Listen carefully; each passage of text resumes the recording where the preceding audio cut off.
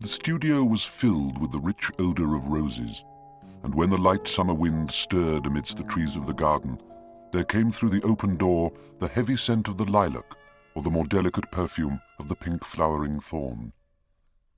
From the corner of the divan of Persian saddlebags, on which he was lying, smoking, as was his custom, innumerable cigarettes, Lord Henry Wotton could just catch the gleam of the honey-sweet and honey-coloured blossoms of a laburnum, whose tremulous branches seemed hardly able to bear the burden of a beauty so flame-like as theirs.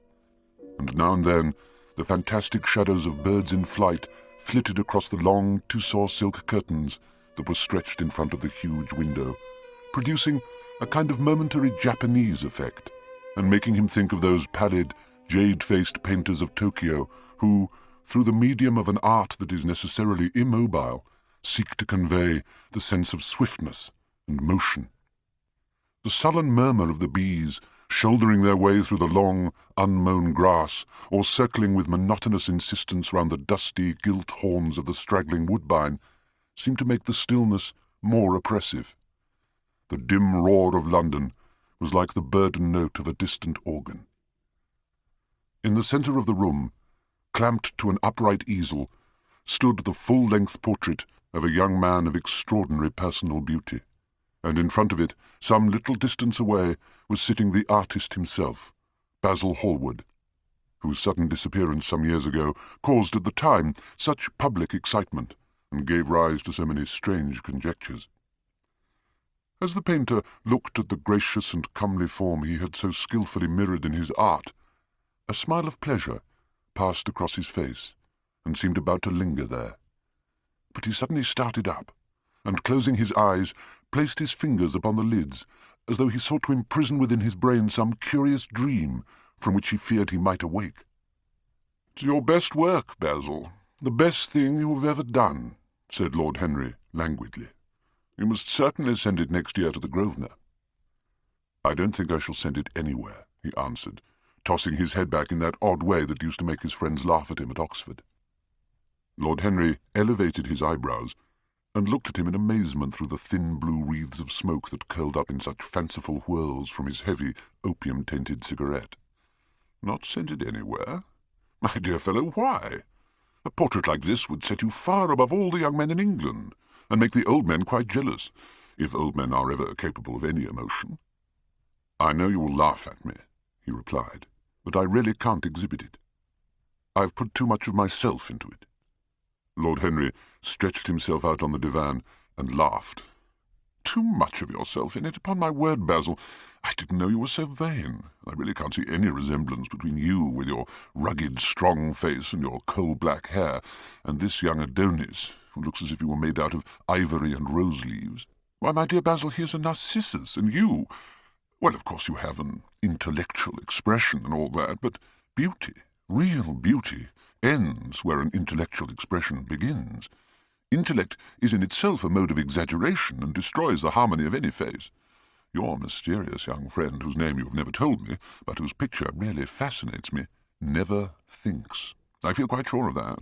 He is some brainless, beautiful creature who should always be here in winter when we have no flowers to look at, and always here in summer when we want something to chill our intelligence.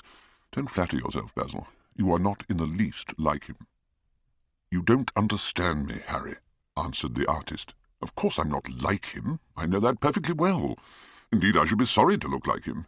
There is a fatality about all physical and intellectual distinction, the sort of fatality that seems to dog through history the faltering steps of kings. It's better not to be different from one's fellows. The ugly and the stupid have the best of it in this world. If they know nothing of victory, they are at least spared the knowledge of defeat. They live as we all should live, undisturbed, indifferent, and without disquiet.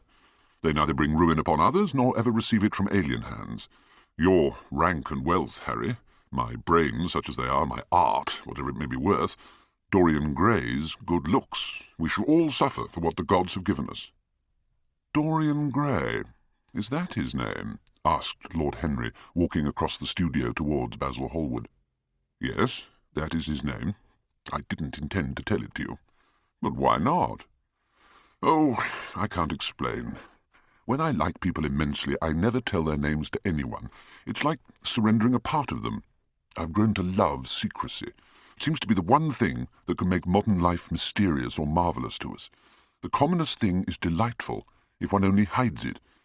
When I leave town now, I never tell my people where I'm going. If I did, I would lose all my pleasure. It's a silly habit, I dare say, but somehow it seems to bring a great deal of romance into one's life. I suppose you think me awfully foolish about it. Not at all, answered Lord Henry. Not at all, my dear Basil.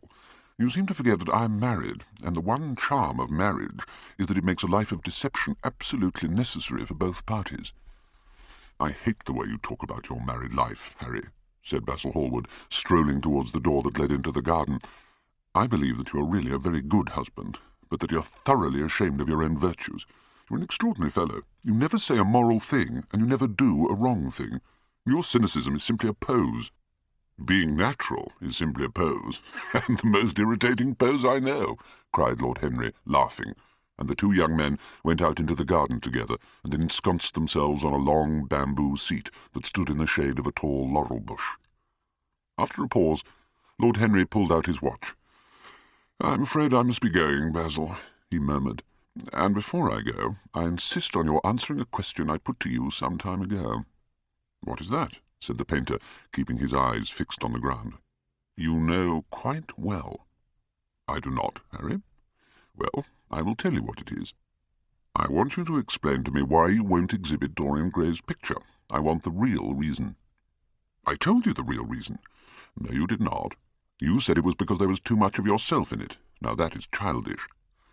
"Harry," said Basil Hallward, looking him straight in the face, "every portrait that is painted with feeling is a portrait of the artist, not of the sitter. The sitter is merely the accident, the occasion. It is not he who is revealed by the painter. It is rather the painter who, on the coloured canvas, reveals himself. The reason I will not exhibit this picture is that I am afraid that I have shown in it the secret of my own soul." Lord Henry laughed. "And what is that?" he asked. "I will tell you," said Hallward, but an expression of perplexity came over his face. "But I'm afraid you will hardly understand it. Perhaps you will hardly believe it." Lord Henry smiled, and leaning down, plucked a pink-petalled daisy from the grass and examined it. "I'm quite sure I shall understand it," he replied, gazing intently at the little golden, white-feathered disk. "And as for believing things, I can believe anything, provided that it is quite incredible." The wind shook some blossoms from the trees, and the heavy lilac blooms with their clustering stars moved to and fro in the languid air. Lord Henry felt as if he could hear Basil Hallward's heart beating, and wondered what was coming.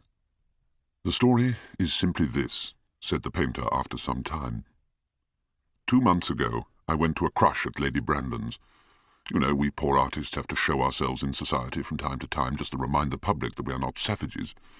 With an evening coat and a white tie, as you told me once, anybody, even a stockbroker, can gain a reputation for being civilized. Well, after I'd been in the room about 10 minutes, talking to huge, overdressed dowagers and tedious academicians, I suddenly became conscious that someone was looking at me. I turned halfway round and saw Dorian Gray for the first time. When our eyes met, I felt that I was growing pale. A curious sensation of terror came over me. I knew that I had come face to face with someone whose mere personality was so fascinating that if I allowed it to do so, it would absorb my whole nature, my whole soul, my very art itself. I did not want any external influence in my life. You know yourself, Harry, how independent I am by nature. I have always been my own master, had at least always been so till I met Dorian Gray. Then, but I don't know how to explain it to you, something seemed to tell me that I was on the verge of a terrible crisis in my life.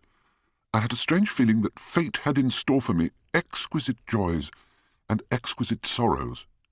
I grew afraid and turned to quit the room. It was not conscience that made me do so. It was a sort of cowardice. I take no credit to myself for trying to escape. Conscience and cowardice are really the same things, Basil. Conscience is the trade name of the firm, that's all. I don't believe that, Harry, and I don't believe you do either. However, whatever was my motive, and it may have been pride, for I used to be very proud, I certainly struggled to the door. There, of course, I stumbled against Lady Brandon. "You're not going to run away so soon, Mr. Hallward," she screamed out, her curiously shrill voice. "Yes, she is a peacock in everything but beauty," said Lord Henry, pulling the daisy to bits with his long, nervous fingers. I could not get rid of her.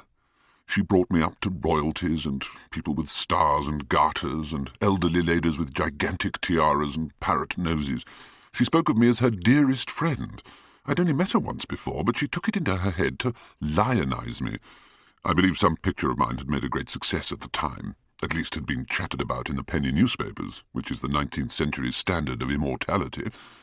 Suddenly, I found myself face to face with a young man whose personality had so strangely stirred me. We were quite close, almost touching. Our eyes met again. It was reckless of me, but I asked Lady Brandon to introduce me to him. Perhaps it was not so reckless after all. It was simply inevitable. We would have spoken to each other without any introduction. I'm sure of that. Dorian told me so afterwards. He, too, felt that we were destined to know each other. "And how did Lady Brandon describe this wonderful young man?" asked his companion. "Oh, something like, 'Charming boy. Poor dear mother and I absolutely inseparable. Quite forget what he does. Afraid he doesn't do anything. Oh, yes, plays the piano. Or is it the violin? Dear Mr. Gray.' Neither of us could help laughing, and we became friends at once. Laughter is not at all a bad beginning for a friendship, and it is far the best ending for one," said the young lord, plucking another daisy. Hallward shook his head. "You don't understand what friendship is, Harry," he murmured, "or what enmity is, for that matter. You like everyone. That is to say, you're indifferent to everyone." "How horribly unjust of you!" cried Lord Henry, tilting his hat back and looking up at the little clouds that, like ravelled skeins of glossy white silk, were drifting across the hollowed turquoise of the summer sky. "Yes, horribly unjust of you. I make a great difference between people. I choose my friends for their good looks, my acquaintances for their good characters, and my enemies for their good intellects. A man cannot be too careful in the choice of his enemies. I have not got one who is a fool. They are all men of some intellectual power, and consequently they all appreciate me. Is that very vain of me? I think it is rather vain. I should think it was, Harry, but according to your category I must be merely an acquaintance. My dear old Basil, you are much more than an acquaintance, and much less than a friend. A sort of brother, I suppose. Oh, brothers! I don't care for brothers. My elder brother won't die, and my younger brothers seem never to do anything else." "Harry!" exclaimed Hallward, frowning. "My dear fellow, I'm not quite serious, but I can't help detesting my relations. I suppose it comes from the fact that none of us can stand other people having the same faults as ourselves. I quite sympathise with the rage of the English democracy against what they call the vices of the upper orders. The masses feel that drunkenness, stupidity, and immorality should be their own special property, and that if any one of us makes an ass of himself, he is poaching on their preserves. I don't agree with a single word that you have said, and, what is more, Harry, I feel sure you don't either." Lord Henry stroked his pointed brown beard and tapped the toe of his patent leather boot with a tasselled ebony cane. "How English you are, Basil. That's the second time you have made that observation. If one puts forward an idea to a true Englishman, always a rash thing to do, he never dreams of considering whether the idea is right or wrong.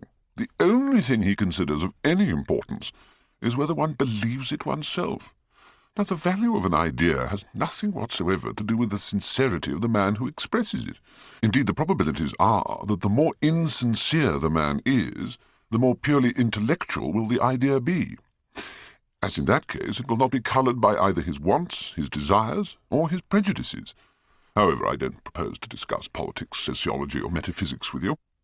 I like persons better than principles, and I like persons with no principles better than anything else in the world. Tell me more about Mr. Dorian Gray. How often do you see him?" "Every day. I couldn't be happy if I didn't see him every day. He is absolutely necessary to me." "How extraordinary. I thought you would never care for anything but your art." "He is all my art to me now," said the painter gravely. "It is not merely that I paint from him, draw from him, sketch from him. Of course I've done all that. but he is much more to me than a model or a sitter. I won't tell you that I'm dissatisfied with what I've done of him, or that his beauty is such that art cannot express it. There is nothing that art cannot express, and I know that the work I've done since I met Dorian Gray is good work, is the best work of my life. But in some curious way, I wonder, will you understand me? His personality has suggested to me an entirely new manner in art, an entirely new mode of style. I see things differently. I think of them differently. I can now recreate life in a way that was hidden from me before. The merely visible presence of this lad, for he seems to me little more than a lad, though he is really over 20, his merely visible presence. Oh, Harry, if you only knew what Dorian Gray is to me. Do you remember that landscape of mine for which Agnew offered me such a huge price, but which I would not part with? It is one of the best things I've ever done. And why is it so? Because while I was painting it, Dorian Gray sat beside me. Some subtle influence passed from him to me, and for the first time in my life I saw in the plain woodland the wonder I had always looked for and always missed. Basil, this is extraordinary. I must see Dorian Gray. Hallward got up from the seat and walked up and down the garden. After some time he came back. "Harry," he said, "Dorian Gray is to me simply a motive in art. You might see nothing in him. I see everything in him. He is never more present in my work than when no image of him is there. He is a suggestion, as I have said, of a new manner. I find him in the curves of certain lines, in the loveliness and subtleties of certain colours. That is all." "Then why won't you exhibit his portrait?" asked Lord Henry. "Because, without intending it, I have put into it some expression of all this curious artistic idolatry of which, of course, I have never cared to speak to him. He knows nothing about it. He shall never know anything about it, but the world might guess it, and I will not bare my soul to their shallow, prying eyes. My heart shall never be put under their microscope. There is too much of myself in the thing, Harry, too much of myself.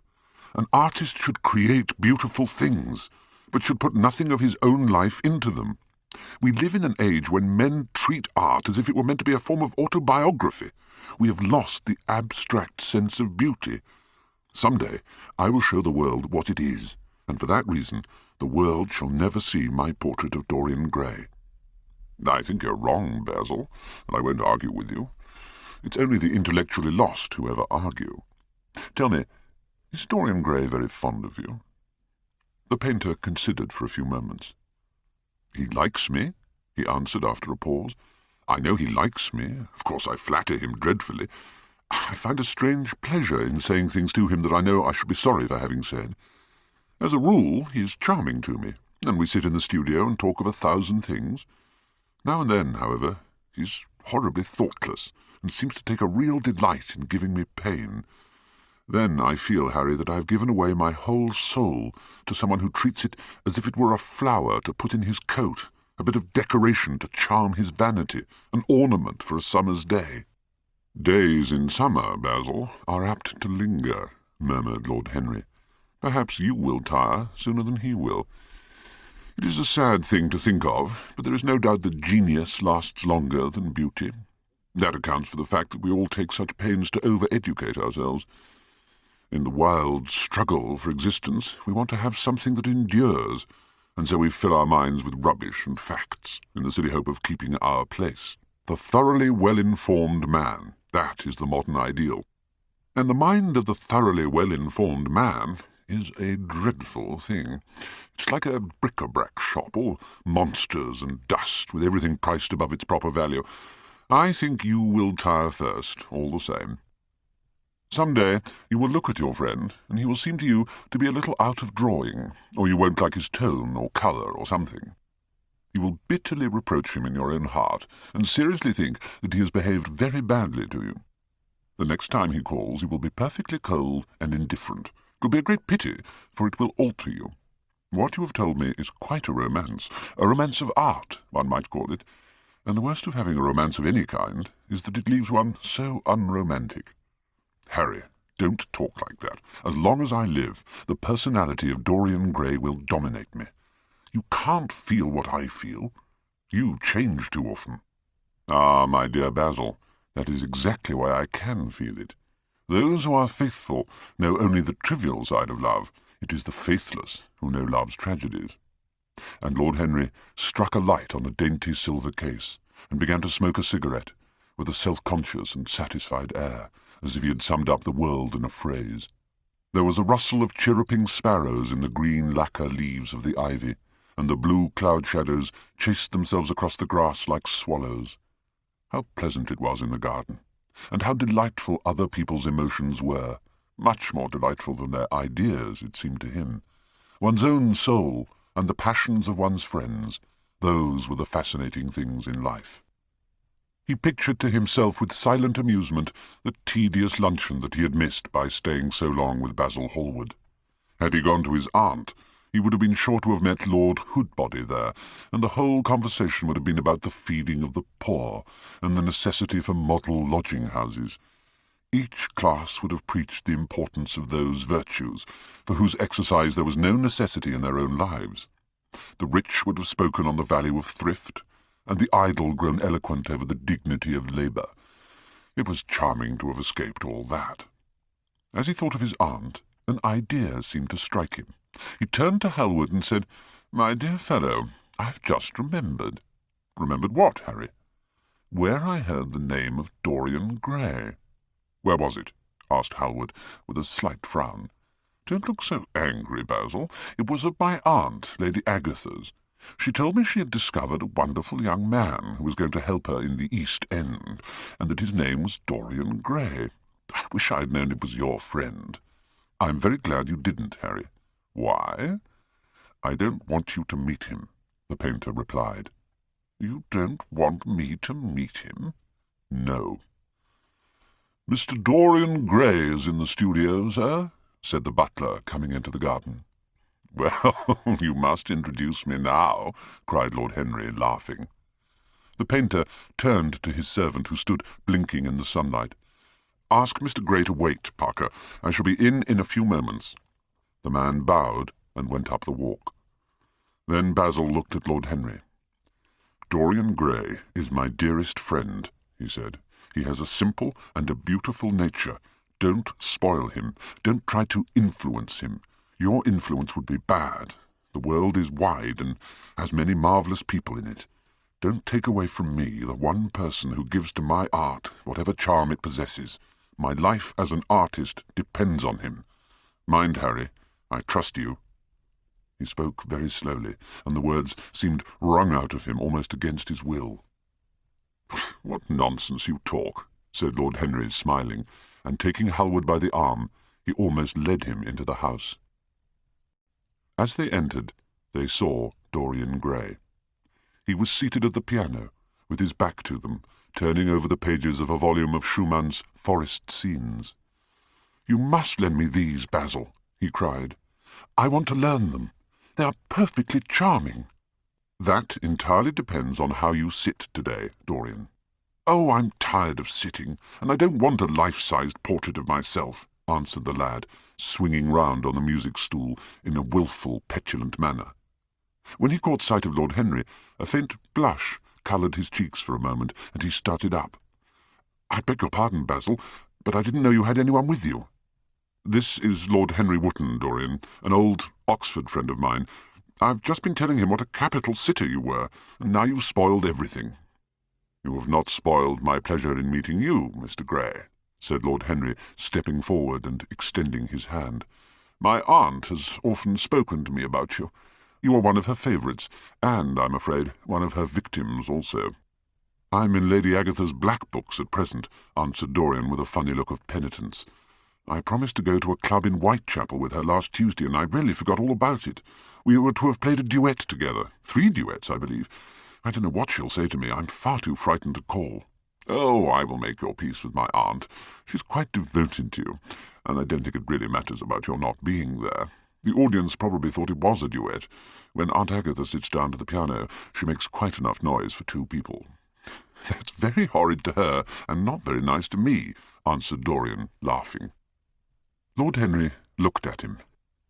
Yes, he was certainly wonderfully handsome, with his finely curved scarlet lips, his frank blue eyes, his crisp gold hair. There was something in his face that made one trust him at once. All the candour of youth was there, as well as all youth's passionate purity. One felt that he had kept himself unspotted from the world.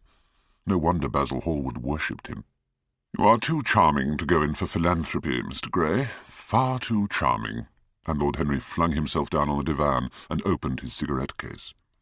The painter had been busy mixing his colours and getting his brushes ready.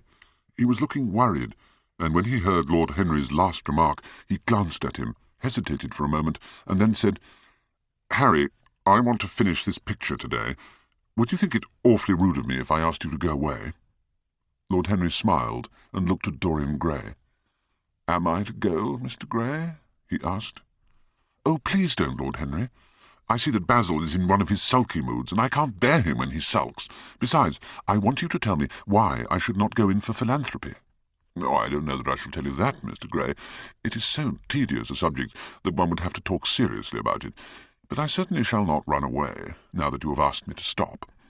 You don't really mind, Basil, do you? You've often told me that you liked your sitters to have someone to chat to." Hallward bit his lip. "If Dorian wishes it, of course you must stay. Dorian's whims are laws to everybody, except himself." Lord Henry took up his hat and gloves. "You are very pressing, Basil, but I'm afraid I must go. Goodbye, Mr. Gray. Come and see me some afternoon in Curzon Street." "Basil," cried Dorian Gray, "if Lord Henry Wotton goes, I shall go too.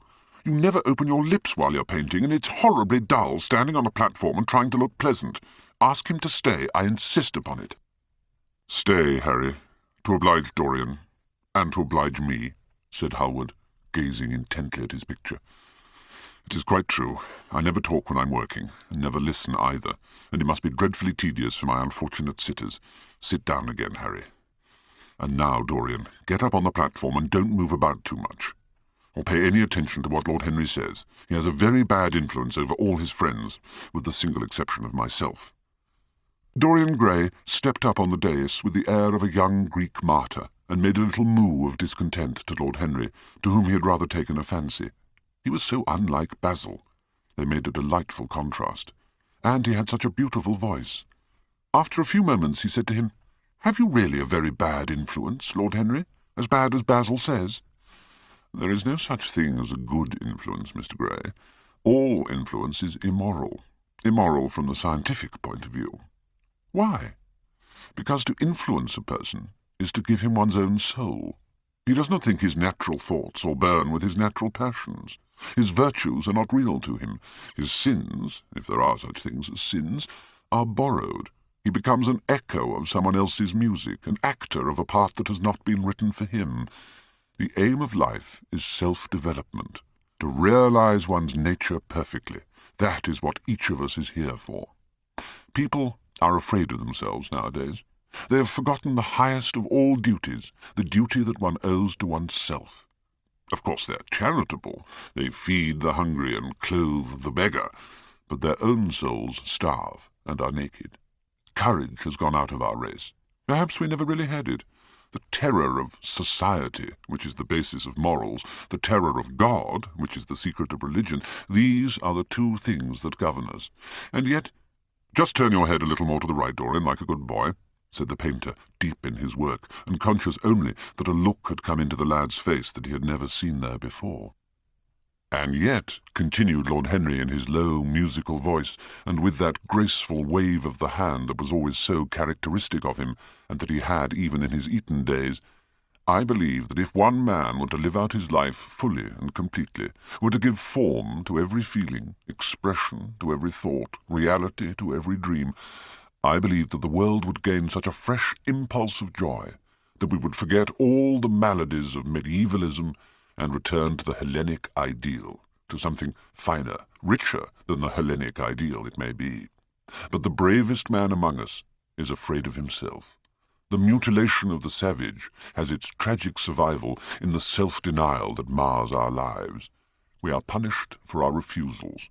Every impulse that we strive to strangle broods in the mind and poisons us. The body sins once, and has done with its sin, for action is a mode of purification. Nothing remains then but the recollection of a pleasure, or the luxury of a regret. The only way to get rid of a temptation is to yield to it. Resist it, and your soul grows sick with longing for the things it has forbidden to itself, with desire for what its monstrous laws have made monstrous and unlawful.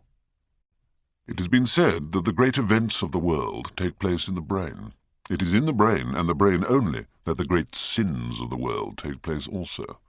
You, Mr. Gray, you yourself with your rose-red youth and your rose-white boyhood, you have had passions that have made you afraid, thoughts that have filled you with terror, daydreams and sleeping dreams whose mere memory might stain your cheek with shame. "Stop!" faltered Dorian Gray. "Stop, you bewilder me. I don't know what to say. There is some answer to you, but I cannot find it. Don't speak. Let me think, or rather, let me try not to think." For nearly 10 minutes he stood there, motionless, with parted lips and eyes strangely bright. He was dimly conscious that entirely fresh influences were at work within him, yet they seemed to him to have come really from himself. The few words that Basil's friend had said to him, words spoken by chance, no doubt, and with wilful paradox in them, had touched some secret chord that had never been touched before, but that he felt was now vibrating and throbbing to curious pulses. Words, mere words. How terrible they were, how clear and vivid and cruel. Was there anything so real as words? Yes, there had been things in his boyhood that he had not understood. He understood them now. Life suddenly became fiery-coloured to him. It seemed to him that he had been walking in fire. Why had he not known it? With his subtle smile, Lord Henry watched him. He knew the precise psychological moment when to say nothing. He felt intensely interested. He was amazed at the sudden impression that his words had produced. He had merely shot an arrow into the air. Had it hit the mark? How fascinating the lad was. Hallward painted away with that marvellous bold touch of his that had the true refinement and perfect delicacy that in art, at any rate, comes only from strength. He was unconscious of the silence. "Basil, I'm tired of standing," cried Dorian Gray suddenly. "I must go out and sit in the garden. The air is stifling here." "My dear fellow, I'm so sorry. When I'm painting, I can't think of anything else. But you never sat better. You were perfectly still. And I have caught the effect I wanted, the half-parted lips and the bright look in the eyes. I don't know what Harry has been saying to you, but he has certainly made you have the most wonderful expression. I suppose he's been paying you compliments. You mustn't believe a word that he says." "He has certainly not been paying me compliments. Perhaps that is the reason that I don't believe anything he has told me." "You know you believe it all," said Lord Henry, looking at him with his dreamy, languorous eyes. "I will go out to the garden with you. It is horribly hot in the studio. Basil, let us have something iced to drink, something with strawberries in it." "Certainly, Harry. Just touch the bell, and when Parker comes, I will tell him what you want. I've got to work up this background, so I will join you later on. Don't keep Dorian too long. I've never been in better form for painting than I am today. This is going to be my masterpiece. It is my masterpiece as it stands." Lord Henry went out to the garden and found Dorian Gray burying his face in the great cool lilac blossoms, feverishly drinking in their perfume as if it had been wine. He came close to him and put his hand upon his shoulder. "You are quite right to do that," he murmured. "Nothing can cure the soul but the senses, just as nothing can cure the senses but the soul." The lad started and drew back. He was bareheaded, and the leaves had tossed his rebellious curls and tangled all their gilded threads. There was a look of fear in his eyes, such as people have when they are suddenly awakened. His finely chiselled nostrils quivered, and some hidden nerve shook the scarlet of his lips and left them trembling. "Yes," continued Lord Henry, "that is one of the great secrets of life, to cure the soul by means of the senses, and the senses by means of the soul. You are a wonderful creation. You know more than you think you know, just as you know less than you want to know." Dorian Gray frowned and turned his head away. He could not help liking the tall, graceful young man who was standing by him. His romantic, olive-coloured face and worn expression interested him. There was something in his low, languid voice that was absolutely fascinating. His cool, white, flower-like hands even had a curious charm. They moved as he spoke like music, and seemed to have a language of their own. But he felt afraid of him, and ashamed of being afraid. Why had it been left for a stranger to reveal him to himself? He had known Basil Hallward for months, but the friendship between them had never altered him. Suddenly there had come someone across his life who seemed to have disclosed to him life's mystery. And yet, what was there to be afraid of? He was not a schoolboy or a girl. It was absurd to be frightened. "Let us go and sit in the shade," said Lord Henry. "Parker has brought out the drinks, and if you stay any longer in this glare you will be quite spoiled, and Basil will never paint you again. You really must not allow yourself to become sunburnt. It would be unbecoming." "What can it matter?" cried Dorian Gray, laughing as he sat down on the seat at the end of the garden. "It should matter everything to you, Mr. Gray." "Why?" "Because you have the most marvellous youth, and youth is the one thing worth having." "I don't feel that, Lord Henry." "No, you don't feel it now. Some day, when you are old and wrinkled and ugly, when thought has seared your forehead with its lines, and passion branded your lips with its hideous fires, you will feel it. You will feel it terribly. Now, wherever you go, you charm the world. Will it always be so? You have a wonderfully beautiful face, Mr. Gray. Don't frown. You have. And beauty is a form of genius, is higher indeed than genius, as it needs no explanation. It is one of the great facts of the world, like sunlight, or springtime, or the reflection in dark waters of that silver shell we call the moon. It cannot be questioned. It has its divine right of sovereignty. It makes princes of those who have it. You smile. When you have lost it, you won't smile. People say sometimes that beauty is only superficial. That may be so, but at least it is not so superficial as thought is. To me, beauty is the wonder of wonders. It is only shallow people who do not judge by appearances. The true mystery of the world is the visible, not the invisible. Yes, Mr. Gray, the gods have been good to you, but what the gods give, they quickly take away. You have only a few years in which to live really, perfectly, and fully. When your youth goes, your beauty will go with it, and then you will suddenly discover that there are no triumphs left for you, or have to content yourself with those mean triumphs that the memory of your past will make more bitter than defeats. Every month, as it wanes, brings you nearer to something dreadful. Time is jealous of you, and wars against your lilies and your roses. You will become sallow, and hollow-cheeked, and dull-eyed. You will suffer horribly. Oh, realize your youth while you have it. Don't squander the gold of your days, listening to the tedious, trying to improve the hopeless failure, or giving away your life to the ignorant, the common, and the vulgar. These are the sickly aims, the false ideals of our age.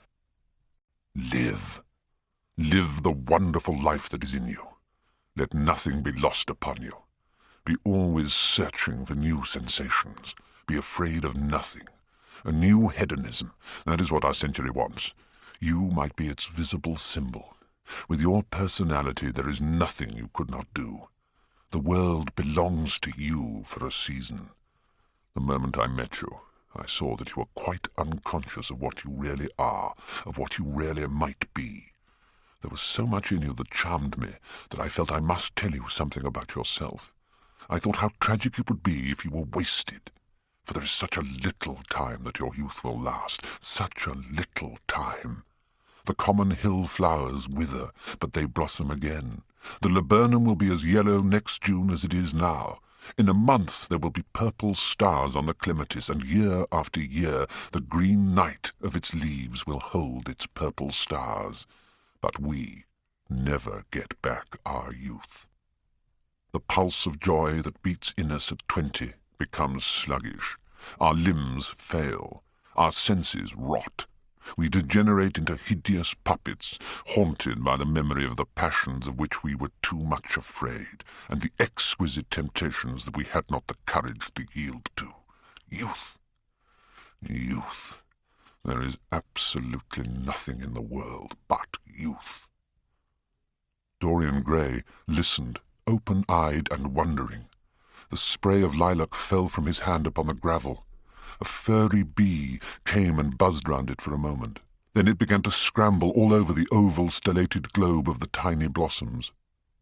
He watched it with that strange interest in trivial things that we try to develop when things of high import make us afraid, or when we are stirred by some new emotion for which we cannot find expression, or when some thought that terrifies us lays sudden siege to the brain and calls on us to yield. After a time, the bee flew away. The flower seemed to quiver and then swayed gently to and fro. Suddenly, the painter appeared at the door of the studio and made staccato signs for them to come in. They turned to each other and smiled. "I'm waiting," he cried. "Do come in. The light is quite perfect, and you can bring your drinks." They rose up and sauntered down the walk together. "You are glad to have met me, Mr. Gray," said Lord Henry, looking at him. "Yes, I'm glad now. I wonder, shall I always be glad?" "Always? Now that is a dreadful word. Makes me shudder when I hear it. Women are so fond of using it. They spoil every romance by trying to make it last forever. It is a meaningless word, too. The only difference between a caprice and a lifelong passion is that the caprice lasts a little longer." As they entered the studio, Dorian Gray put his hand upon Lord Henry's arm.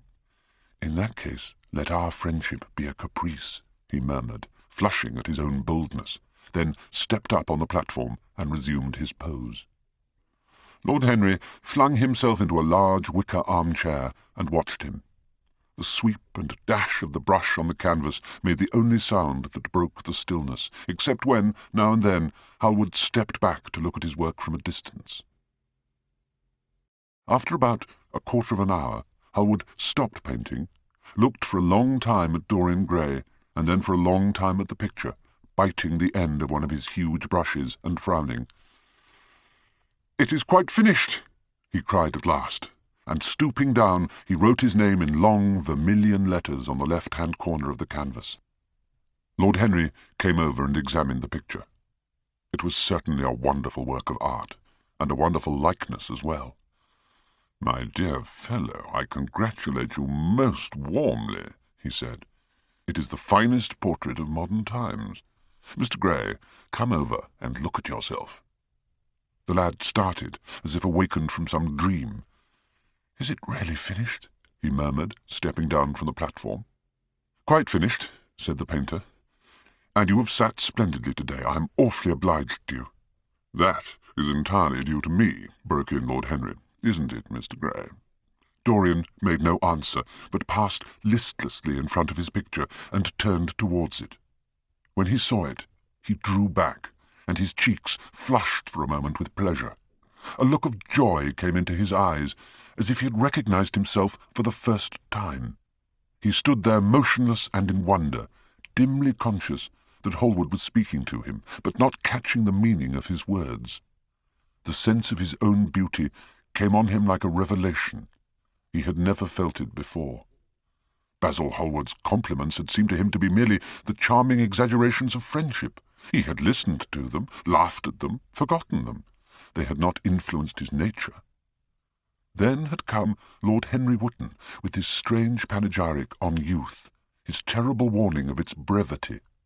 That had stirred him at the time, and now, as he stood gazing at the shadow of his own loveliness, the full reality of the description flashed across him. Yes, there would be a day when his face would be wrinkled and wizen, his eyes dim and colourless, the grace of his figure broken and deformed. The scarlet would pass away from his lips, and the gold steal from his hair. The life that was to make his soul would mar his body. He would become dreadful, hideous, and uncouth.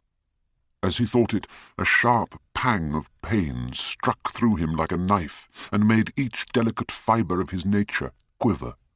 His eyes deepened into amethyst, and across them came a mist of tears. He felt as if a hand of ice had been laid upon his heart. "Don't you like it?" cried Hallward at last, stung a little by the lad's silence, not understanding what it meant. "Of course he likes it," said Lord Henry. "Who wouldn't like it? It is one of the greatest things in modern art. I will give you anything you like to ask for it. I must have it." "It is not my property, Harry." "Well, whose property is it?" "Dorian's, of course," answered the painter. "He is a very lucky fellow." "How sad it is," murmured Dorian Gray, with his eyes still fixed upon his own portrait. "How sad it is. I shall grow old and horrible and dreadful. But this picture will remain always young. It will never be older than this particular day of June. If it were only the other way. If it were I who was to be always young, and the picture that was to grow old. For that, I would give everything. Yes, there is nothing in the whole world I would not give. I would give my soul for that." "You would hardly care for such an arrangement, Basil," cried Lord Henry, laughing. "It would be rather hard lines on your work." "I should object very strongly, Harry," said Hallward. Dorian Gray turned and looked at him. "I believe you would, Basil. You like your art better than your friends. I'm no more to you than a green bronze figure, hardly as much, I dare say." The painter stared in amazement. It was so unlike Dorian to speak like that. What had happened? He seemed quite angry. His face was flushed and his cheeks burning. "Yes," he continued, "I am less to you than your ivory Hermes or your silver fawn. You will like them always. How long will you like me? Till I have my first wrinkle, I suppose. I know now that when one loses one's good looks, whatever they may be, one loses everything. Your picture has taught me that. Lord Henry Wotton is perfectly right. Youth is the only thing worth having. When I find that I am growing old, I shall kill myself." Hallward turned pale and caught his hand. "Dorian! Dorian!" he cried. "Don't talk like that. I've never had such a friend as you, and I shall never have such another. You are not jealous of material things, are you? You, who are finer than any of them?" "I am jealous of everything whose beauty does not die. I am jealous of the portrait you have painted of me. Why should it keep what I must lose? Every moment that passes takes something from me and gives something to it.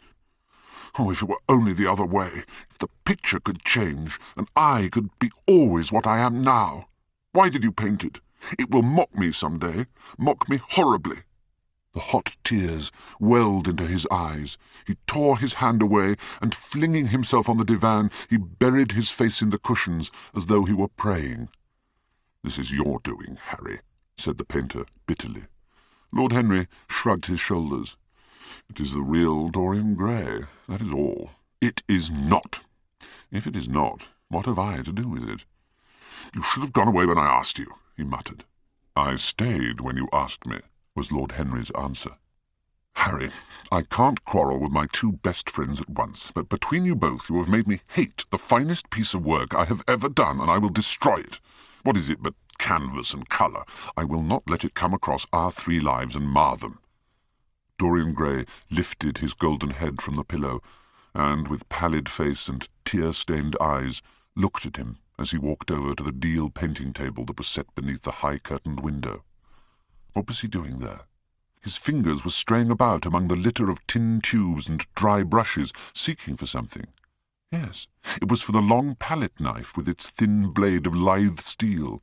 He had found it at last. He was going to rip up the canvas. With a stifled sob, the lad leapt from the couch, and rushing over to Hallward, tore the knife out of his hand and flung it to the end of the studio. "Don't, Basil, don't!" he cried. "It would be murder." "I'm glad you appreciate my work at last, Dorian," said the painter coldly, when he had recovered from his surprise. "I never thought you would." "Appreciate it? I'm in love with it, Basil. It is part of myself. I feel that." "Well, as soon as you are dry, you shall be varnished and framed and sent home. Then you can do what you like with yourself. and he walked across the room and rang the bell for tea. You will have tea, of course, Dorian, and so will you, Harry, or do you object to such simple pleasures? I adore simple pleasures, said Lord Henry. They are the last refuge of the complex, but I don't like scenes, except on the stage. What absurd fellows you are, both of you. I wonder who it was defined man as a rational animal. It's the most premature definition ever given. Man is many things, but he is not rational. I'm glad he's not, after all, though I wish you chaps would not squabble over the picture. You had much better let me have it, Basil. This silly boy doesn't really want it, and I really do. If you let anyone have it but me, Basil, I shall never forgive you, cried Dorian Gray, and I don't allow people to call me a silly boy. You know the picture is yours, Dorian. I gave it to you before it existed. And you know you have been a little silly, Mr. Gray, and that you don't really object to being reminded that you are extremely young. I should have objected very strongly this morning, Lord Henry. Ah, this morning. You have lived since then. There came a knock at the door, and the butler entered with a laden tea-tray and set it down upon a small Japanese table. Dorian Gray went over and poured out the tea. The two men sauntered languidly to the table and examined what was under the covers. "Let us go to the theatre tonight," said Lord Henry. "There is sure to be something on, somewhere." "It's such a bore putting on one's dress clothes," muttered Hallward. "Yes," answered Lord Henry, dreamily. "The costume of the 19th century is detestable. It's so sombre, so depressing. Sin is the only real colour element left in modern life. You really must not say things like that before Dorian, Harry." "Before which Dorian? The one who is pouring out tea for us, or the one in the picture?" "Before either." "I should like to come to the theatre with you, Lord Henry," said the lad. "Then you shall come, and you will come too, Basil, won't you?"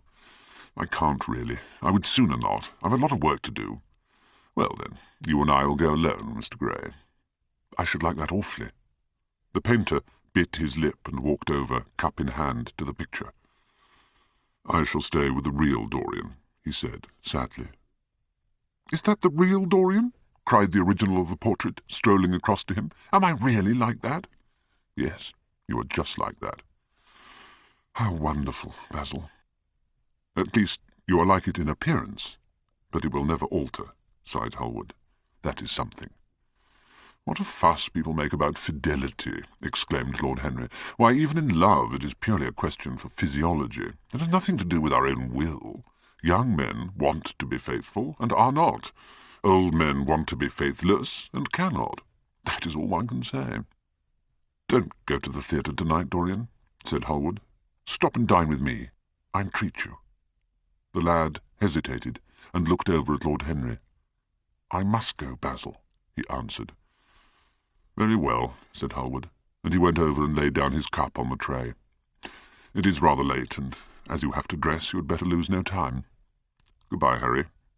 "Goodbye, Dorian. Come and see me soon. Come tomorrow."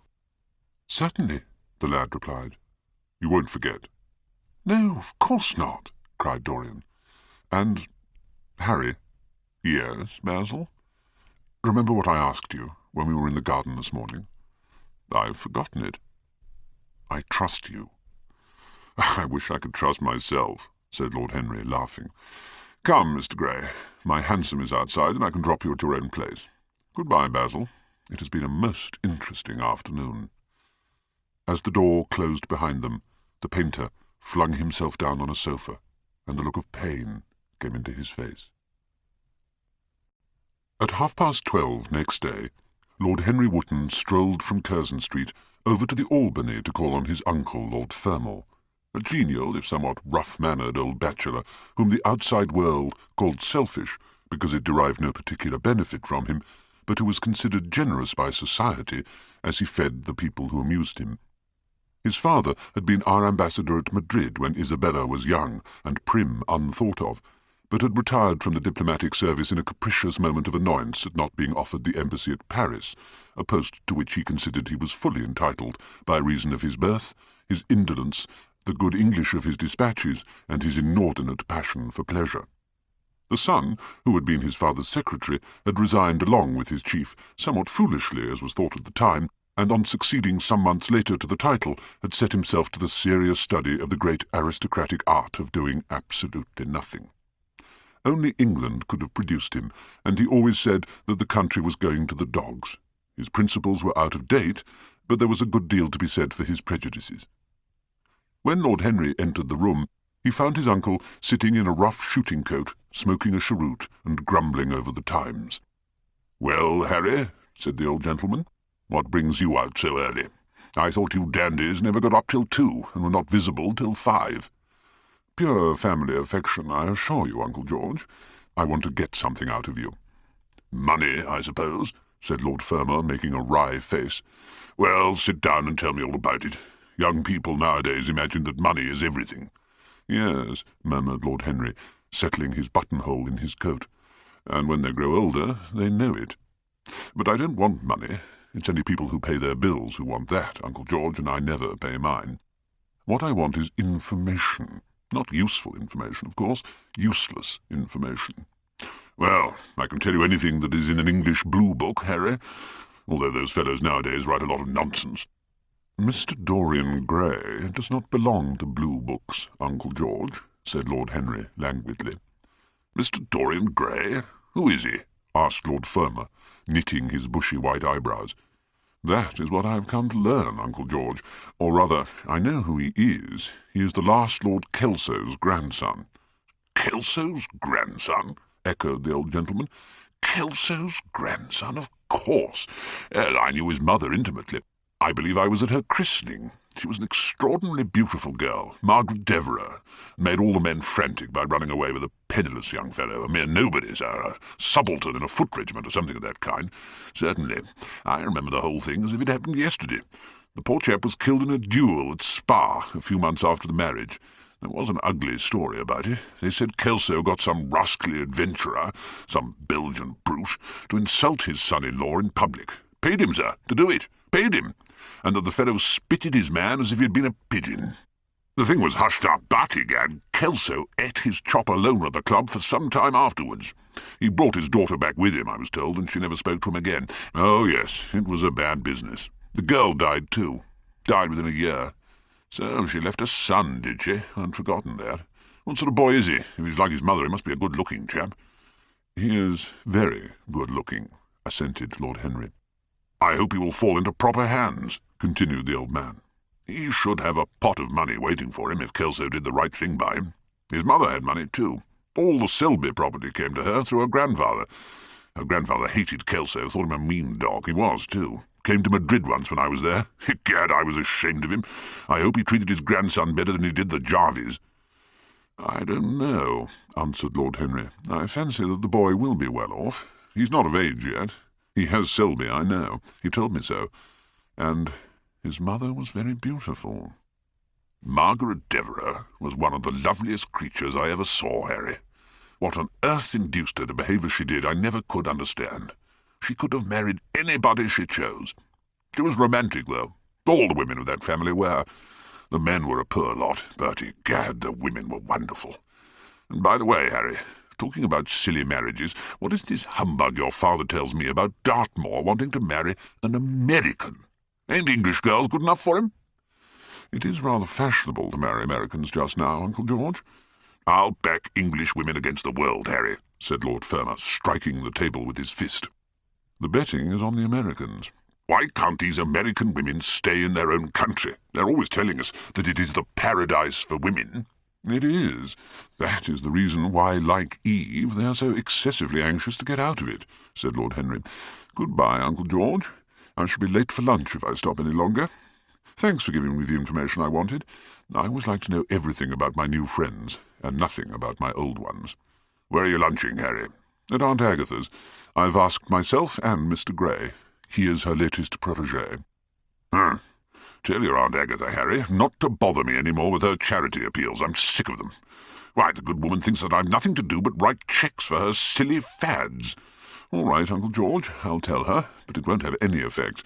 Philanthropic people lose all sense of humanity. It is their distinguishing characteristic." The old gentleman growled approvingly, and rang the bell for his servant.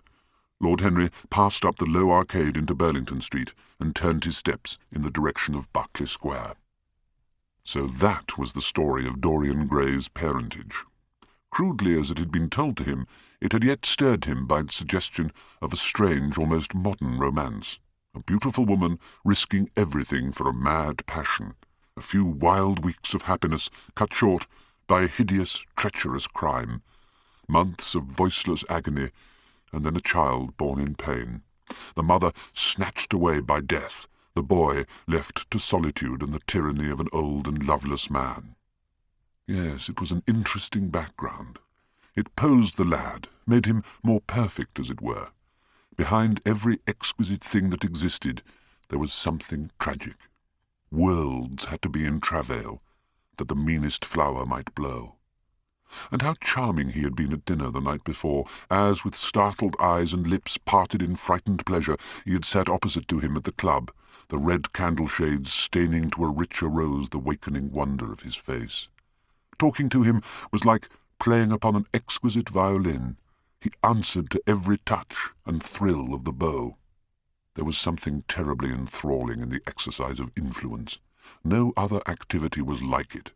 To project one's soul into some gracious form and let it tarry there for a moment, to hear one's own intellectual views echoed back to one with all the added music of passion and youth, to convey one's temperament into another as though it were a subtle fluid or a strange perfume. There was a real joy in that. Perhaps the most satisfying joy left to us in an age so limited and vulgar as our own, an age grossly carnal in its pleasures and grossly common in its aims. He was a marvellous type, too, this lad, whom by so curious a chance he had met in Basil's studio, or could be fashioned into a marvellous type at any rate. Grace was his, and the white purity of boyhood, and beauty such as old Greek marbles kept for us. There was nothing that one could not do with him. He could be made a Titan or a toy. What a pity it was that such beauty was destined to fade.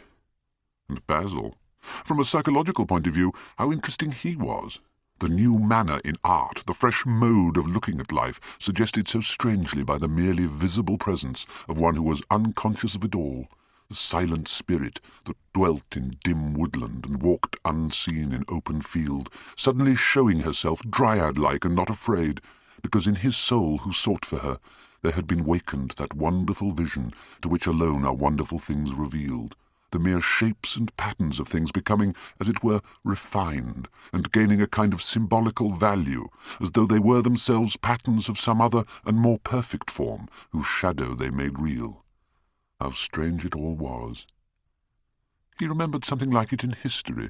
Was it not Plato, that artist in thought, who had first analysed it?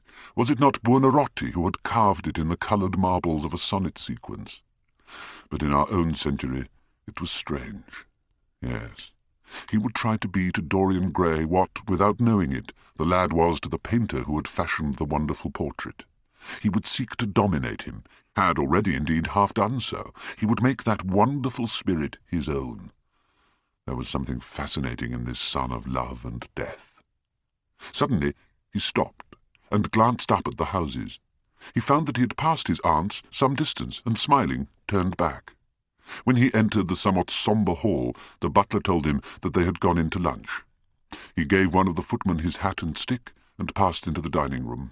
"Late as usual, Harry?" cried his aunt, shaking her head at him. He invented a facile excuse, and having taken the vacant seat next to her, looked round to see who was there. Dorian bowed to him shyly from the end of the table, a flush of pleasure stealing into his cheek. Opposite was the Duchess of Harley, a lady of admirable good nature and good temper, much liked by everyone who knew her, and of those ample architectural proportions that in women who are not duchesses are described by contemporary historians as stoutness. Next to her sat, on her right, Sir Thomas Burton, a radical member of Parliament, who followed his leader in public life, and in private life followed the best cooks, dining with the Tories, and thinking with the Liberals, in accordance with a wise and well-known rule. The post on her left was occupied by Mr. Erskine of Treadley, an old gentleman of considerable charm and culture, who had fallen, however, into bad habits of silence, having, as he explained once to Lady Agatha, said everything that he had to say before he was 30. His own neighbour was Mrs. Vandeleur, one of his aunt's oldest friends, a perfect saint amongst women, but so dreadfully dowdy that she reminded one of a badly bound hymn-book. Fortunately for him, she had on the other side Lord Fordle, a most intelligent middle-aged mediocrity, as bald as the ministerial statement in the House of Commons, with whom she was conversing in that intensely earnest manner which is the one unpardonable error, as he remarked once himself, that all really good people fall into, and from which none of them ever quite escape. "We are talking about poor Dartmoor, Lord Henry," cried the Duchess, nodding pleasantly to him across the table. "Do you think he will really marry this fascinating young person?" "I believe she has made up her mind to propose to him, Duchess." "How dreadful!" exclaimed Lady Agatha. "Really, someone should interfere." "I am told, on excellent authority, that her father keeps an American dry goods store," said Sir Thomas Burden, looking supercilious. "Dry goods? What are American dry goods?" asked the Duchess, raising her large hands in wonder and accentuating the verb. "American novels," answered Lord Henry, helping himself to some quail. The Duchess looked puzzled. "Don't mind him, my dear," whispered Lady Agatha. "He never means anything that he says." "When America was discovered," said the Radical member, and he began to give some wearisome facts. Like all people who try to exhaust a subject, he exhausted his listeners. The Duchess sighed and exercised her privilege of interruption. "I wish to goodness it had never been discovered at all," she exclaimed. "Really, our girls have no chance nowadays. It is most unfair." "Perhaps, after all, America never has been discovered," said Mr. Erskine. "I myself would say that it had merely been detected." "They say that when good Americans die, they go to Paris," chuckled Sir Thomas, who had a large wardrobe of Humour's cast-off clothes. "Really? And where do bad Americans go when they die?" inquired the Duchess. "They go to America," murmured Lord Henry. Sir Thomas frowned. "I am afraid that your nephew is prejudiced against that great country," he said to Lady Agatha. "I assure you that it is an education to visit." "But must we really see Chicago in order to be educated?" asked Mr. Erskine plaintively. "Dear me," said Lady Agatha, "how you men argue! I am sure I can never make out what you are talking about. Oh, Harry, I'm quite vexed with you. Why do you try to persuade our nice Mr. Dorian Gray to give up the East End?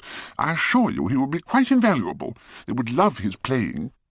"I want him to play to me," cried Lord Henry, smiling, and he looked down the table and caught a bright, answering glance. "But they are so unhappy in Whitechapel," continued Lady Agatha. "I can sympathise with everything but suffering," said Lord Henry, shrugging his shoulders.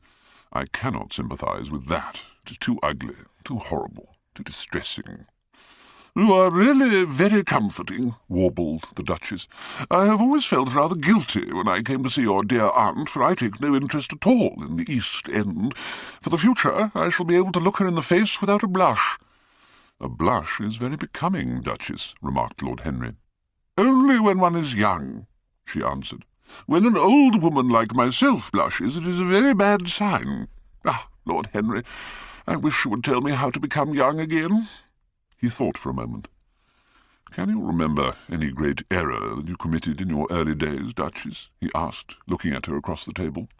"A great many, I fear," she cried. "Then commit them over again," he said gravely. "To get back one's youth, one merely has to repeat one's follies. Nowadays most people die of a sort of creeping common sense, and discover, when it is too late, that the only things one never regrets are one's mistakes." A laugh ran round the table. Lord Henry laughed and rose. "I'm going to the park," he cried. As he was passing out of the door, Dorian Gray touched him on the arm. "Let me come with you," he murmured. "But I thought you had promised Basil Hallward to go and see him," answered Lord Henry. "I would sooner come with you. Yes, I feel I must come with you. Do let me. And you will promise to talk to me all the time. No one talks so wonderfully as you do." "I've talked quite enough for today," said Lord Henry, smiling. "All I want now is to look at life. You may come and look at it with me, if you care to."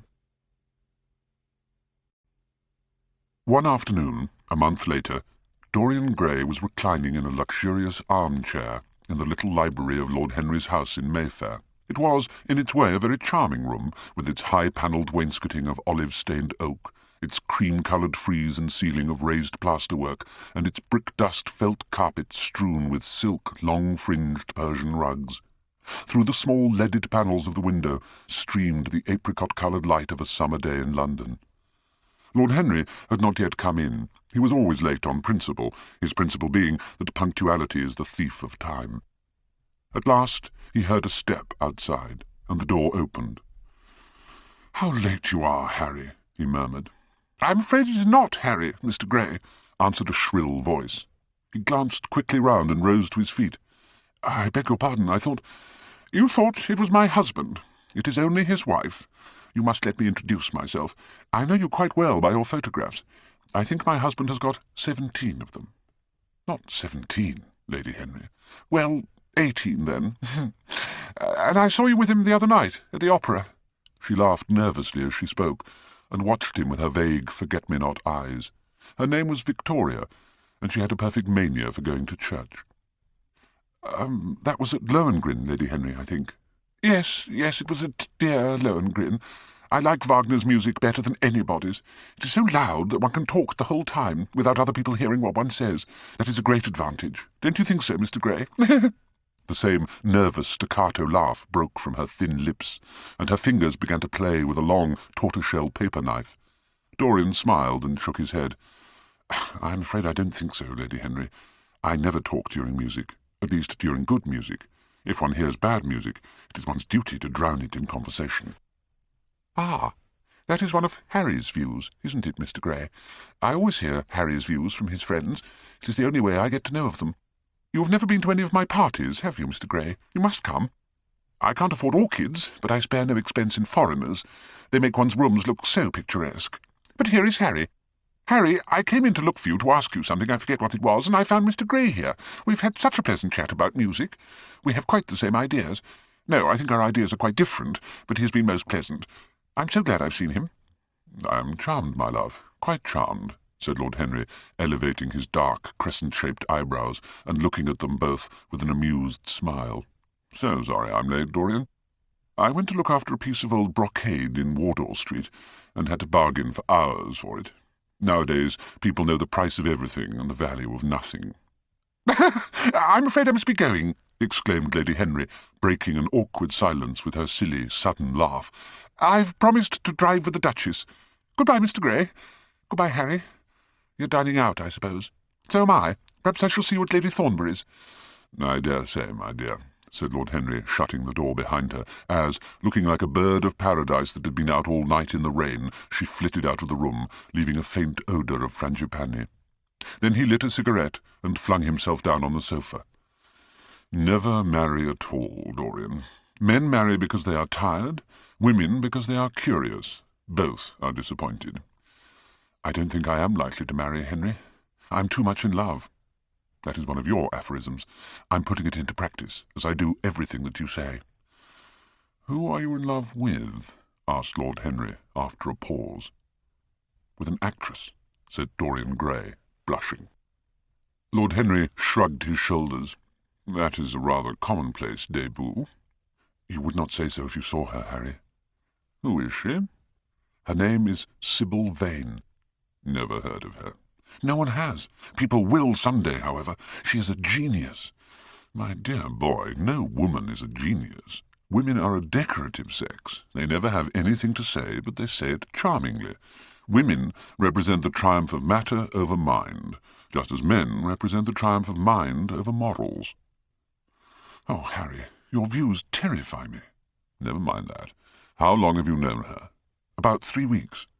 "And where did you come across her?" "I will tell you, Harry, but you mustn't be unsympathetic about it. After all, it would never have happened if I had not met you. You filled me with a wild desire to know everything about life. I had a passion for sensations. Well, one evening, about 7 o'clock, I determined to go out in search of some adventure. I fancied 1,000 things. I remembered what you had said to me on that wonderful evening when we first dined together, about the search for beauty being the real secret of life. I don't know what I expected, but I went out and wandered eastward, soon losing my way in a labyrinth of grimy streets and black, grassless squares. About 8:30, I passed by an absurd little theatre, with great flaring gaskets and gaudy playbills. A hideous Jew, in the most amazing waistcoat I ever beheld in my life, was standing at the entrance, smoking a vile cigar. "Have a box, my lord," he said when he saw me, and he took off his hat with an air of gorgeous servility. There was something about him, Harry, that amused me. He was such a monster. You'll laugh at me, I know, but I really went in and paid a whole guinea for the stage box. To the present day, I can't make out why I did so. And yet if I hadn't, my dear Harry, if I hadn't, I should have missed the greatest romance of my life. Oh, I see you are laughing. It's horrid of you. I'm not laughing, Dorian. At least I'm not laughing at you. But you should not say the greatest romance of your life. You should say the first romance of your life. You will always be loved, and you will always be in love with love. There are exquisite things in store for you. This is merely the beginning. Do you think my nature so shallow? Cried Dorian Gray angrily. No, I think your nature so deep. How do you mean?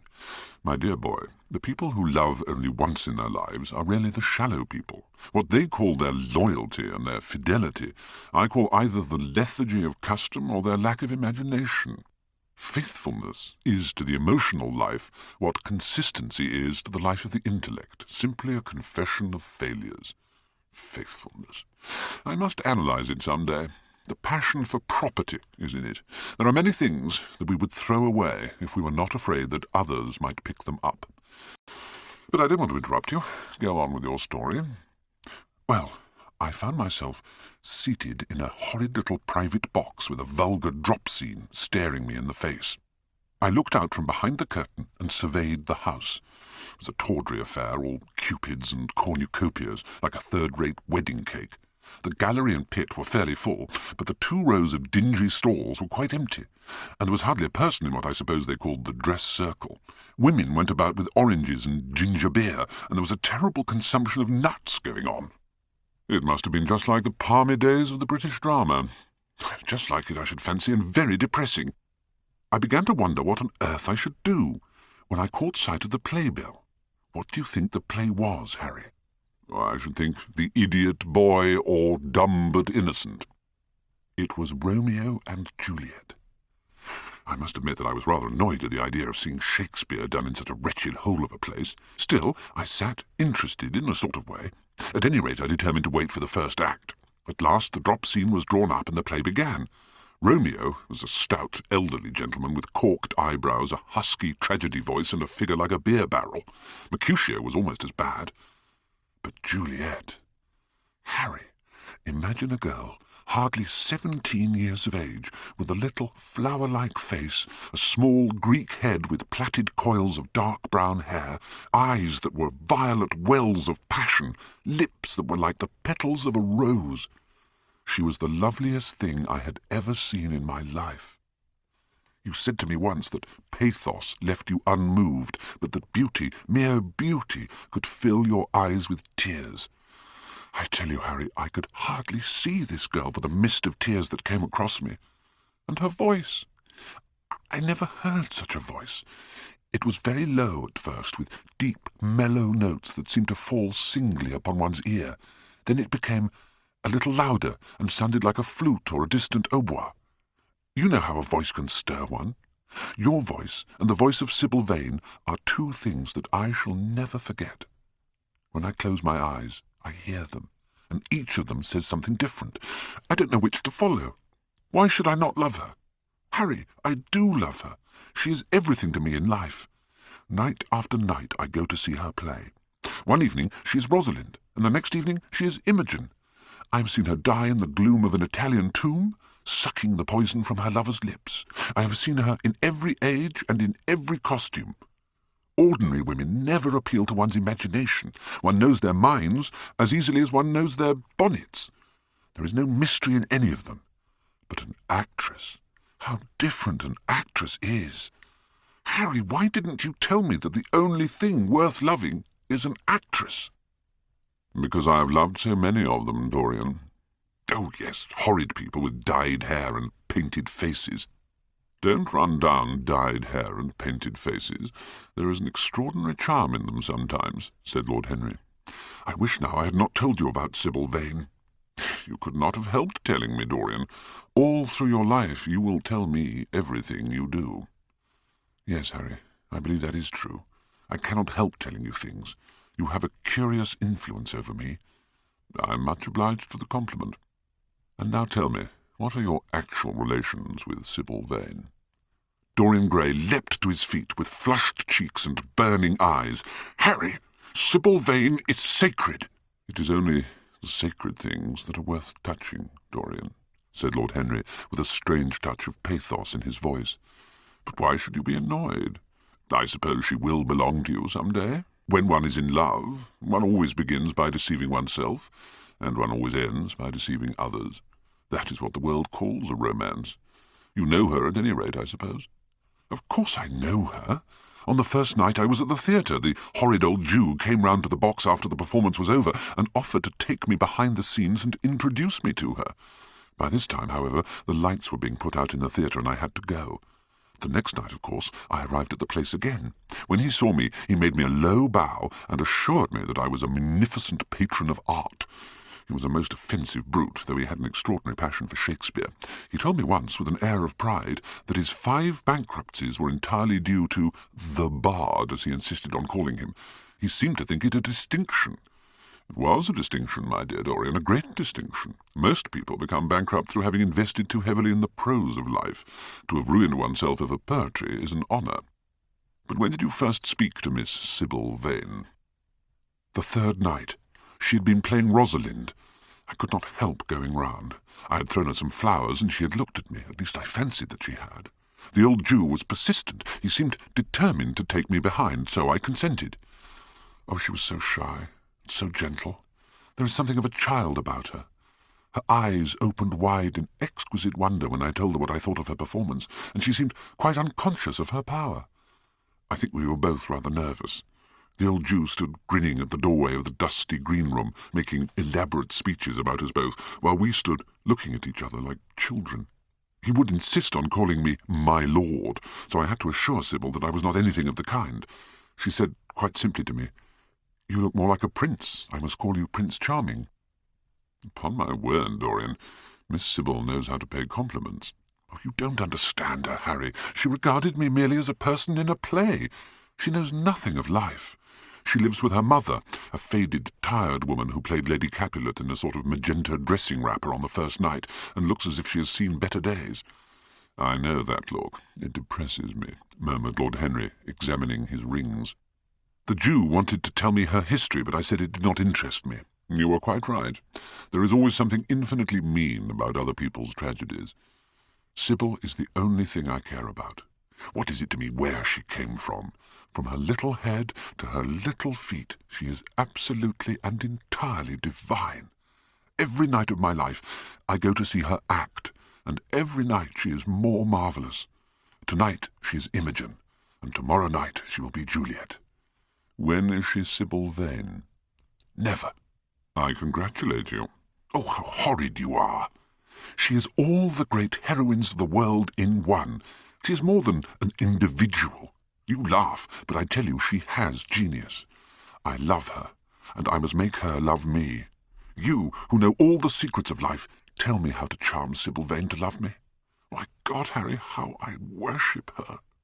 He was walking up and down the room as he spoke. Hectic spots of red burned in his cheeks.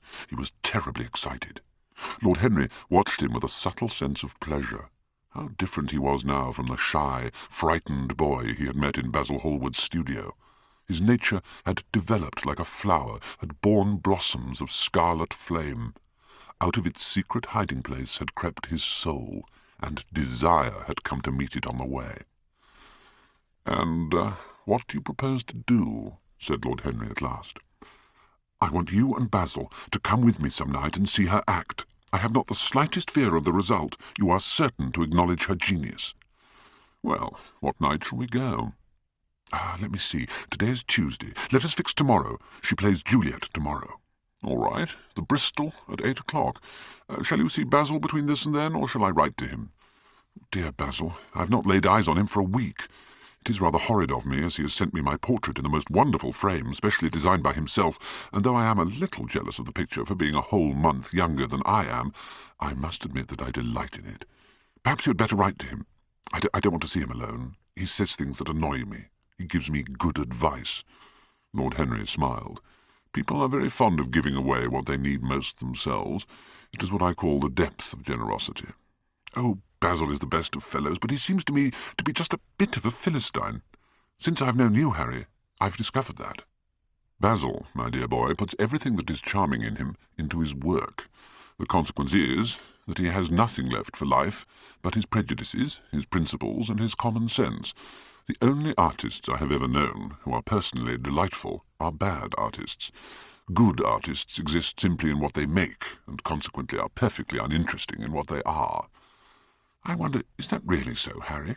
said Dorian Gray, putting some perfume on his handkerchief out of a large gold-topped bottle that stood on the table. "It must be, if you say it. And now I am off.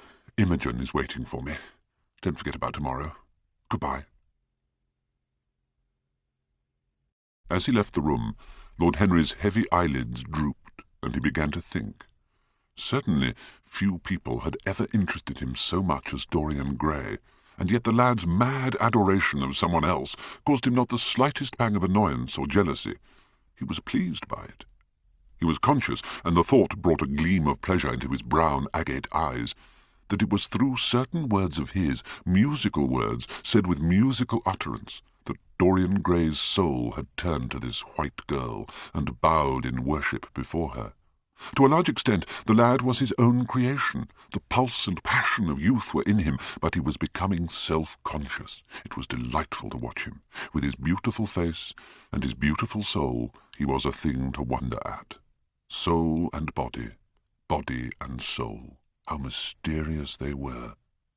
Was the soul a shadow seated in the house of sin, or was the body really in the soul, as Giordano Bruno thought? The separation of spirit from matter was a mystery, and the union of spirit with matter was a mystery also. He began to wonder whether we could ever make psychology so absolute a science that each little spring of life would be revealed to us. As it was, we always misunderstood ourselves, and rarely understood others.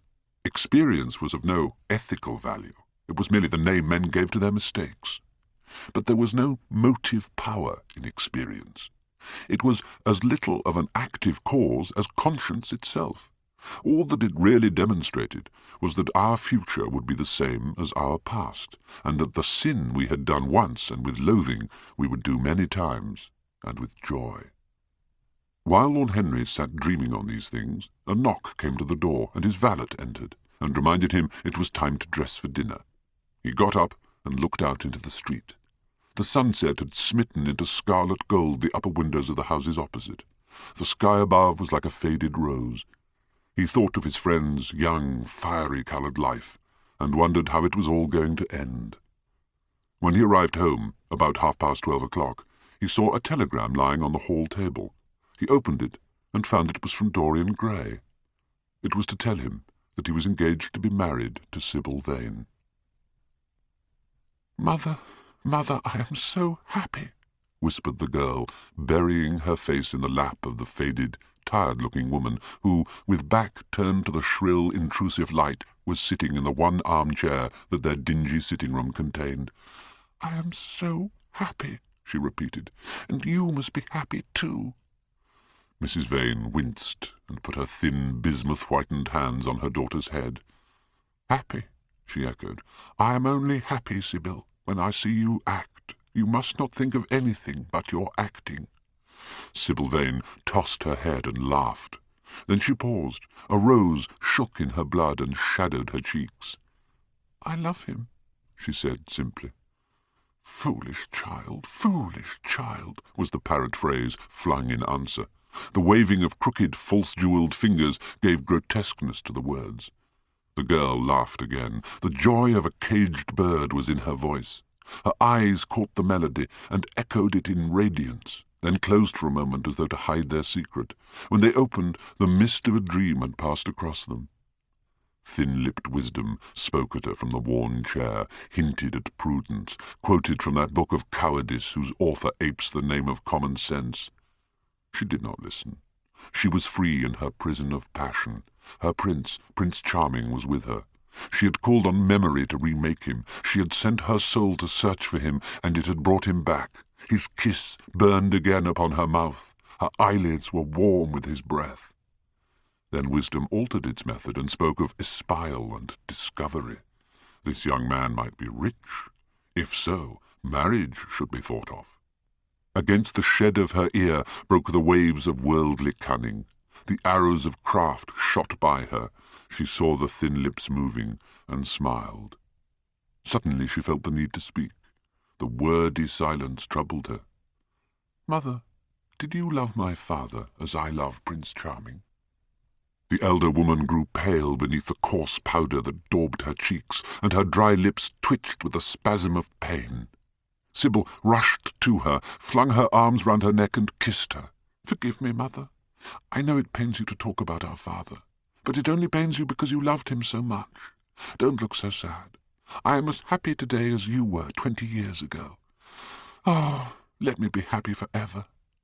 "My child, you are far too young to think of falling in love.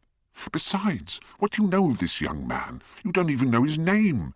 The whole thing is most inconvenient, and really, when James is going away to Australia and I have so much to think of, I must say that you should have shown more consideration.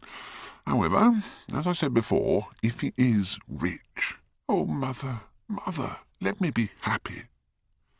Mrs. Vane glanced at her, and with one of those false theatrical gestures that so often become a mode of second nature to a stage player, clasped her in her arms. At this moment the door opened, and a young lad with rough brown hair came into the room. He was thick-set of figure, and his hands and feet were large and somewhat clumsy in movement. He was not so finely bred as his sister. Mrs. Vane fixed her eyes on him and intensified the smile. "You might keep some of your kisses for me, Sybil, I think," said the lad with a good-natured grumble. "Ah, but you don't like being kissed, Jim," she cried. "You're a dreadful old bear." And she ran across the room and hugged him. James Vane looked into his sister's face with tenderness. "I want you to come out with me for a walk, Sybil." "Oh, Jim," said Sybil, laughing. "That would be nice. It's very sweet of you to let me have your last afternoon. Where shall we go? Let's go to the park." "I'm too shabby," he answered, frowning. "Only swell people go to the park." "Nonsense, Jim," she whispered, stroking the sleeve of his coat. He hesitated for a moment. "Very well," he said at last. "Goodbye, Mother. I will have my dinner at 5 o'clock. Everything is packed except my shirt, so you need not trouble." "Goodbye, my son," she answered, with a bow of strained stateliness. She was extremely annoyed at the tone he had adopted with her, and there was something in his look that had made her feel afraid. "Kiss me, Mother," said the girl. Her flower-like lips touched the withered cheek and warmed its frost. "My child, my child!" cried Mrs. Vane, looking up to the ceiling in search of an imaginary gallery. "Come, Sybil," said her brother impatiently. He hated his mother's affectations. They went out into the flickering, wind-blown sunlight and strolled down the dreary Euston Road. Jim frowned from time to time when he caught the inquisitive glance of some stranger. He had that dislike of being stared at which comes on geniuses late in life and never leaves the commonplace. Sybil, however, was quite unconscious of the effect she was producing. Her love was trembling in laughter on her lips. She was thinking of Prince Charming, and that she might think of him all the more, she did not talk of him, but prattled on about the ship in which Jim was going to sail, about the gold he was certain to find, about the wonderful heiress whose life he was to save from the wicked red-shirted bushrangers. For he was not to remain a sailor, or a supercargo, or whatever he was going to be. Oh no, before a week was over, he was to come across a large nugget of pure gold, the largest nugget that had ever been discovered, and bring it down to the coast in a wagon, guarded by 6 mounted policemen. Yes, there were delightful things in store for him, and in a few years he would come back quite rich and happy. The lad listened sulkily to her and made no answer. He was heart-sick at leaving home. Yet it was not this alone that made him gloomy and morose. Inexperienced though he was, he had still a strong sense of the danger of Sybil's position. This young dandy who was making love to her could mean her no good. He was a gentleman, and he hated him for that, hated him through some curious race instinct for which he could not account, and which for that reason was all the more dominant within him. He was conscious also of the shallowness and vanity of his mother's nature, and in that saw infinite peril for Sybil and Sybil's happiness. Children begin by loving their parents. As they grow older they judge them. Sometimes they forgive them. His mother. He had something on his mind to ask of her, something that he had brooded on for many months of silence, a chance phrase that he had heard at the theatre, a whispered sneer that had reached his ears one night as he waited at the stage door, had set loose a train of horrible thoughts. He remembered it as if it had been the lash of a hunting crop across his face. His brows knit together into a wedge-like furrow, and with a twitch of pain he bit his underlip. "You're not listening to a word I'm saying, Jim," cried Sybil, "and I'm making the most delightful plans for your future. Do say something." "What do you want me to say?" "Oh, that you will be a good boy and not forget us," she answered, smiling at him. He shrugged his shoulders. "You are more likely to forget me than I am to forget you, Sybil." She flushed. "What do you mean, Jim?" she asked. "You have a new friend, I hear. Who is he? Why have you not told me about him? He means you no good." "Stop, Jim," she exclaimed. "You must not say anything against him." "I love him." "You don't even know his name," answered the lad. "Who is he? I have a right to know." "He is called Prince Charming. Don't you like the name?" "Oh, you silly boy, you should never forget it. If you only saw him, you would think him the most wonderful person in the world. Everybody likes him, and I love him. I wish you could come to the theatre tonight. He's going to be there, and I am to play Juliet. Oh, how I shall play it. Fancy, Jim, to be in love and play Juliet. To have him sitting there, to play for his delight. I'm afraid I may frighten the company, frighten or enthrall them." "He's a gentleman," said the lad sullenly. "A prince!" she cried musically. "What more do you want?" "I want you to beware of him." "To see him is to worship him. To know him is to trust him." "Sybil, you're mad about him." She laughed and took his arm. "You dear old Jim, you talk as if you were 100. Some day you will be in love yourself. Then you will know what it is. Don't look so sulky. Surely you should be glad to think that, though you're going away, you leave me happier than I've ever been before. Life has been hard for us both, terribly hard and difficult. But it will be different now. You're going to a new world, and I have found one. Here are 2 chairs. Let us sit down and see the smart people go by." They took their seats amidst a crowd of watchers. She made her brother talk of himself, his hopes, his prospects. He spoke slowly and with effort. They passed words to each other as players at a game pass counters. Sybil felt oppressed. She could not communicate her joy. A faint smile curving that sullen mouth was all the echo she could win. After some time she became silent. Suddenly she caught a glimpse of golden hair and laughing lips, and in an open carriage with 2 ladies, Dorian Gray drove past. She started to her feet. "There he is!" she cried. "Who?" said Jim Vane. "Prince Charming," she answered, looking after the Victoria. He jumped up and seized her roughly by the arm. "Show him to me. Which is he? Point him out. I must see him," he exclaimed. But at that moment the Duke of Berwick's 4-in-hand came between, and when it had left the space clear, the carriage had swept out of the park. "He's gone," murmured Sybil sadly. "I wish you had seen him." "I wish I had, for as sure as there is a God in heaven, if he ever does you any wrong, I shall kill him." She looked at him in horror. He repeated his words. They cut the air like a dagger. "You are foolish, Jim, utterly foolish, a bad-tempered boy, that's all. How can you say such horrible things? You don't know what you're talking about. You are simply jealous and unkind. Oh, I wish you would fall in love. Love makes people good, and what you said was wicked." "I'm 16, he answered, "and I know what I'm about. Mother is no help to you. She doesn't understand how to look after you. I wish now that I was not going to Australia at all. I've a great mind to chuck the whole thing up. I would if my articles hadn't been signed." "Oh, don't be so serious, Jim. You're like one of the heroes of those silly melodramas Mother used to be so fond of acting in. I'm not going to quarrel with you. I know you would never harm anyone I love, would you?" "Not as long as you love him, I suppose," was the sullen answer. "I shall love him forever," she cried. "And he?" "Forever, too." "He had better." She shrank from him. Then she laughed and put her hand on his arm. He was merely a boy. She felt they would laugh at it some day. "I suppose you've heard the news, Basil," said Lord Henry that evening, as Hallward was shown into a little private room at the Bristol, where dinner had been laid for 3. "No, Harry," answered the artist, giving his hat and coat to the bowing waiter. "What is it?" "Dorian Gray is engaged to be married," said Lord Henry, watching him as he spoke. Hallward started, and then frowned. "Dorian? Engaged to be married?" he cried. "To whom?" "To some little actress or other." "I can't believe it. Dorian is far too sensible." "Dorian is far too wise not to do foolish things now and then, my dear Basil. Marriage is hardly a thing that one can do now and then, Harry." "Except in America," rejoined Lord Henry languidly.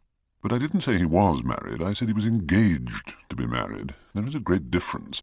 I have a distinct remembrance of being married, but I have no recollection at all of being engaged. I'm inclined to think that I never was engaged."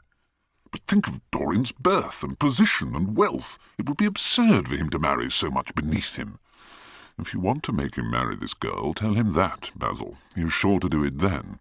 Whenever a man does a thoroughly stupid thing, it is always from the noblest motives." "I hope the girl is good, Harry. I don't want to see Dorian tied to some vile creature who might degrade his nature and ruin his intellect." "Oh, she's better than good. She is beautiful," murmured Lord Henry, sipping a glass of vermouth and orange bitters. "Dorian says she is beautiful, and he's not often wrong about things of that kind. We are to see her tonight, if that boy doesn't forget his appointment." "Are you serious?" "Quite serious, Basil." "But do you approve of it, Harry?" asked the painter, walking up and down the room and biting his lip. "I never approve or disapprove of anything now. It is an absurd attitude to take towards life. We are not sent into the world to air our moral prejudices. I never take any notice of what common people say, and I never interfere with what charming people do. You know I am not a champion of marriage. The real drawback to marriage is that it makes one unselfish, and unselfish people are colourless. They lack individuality. Still, there are certain temperaments that marriage makes more complex. Besides, every experience is of value, and whatever one may say against marriage, it is certainly an experience. I hope that Dorian Gray will make this girl his wife, passionately adore her for 6 months, and then suddenly become fascinated by someone else. He would be a wonderful study." "You don't mean a single word of all that, Harry. You know you don't. If Dorian Gray's life were spoiled, no one would be sorrier than yourself. You are much better than you pretend to be."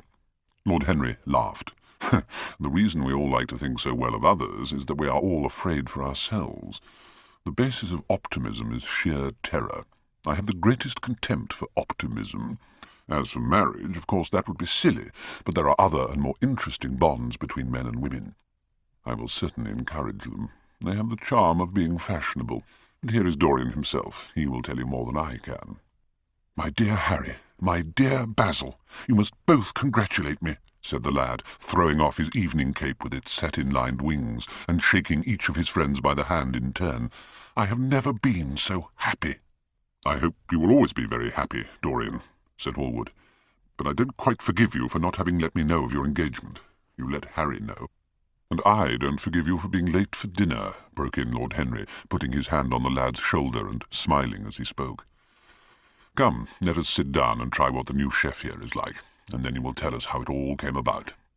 "There is really not much to tell," cried Dorian as they took their seats at the small round table. "What happened was simply this. After I left you yesterday evening, Harry, I dressed, had some dinner at that little Italian restaurant in Rupert Street you introduced me to, and went down at 8 o'clock to the theatre. Sybil was playing Rosalind. You should have seen her. She had never seemed to me more exquisite. Her hair clustered round her face like dark leaves round a pale rose. As for her acting, well, you shall see her tonight. She is simply a born artist. I sat in the dingy box absolutely enthralled. After the performance was over, I went behind and spoke to her. As we were sitting together, suddenly there came into her eyes a look that I had never seen there before. My lips moved towards hers. We kissed each other. I can't describe to you what I felt at that moment. It seemed to me that all my life had been narrowed to one perfect point of rose-coloured joy. She trembled all over and shook like a white narcissus. Then she flung herself on her knees and kissed my hands. I feel that I should not tell you all this, but I can't help it. Of course, our engagement is a dead secret. She has not even told her own mother. I don't know what my guardians will say. Lord Radley is sure to be furious. I don't care. I shall be of age in less than a year, and then I can do what I like. I've been right, Basil, haven't I, to take my love out of poetry, and to find my wife in Shakespeare's plays? Lips that Shakespeare taught to speak have whispered their secret in my ear. I have had the arms of Rosalind around me and kissed Juliet on the mouth. Yes, Dorian, I suppose you were right, said Hallward slowly. Lord Henry sipped his champagne in a meditative manner. At what particular point did you mention the word marriage, Dorian? And what did she say in answer? Perhaps you forgot all about it. My dear Harry, I did not treat it as a business transaction, and I did not make any formal proposal. I told her that I loved her, and she said she was not worthy to be my wife. Not worthy? Why, the whole world is nothing to me compared with her. Women are wonderfully practical, murmured Lord Henry, much more practical than we are. In situations of that kind we often forget to say anything about marriage, and they always remind us. Dorian Gray laughed and tossed his head. You are quite incorrigible, Harry, but I don't mind. It is impossible to be angry with you. When you see Sybil Vane, you will feel that the man who could wrong her would be a beast without a heart. I cannot understand how anyone can wish to shame the thing he loves. I love Sybil Vane. I want to place her on a pedestal of gold and to see the world worship the woman who is mine. What is marriage? An irrevocable vow. You mock at it for that. Don't mock. It is an irrevocable vow that I want to take. Her trust makes me faithful. Her belief makes me good. When I am with her, I regret all that you have taught me. I become different from what you have known me to be. I am changed, and the mere touch of Sybil Vane's hand makes me forget you and all your wrong, fascinating, poisonous, delightful theories. And those are? Asked Lord Henry, helping himself to some salad. Oh, your theories about life, your theories about love, your theories about pleasure. All your theories, in fact, Harry. Pleasure is the only thing worth having a theory about, he answered in his slow, melodious voice. Pleasure is nature's test, her sign of approval. When we are happy, we are always good, but when we are good, we are not always happy. Ah, but what do you mean by good? Cried Basil Hallward. To be good is to be in harmony with oneself, he replied, touching the thin stem of his glass with his pale, fine-pointed fingers. Discord is to be forced to be in harmony with others, one's own life. That is the important thing. But surely if one lives merely for oneself, Harry, one pays a terrible price for doing so, suggested the painter. Yes, we are overcharged for everything nowadays. I should fancy that the real tragedy of the poor is that they can afford nothing but self-denial. Beautiful sins, like beautiful things, are the privilege of the rich. Believe me, no civilized man ever regrets a pleasure, and no uncivilized man ever knows what a pleasure is. I know what pleasure is, cried Dorian Gray. It is to adore someone. Well, that is certainly better than being adored, he answered, toying with some fruits. Being adored is a nuisance. Women treat us just as humanity treats its gods. They worship us and are always bothering us to do something for them. I should have said that whatever they ask for, they had first given to us, murmured the lad gravely. They create love in our natures. They have a right to demand it back. You must admit, Harry, that women give to men the very gold of their lives. Possibly, he sighed, but they invariably want it back in such very small change. That is the worry. Women, as some witty Frenchman once put it, inspire us with a desire to do masterpieces and always prevent us from carrying them out. What nonsense you talk, Harry, cried the lad. Let us go down to the theatre. When Sybil comes on the stage, you will have a new ideal of life. She will represent something to you that you have never known. I have known everything, said Lord Henry with a tired look in his eyes, "but I am always ready for a new emotion. I am afraid, however, that for me, at any rate, there is no such thing. Still, your wonderful girl may thrill me. I love acting. It is so much more real than life. Let us go." They got up and put on their coats. The painter was silent and preoccupied. There was a gloom over him. He could not bear this marriage, and yet it seemed to him to be better than many other things that might have happened. A strange sense of loss came over him. He felt that Dorian Gray would never again be to him all that he had been in the past. Life had come between them. For some reason or other, the house was crowded that night. The heat was terribly oppressive, and the huge sunlight flamed like a monstrous dahlia with petals of yellow fire. The youths in the gallery had taken off their coats and waistcoats and hung them over the side. They talked to each other across the theatre and shared their oranges with the tawdry girls who sat beside them. The sound of the popping of corks came from the bar. "What a place to find one's divinity in," said Lord Henry. "Yes," answered Dorian Gray. "It was here I found her, and she is divine, beyond all living things. When she acts, you will forget everything. These common rough people with their coarse faces and brutal gestures become quite different when she's on the stage. They sit silently and watch her. They weep and laugh as she wills them to do. She makes them as responsive as a violin. She spiritualizes them, and one feels that they are of the same flesh and blood as oneself." "The same flesh and blood as oneself? Oh, I hope not," exclaimed Lord Henry, who was scanning the occupants of the gallery through his opera-glass. "Don't pay any attention to him, Dorian," said the painter. "I understand what you mean, and I believe in this girl.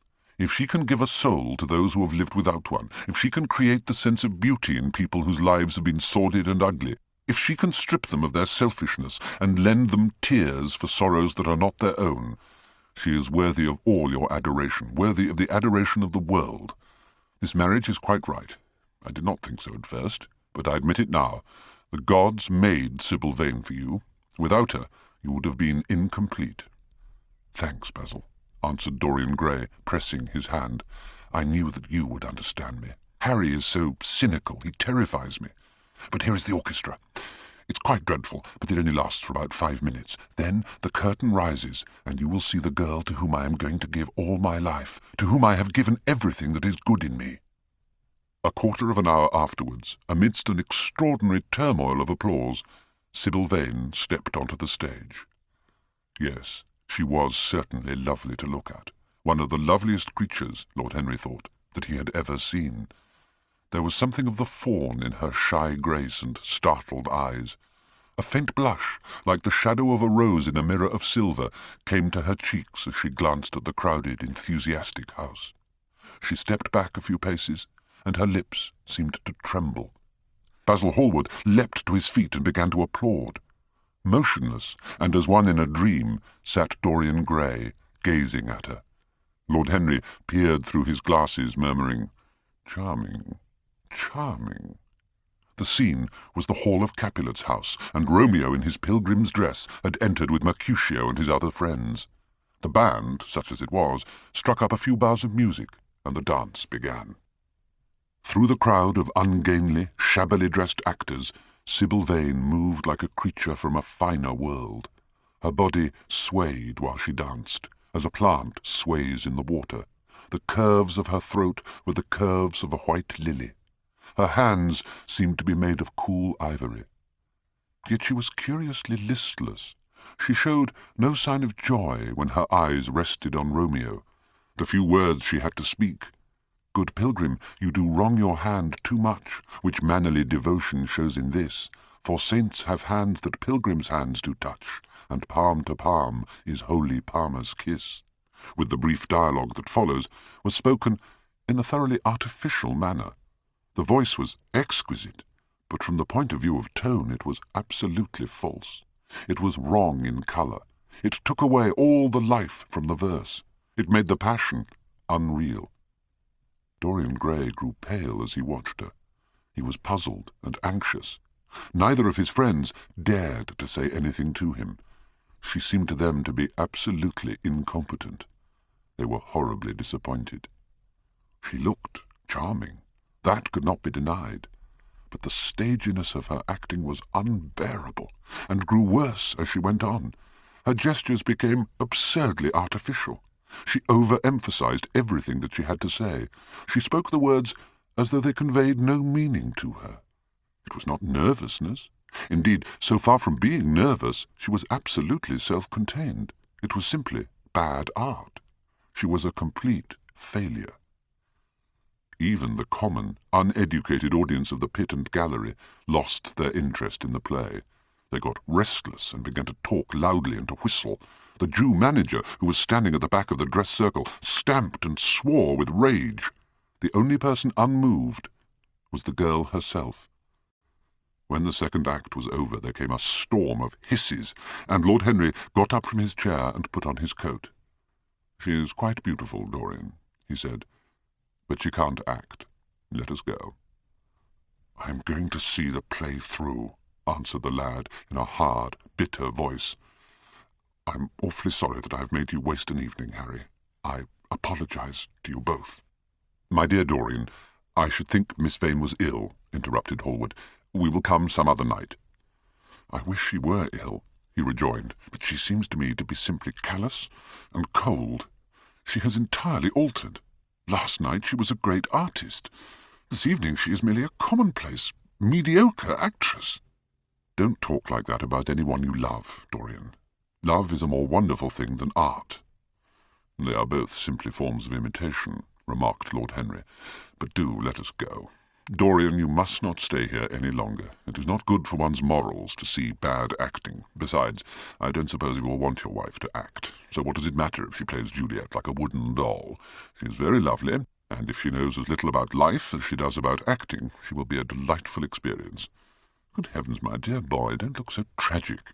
The secret of remaining young is never to have an emotion that is unbecoming." "Go away, Harry!" cried the lad. "I want to be alone. Basil, you must go. Oh, can't you see that my heart is breaking?" "Let us go, Basil," said Lord Henry, with a strange tenderness in his voice, and the two young men passed out together. A few moments afterward, the footlights flared up, and the curtain rose on the third act. The play dragged on and seemed interminable. Half of the audience went out, tramping in heavy boots and laughing. The whole thing was a fiasco. As soon as it was over, Dorian Gray rushed behind the scenes into the green room. The girl was standing there alone, with a look of triumph on her face. Her eyes were lit with an exquisite fire. There was a radiance about her. Her parted lips were smiling over some secret of their own. When he entered, she looked at him, and an expression of infinite joy came over her. "How badly I acted tonight, Dorian," she cried. "Horribly," he answered, gazing at her in amazement. "Horribly! It was dreadful! Are you ill? You have no idea what it was. You have no idea what I suffered." The girl smiled. "Dorian," she answered, lingering over his name with long-drawn music in her voice, as though it was sweeter than honey to the red petals of her mouth. "Dorian. You should have understood. But you understand now, don't you?" "Understand what?" he asked angrily. "Why I was so bad tonight. Why I shall always be bad. Why I shall never act well again." He shrugged his shoulders. "You are ill, I suppose. When you are ill, you shouldn't act. You make yourself ridiculous. My friends were bored. I was bored." She seemed not to listen to him. She was transfigured with joy. An ecstasy of happiness dominated her. "Dorian, Dorian," she cried, "before I knew you, acting was the one reality of my life. It was only in the theatre that I lived. I thought that it was all true. I was Rosalind one night, and Portia the other. The joy of Beatrice was my joy, and the sorrows of Cordelia were mine also. I believed in everything. The common people who acted with me seemed to me to be godlike. The painted scenes were my world. I knew nothing but shadows, and I thought them real. You came, oh, my beautiful love, and you freed my soul from prison. You taught me what reality really is. Tonight, for the first time in my life, I saw through the hollowness, the sham, the silliness of the empty pageant in which I had always played. Tonight, For the first time, I became conscious that the Romeo was hideous and old and painted, that the moonlight in the orchard was false, that the scenery was vulgar, and that the words I had to speak were unreal, were not my words, were not what I wanted to say. You had brought me something higher, something of which all art is but a reflection. You had made me understand what love really is. My love, Prince Charming, Prince of Life, I've grown sick of shadows. You are more to me than all art can ever be. Take me away, Dorian, take me away with you, where we can be quite alone. I hate the stage. I might mimic a passion that I do not feel, but I cannot mimic one that burns me like fire. Oh, Dorian, you understand now what it signifies. Even if I could do it, it would be profanation for me to play at being in love. You have made me see that.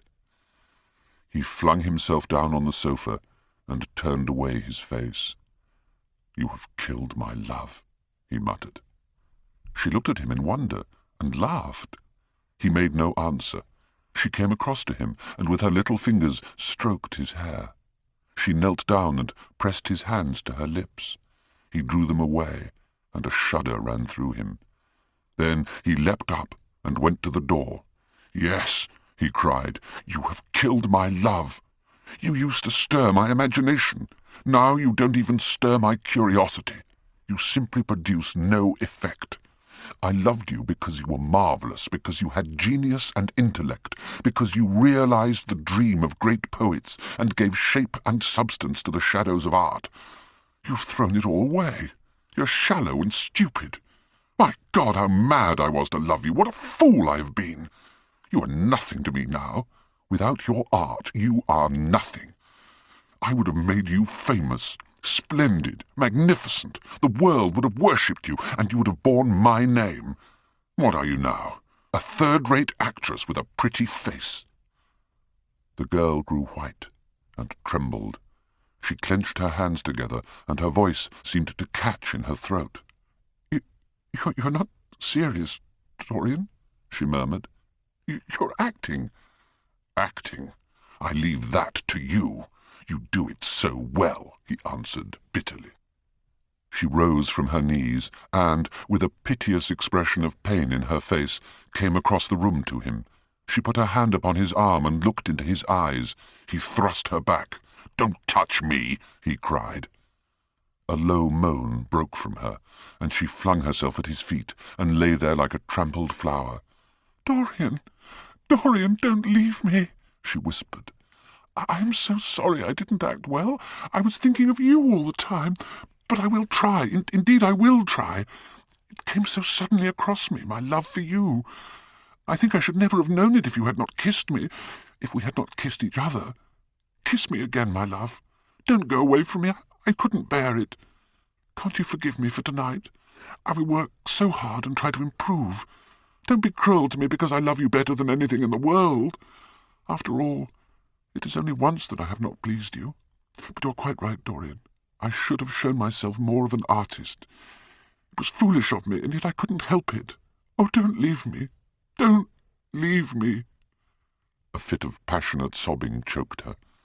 She crouched on the floor like a wounded thing, and Dorian Gray, with his beautiful eyes, looked down at her, and his chiselled lips curled in exquisite disdain. There is always something ridiculous about the emotions of people whom one has ceased to love. Sybil Vane, to him, seemed to be absurdly melodramatic. Her tears and sobs annoyed him. "I am going," he said at last in his calm, clear voice. "I don't wish to be unkind, but I can't see you again. You have disappointed me."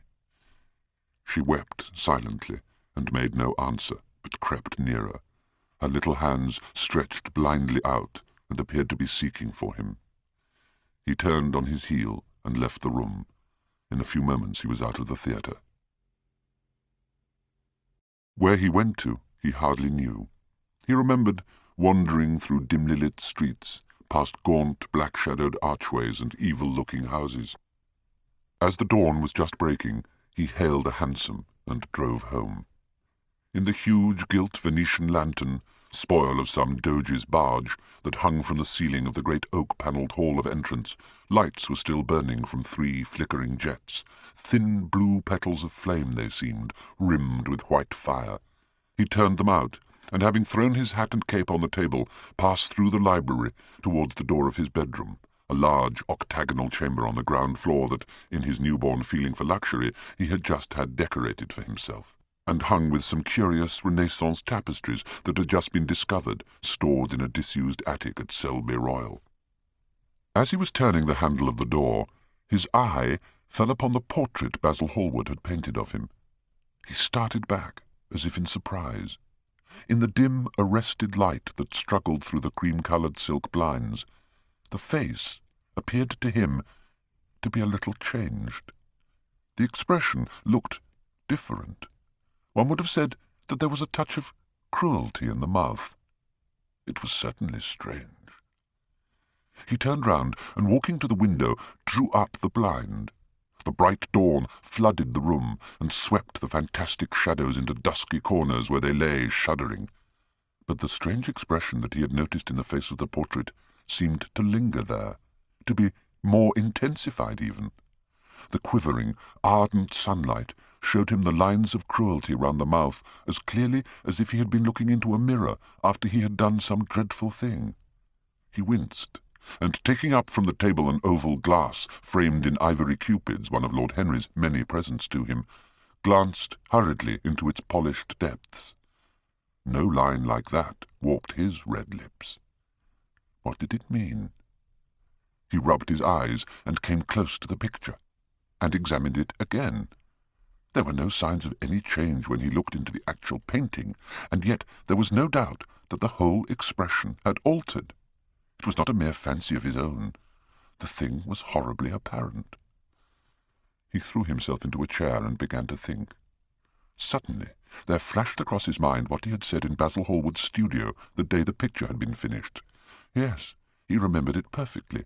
He had uttered a mad wish that he himself might remain young and the portrait grow old, that his own beauty might be untarnished and the face on the canvas bear the burden of his passions and his sins, that the painted image might be seared with the lines of suffering and thought, and that he might keep all the delicate bloom and loveliness of his then just conscious boyhood. Surely his wish had not been fulfilled. Such things were impossible.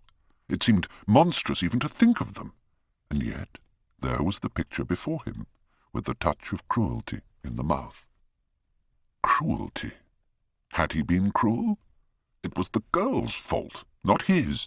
He had dreamed of her as a great artist, had given his love to her because he had thought her great. Then she had disappointed him. She had been shallow and unworthy.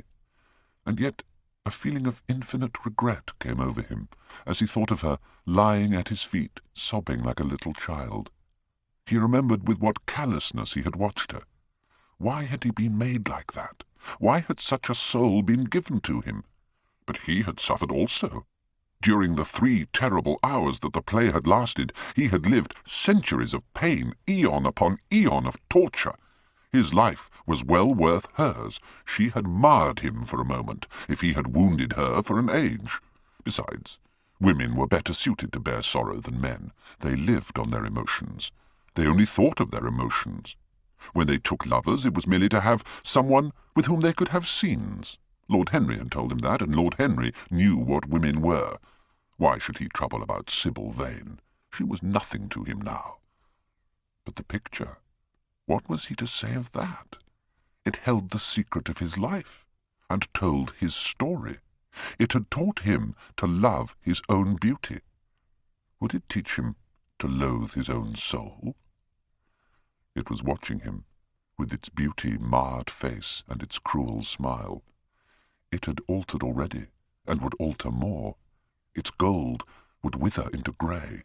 Its red and white roses would die. For every sin that he committed, a stain would fleck and wreck its fairness. But he would not sin. The picture, changed or unchanged, would be to him the visible emblem of conscience, He would resist temptation. He would not see Lord Henry any more, would not, at any rate, listen to those subtle, poisonous theories that in Basil Hallward's garden had first stirred within him the passion for impossible things. He would go back to Sybil Vane, make her amends, marry her, try to love her again. Yes, it was his duty to do so. She must have suffered more than he had. Poor child. He had been selfish and cruel to her.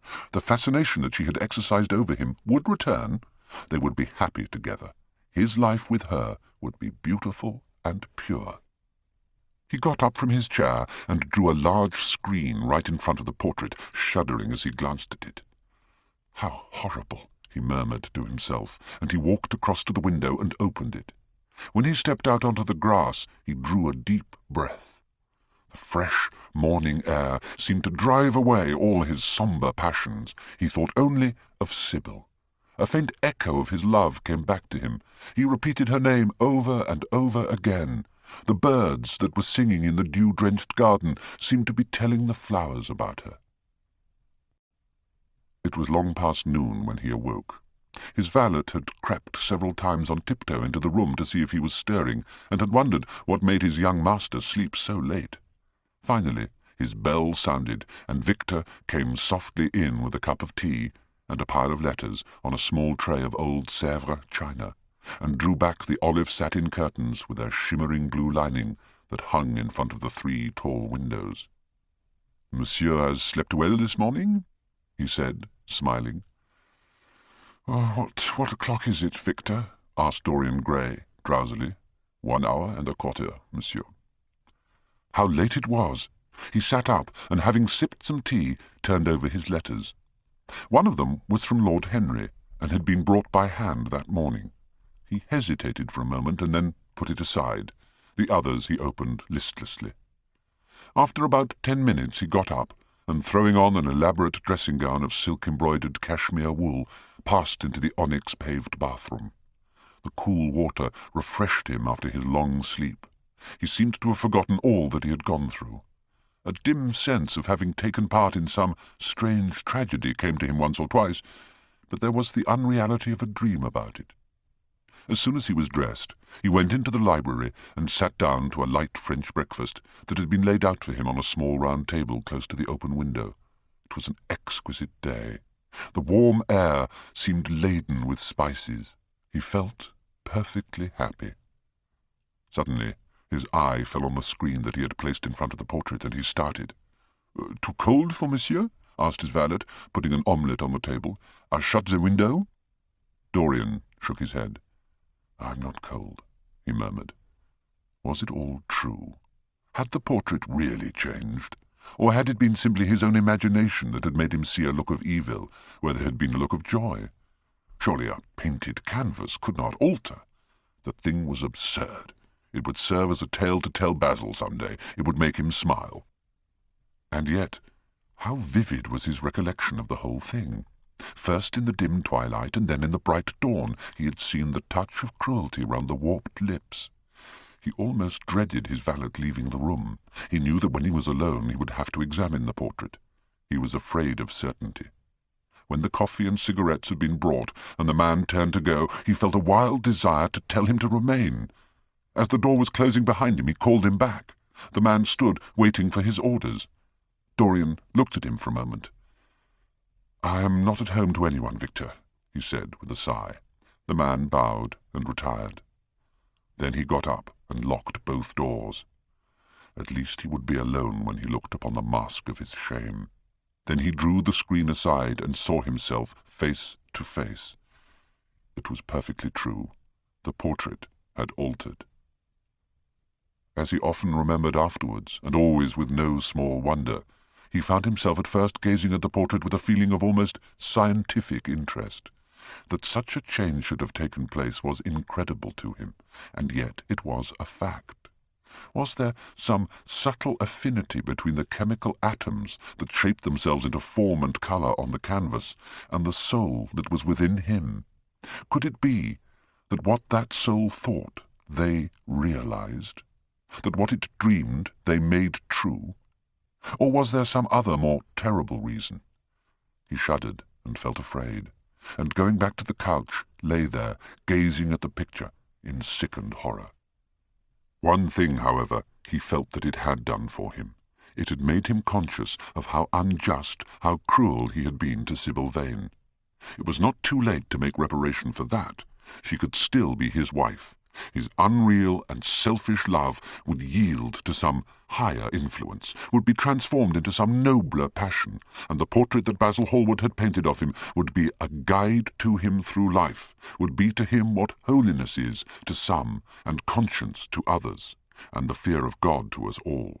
There were opiates for remorse, drugs that could lull the moral sense to sleep, but here was a visible symbol of the degradation of sin. Here was an ever-present sign of the ruin men brought upon their souls. 3 o'clock struck, and 4, and the half-hour rang its double chime, but Dorian Gray did not stir. He was trying to gather up the scarlet threads of life, and to weave them into a pattern, to find his way through the sanguine labyrinth of passion through which he was wandering.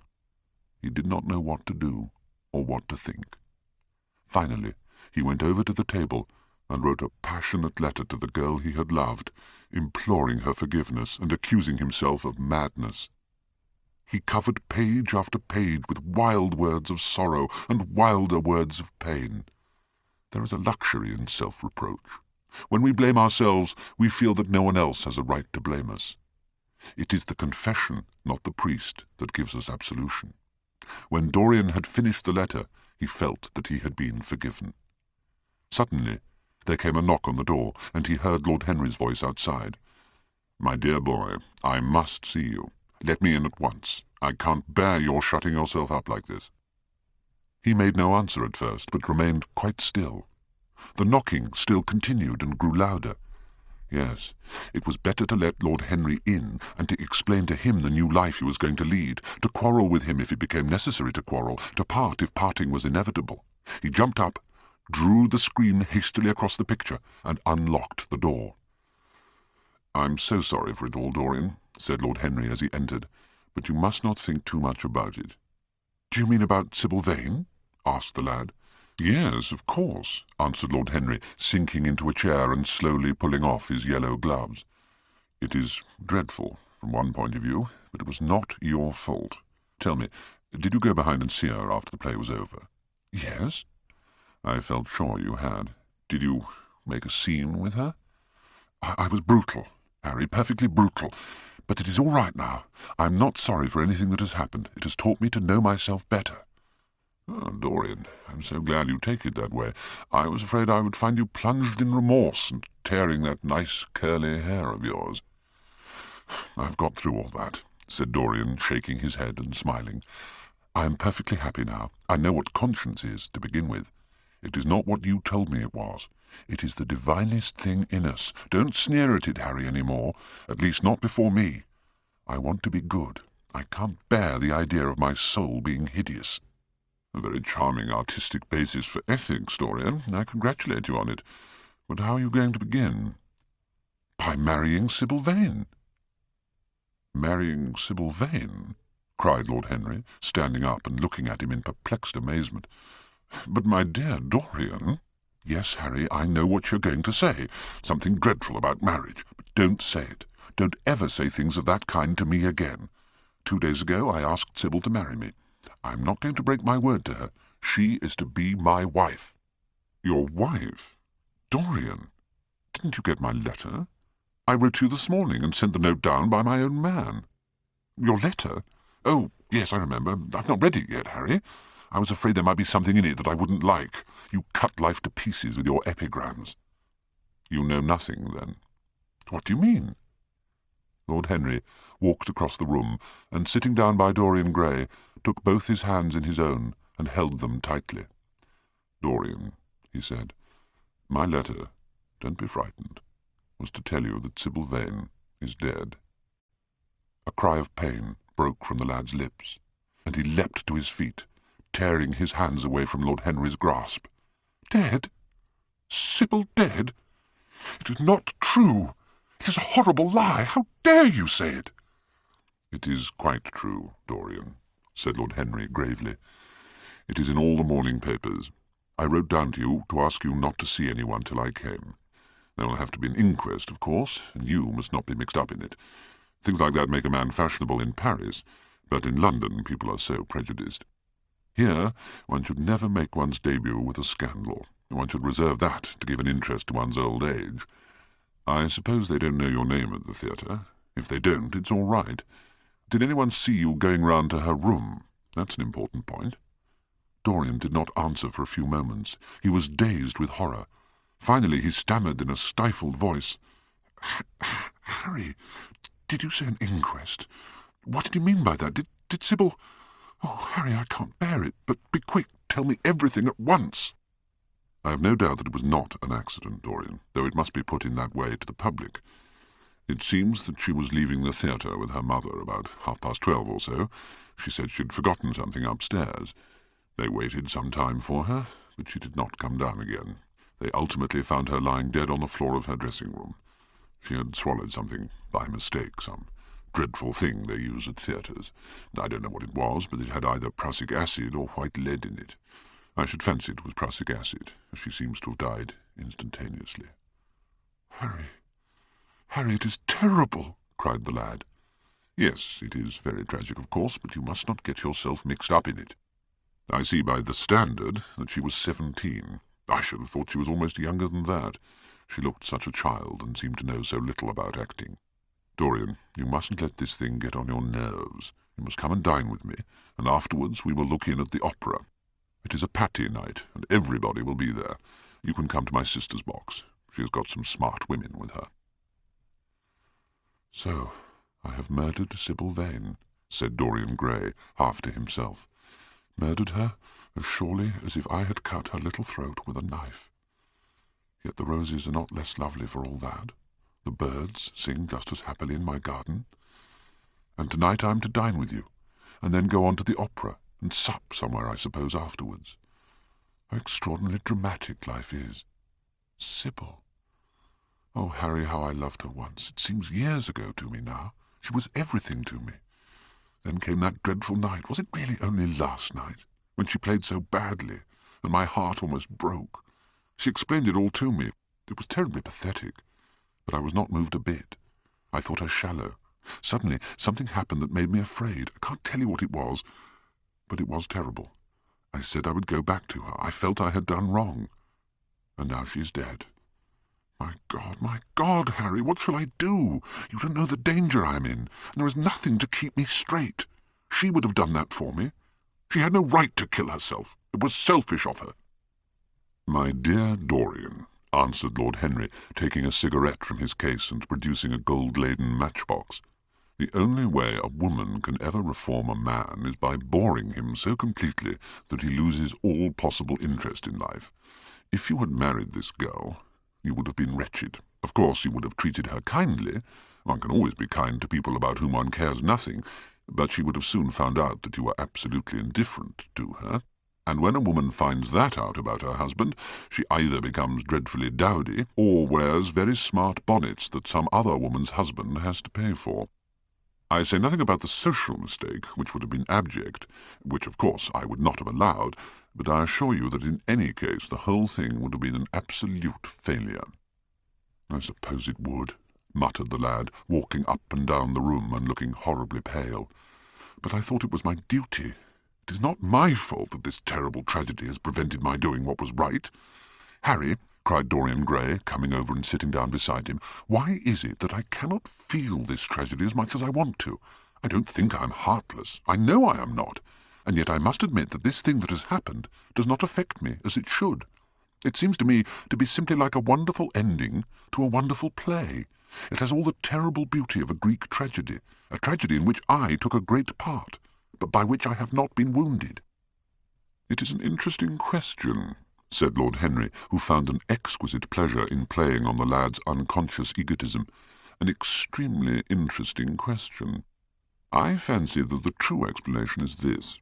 It often happens that the real tragedies of life occur in such an inartistic manner that they hurt us by their crude violence, their absolute incoherence, their absurd want of meaning, their entire lack of style.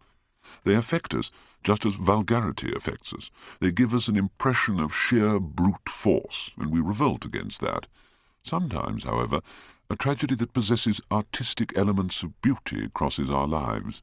If these elements of beauty are real, the whole thing simply appeals to our sense of dramatic effect.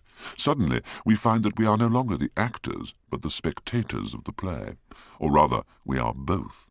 We watch ourselves, and the mere wonder of the spectacle enthralls us. In the present case, what is it that has really happened? Someone has killed herself for love of you.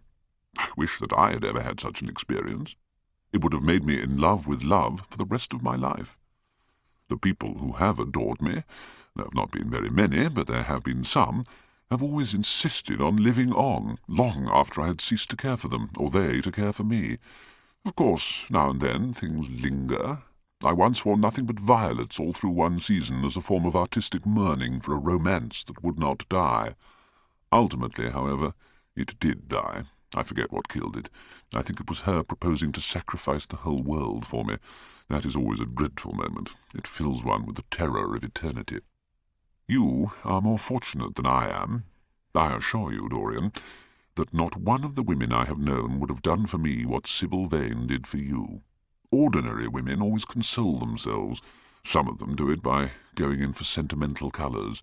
Never trust a woman who wears mauve, whatever her age may be, or a woman over 35 who is fond of pink ribbons. It always means that they have a history. Others find a great consolation in suddenly discovering the good qualities of their husbands.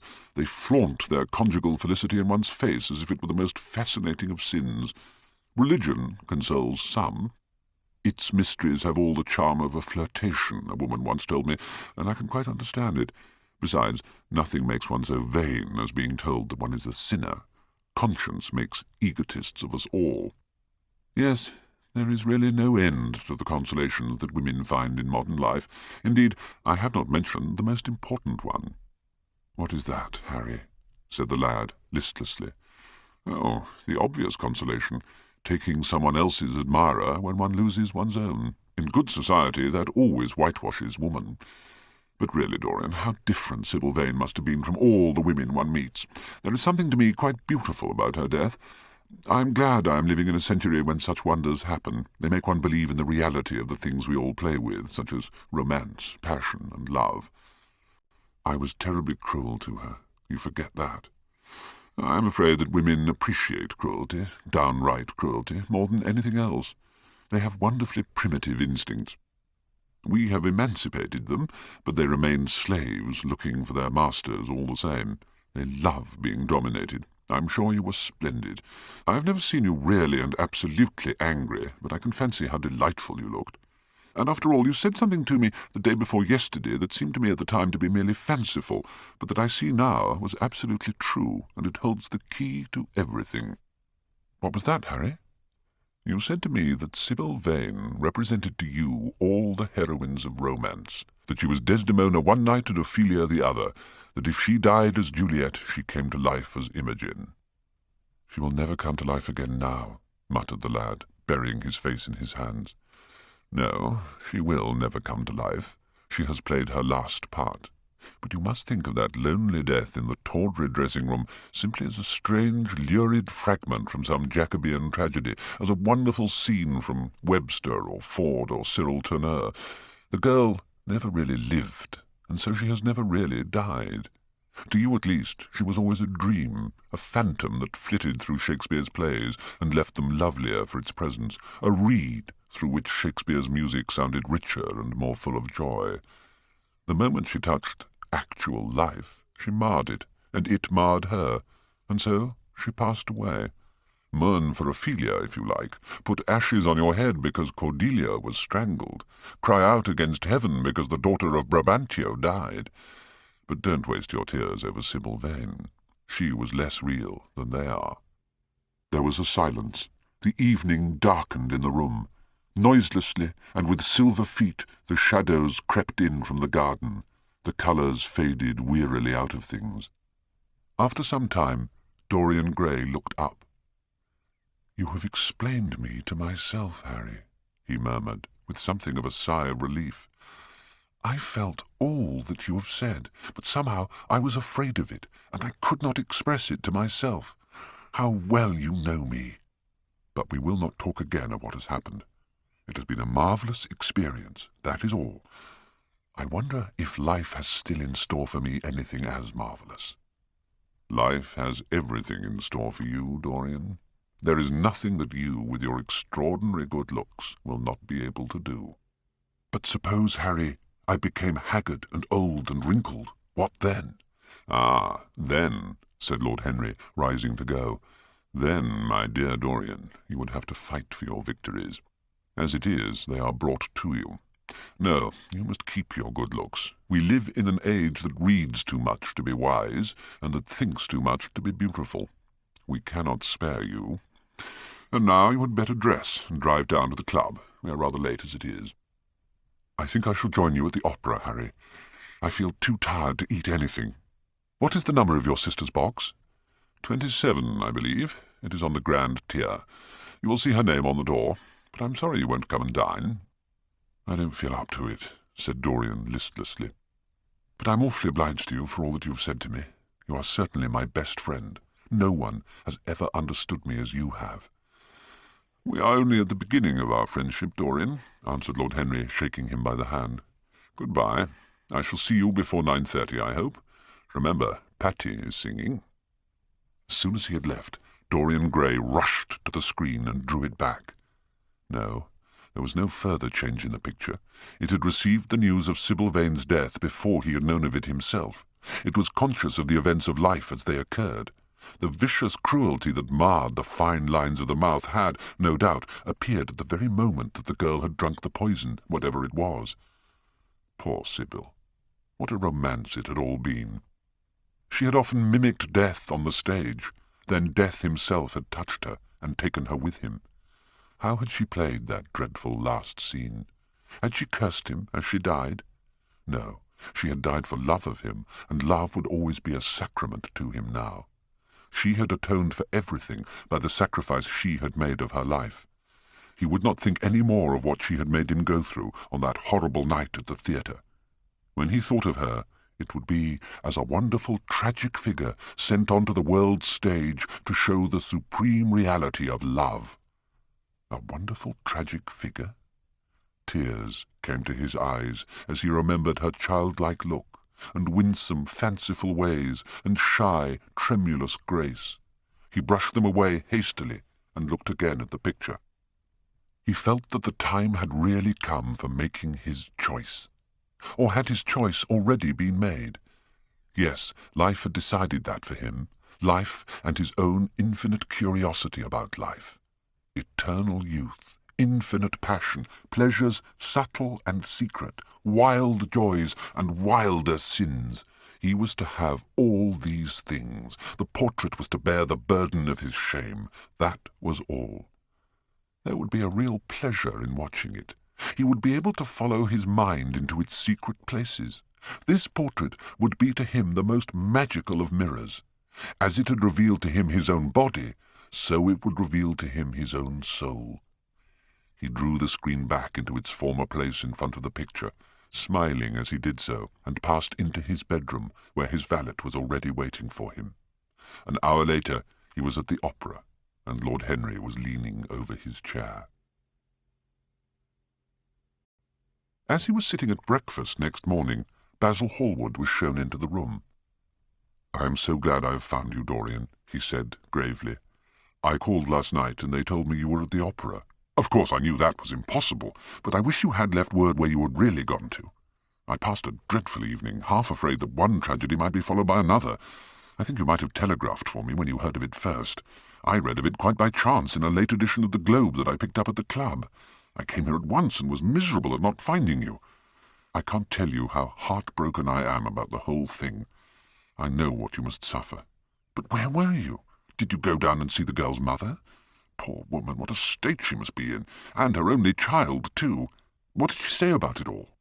"My dear Basil, how do I know?" murmured Dorian Gray, sipping some pale yellow wine from a delicate gold-beaded bubble of Venetian glass, and looking dreadfully bored. "I was at the opera. You should have come on there. I met Lady Gwendolen, Harry's sister, for the first time. We were in her box. She's perfectly charming, and Patty sang divinely. Don't talk about horrid subjects. If one doesn't talk about a thing, it has never happened. It is simply expression, as Harry says, that gives reality to things. I may mention that she was not the woman's only child. There is a son, charming fellow, I believe, but he is not on the stage. He's a sailor or something. And now, tell me about yourself and what you're painting.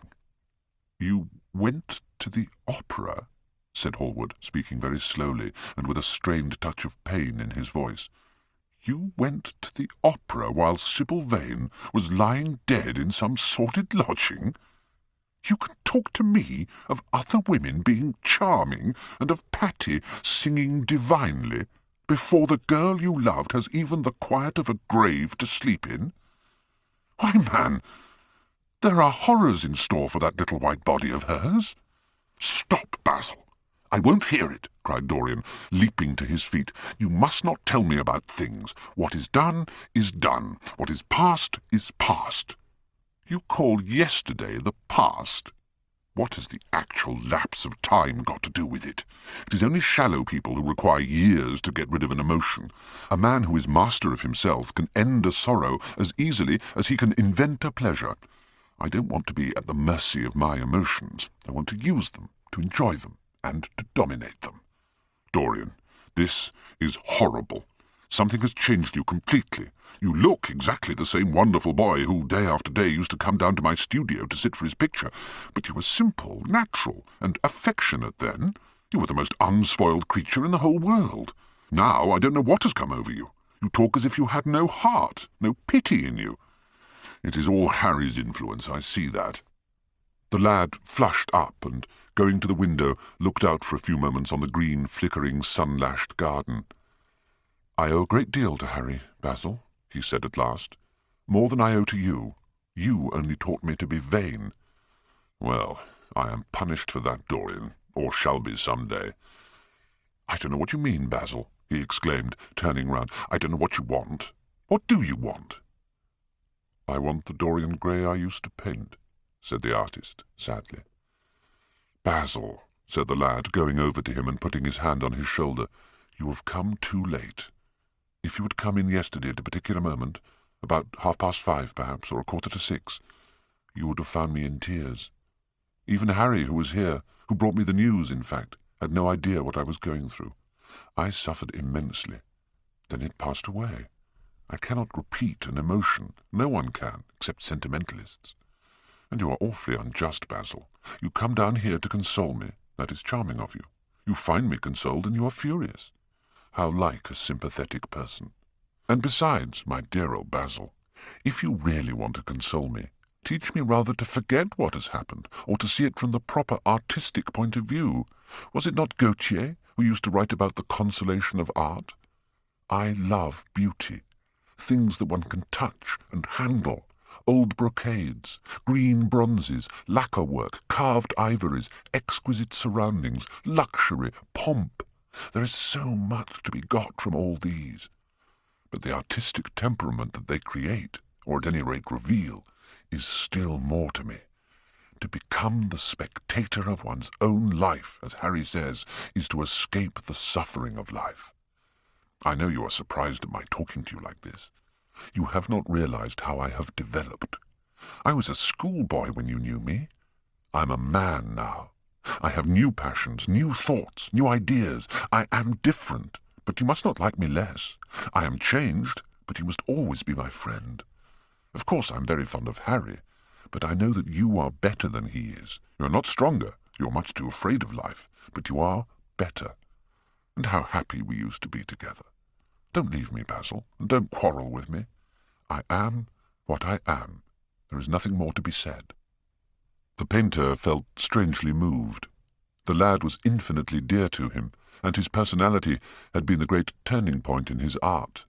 He could not bear the idea of reproaching him any more. After all, his indifference was probably merely a mood that would pass away. There was so much in him that was good, so much in him that was noble. Well, Dorian, he said at length with a sad smile, I won't speak to you again about this horrible thing after today. I only trust your name won't be mentioned in connection with it. The inquest is to take place this afternoon. Have they summoned you?" Dorian shook his head, and a look of annoyance passed over his face at the mention of the word inquest. There was something so crude and vulgar about everything of the kind. "They don't know my name," he answered. "But surely she did." "Only my Christian name, and that I'm quite sure she never mentioned to anyone. She told me once that they were all rather curious to learn who I was, and that she invariably told them my name was Prince Charming. It was pretty of her. You must do me a drawing of Sybil, Basil. I should like to have something more of her than the memory of a few kisses and some broken, pathetic words." "I will try and do something, Dorian, if it would please you. But you must come and sit for me yourself again. I can't get on without you." "I can never sit for you again, Basil. It is impossible," he exclaimed, starting back. The painter stared at him. "My dear boy, what nonsense!" he cried. "Do you mean to say you don't like what I did of you? Where is it? Why have you pulled the screen in front of it? Let me look at it. It's the best thing I've ever done. Do take the screen away, Dorian. It is simply disgraceful of your servant hiding my work like that. I felt the room looked different as I came in." "My servant has nothing to do with it, Basil. I did it myself. The light was too strong on the portrait." "Too strong? Surely not, my dear fellow. It is an admirable place for it. Let me see it." And Hallward walked towards the corner of the room. A cry of terror broke from Dorian Gray's lips, and he rushed between the painter and the screen. "Basil," he said, looking very pale, "you must not look at it. I don't wish you to." "Not look at my own work? You are not serious." "Why shouldn't I look at it?" exclaimed Hallward, laughing. "If you try to look at it, Basil, on my word of honour, I will never speak to you again as long as I live. I'm quite serious. I don't offer any explanation, and you are not to ask for any. But remember, if you touch this screen, everything is over between us."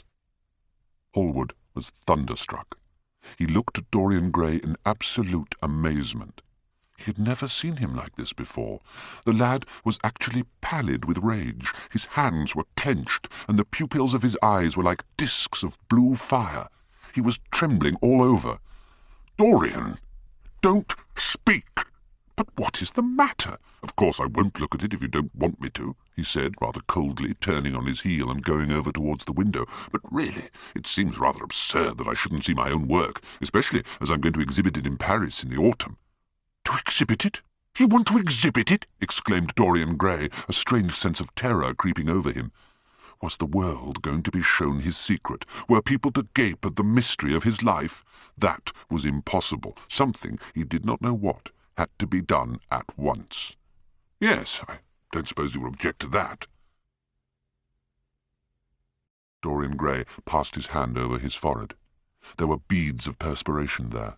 He felt that he was on the brink of a horrible danger. "You told me a month ago that you would never exhibit it," he cried. "You told Harry exactly the same thing." He stopped suddenly, and a gleam of light came into his eyes. He remembered that Lord Henry had said to him once, half seriously and half in jest, "If you want to have a strange quarter of an hour, get Basil to tell you why he won't exhibit your picture. He told me why he wouldn't, and it was a revelation to me." Yes, perhaps Basil too had his secret. He would ask him and try. "Basil," he said, coming over quite close and looking him straight in the face, "we have each of us a secret. Let me know yours, and I shall tell you mine. What was your reason for refusing to exhibit my picture?" The painter shuddered in spite of himself. "Dorian, if I told you, you might like me less than you do, and you would certainly laugh at me. I could not bear you doing either of those two things. If you wish me never to look at your picture again, I am content. I have always you to look at. If you wish the best work I have ever done to be hidden from the world, I am satisfied. Your friendship is dearer to me than any fame or reputation."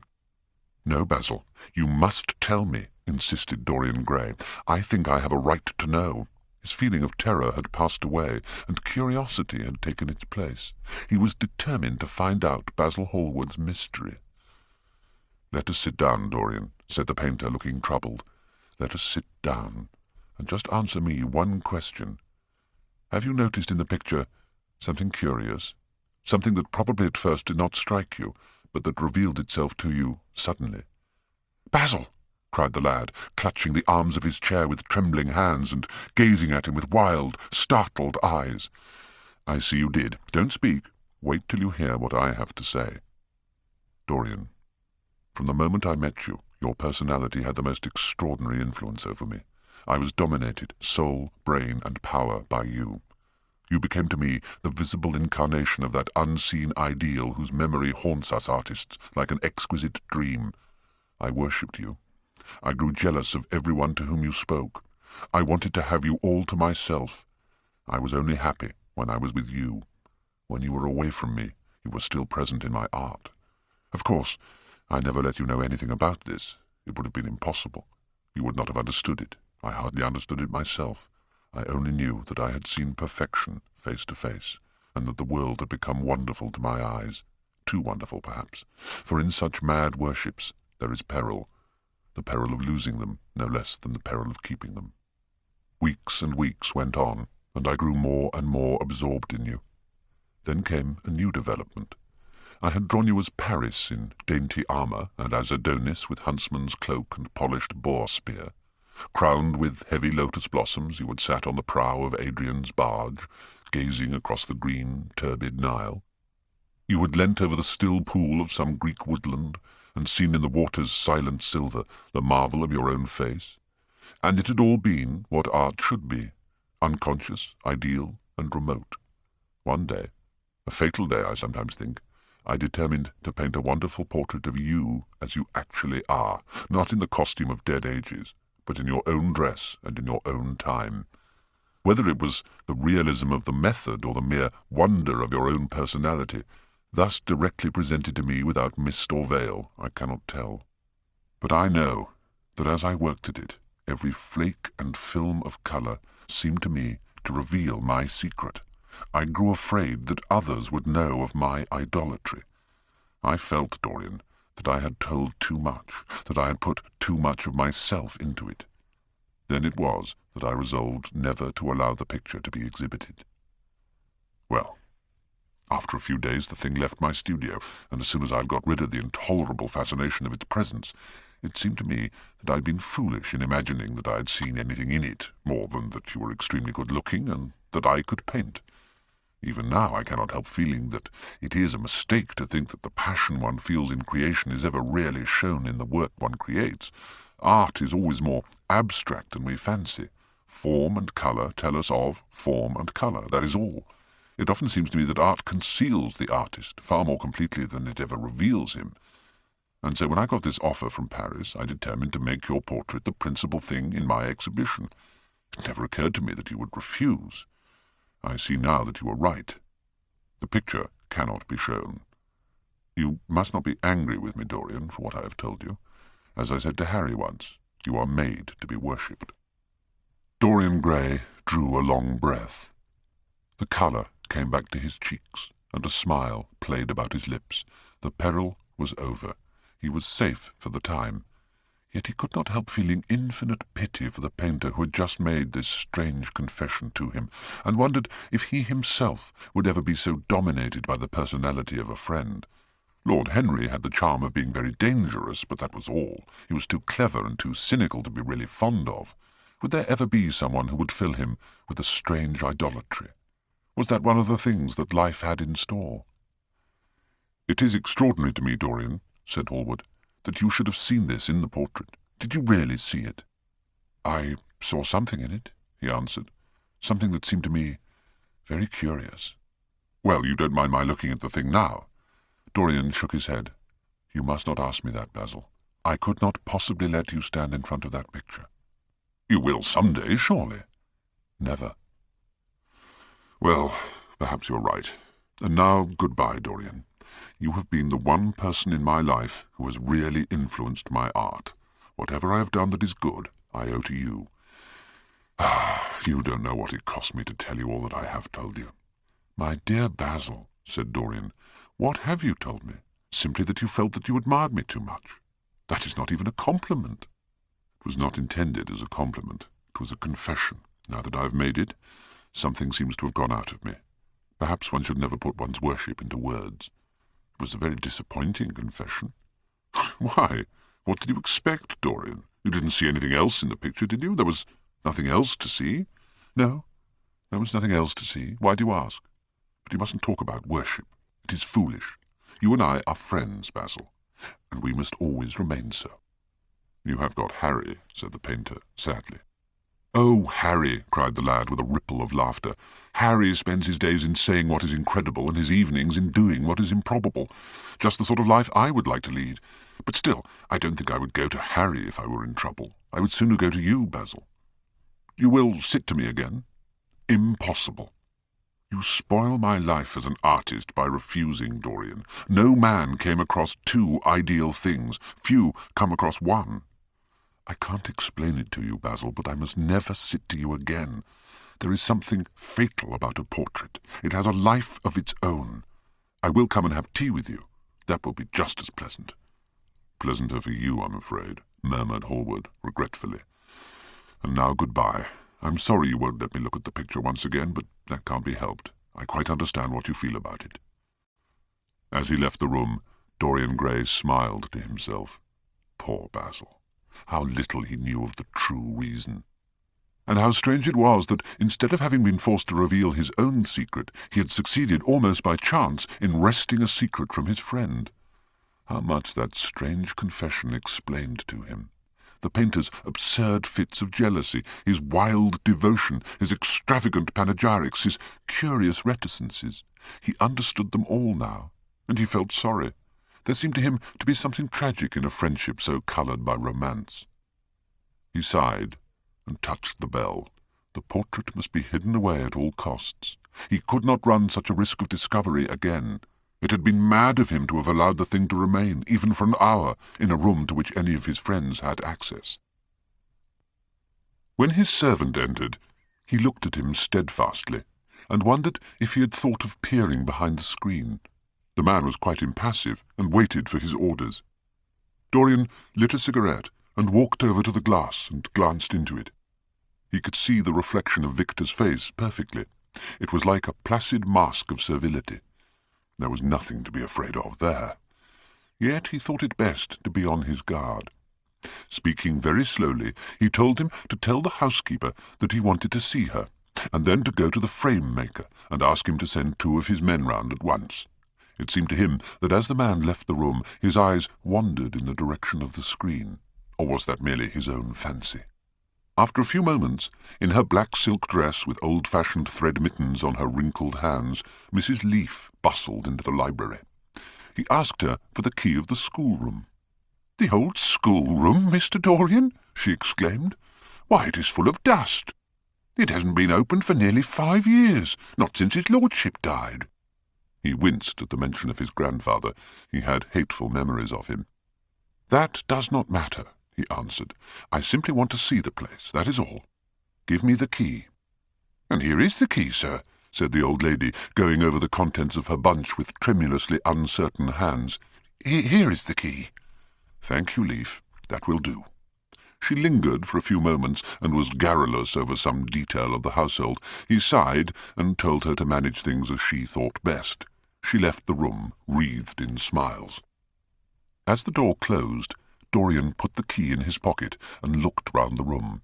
His eye fell on a large purple satin coverlet heavily embroidered with gold, a splendid piece of late 17th century Venetian work that his grandfather had found in a convent near Bologna.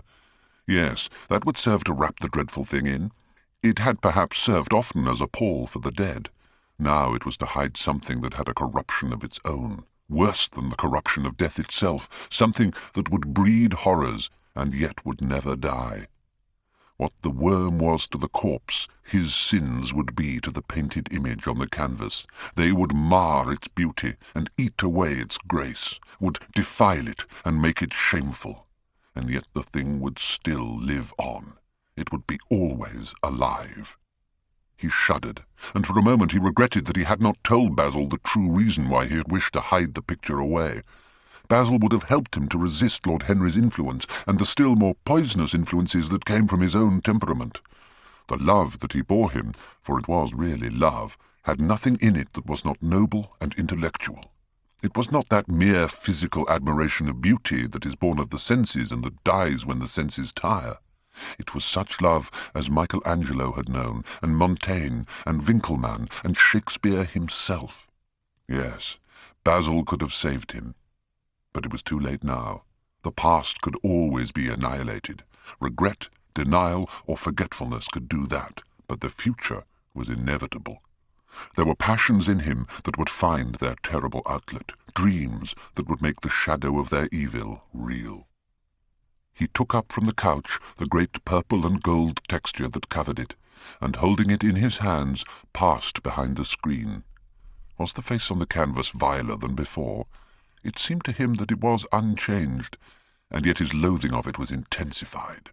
Gold hair, blue eyes, and rose-red lips, they all were there. It was simply the expression that had altered. That was horrible in its cruelty.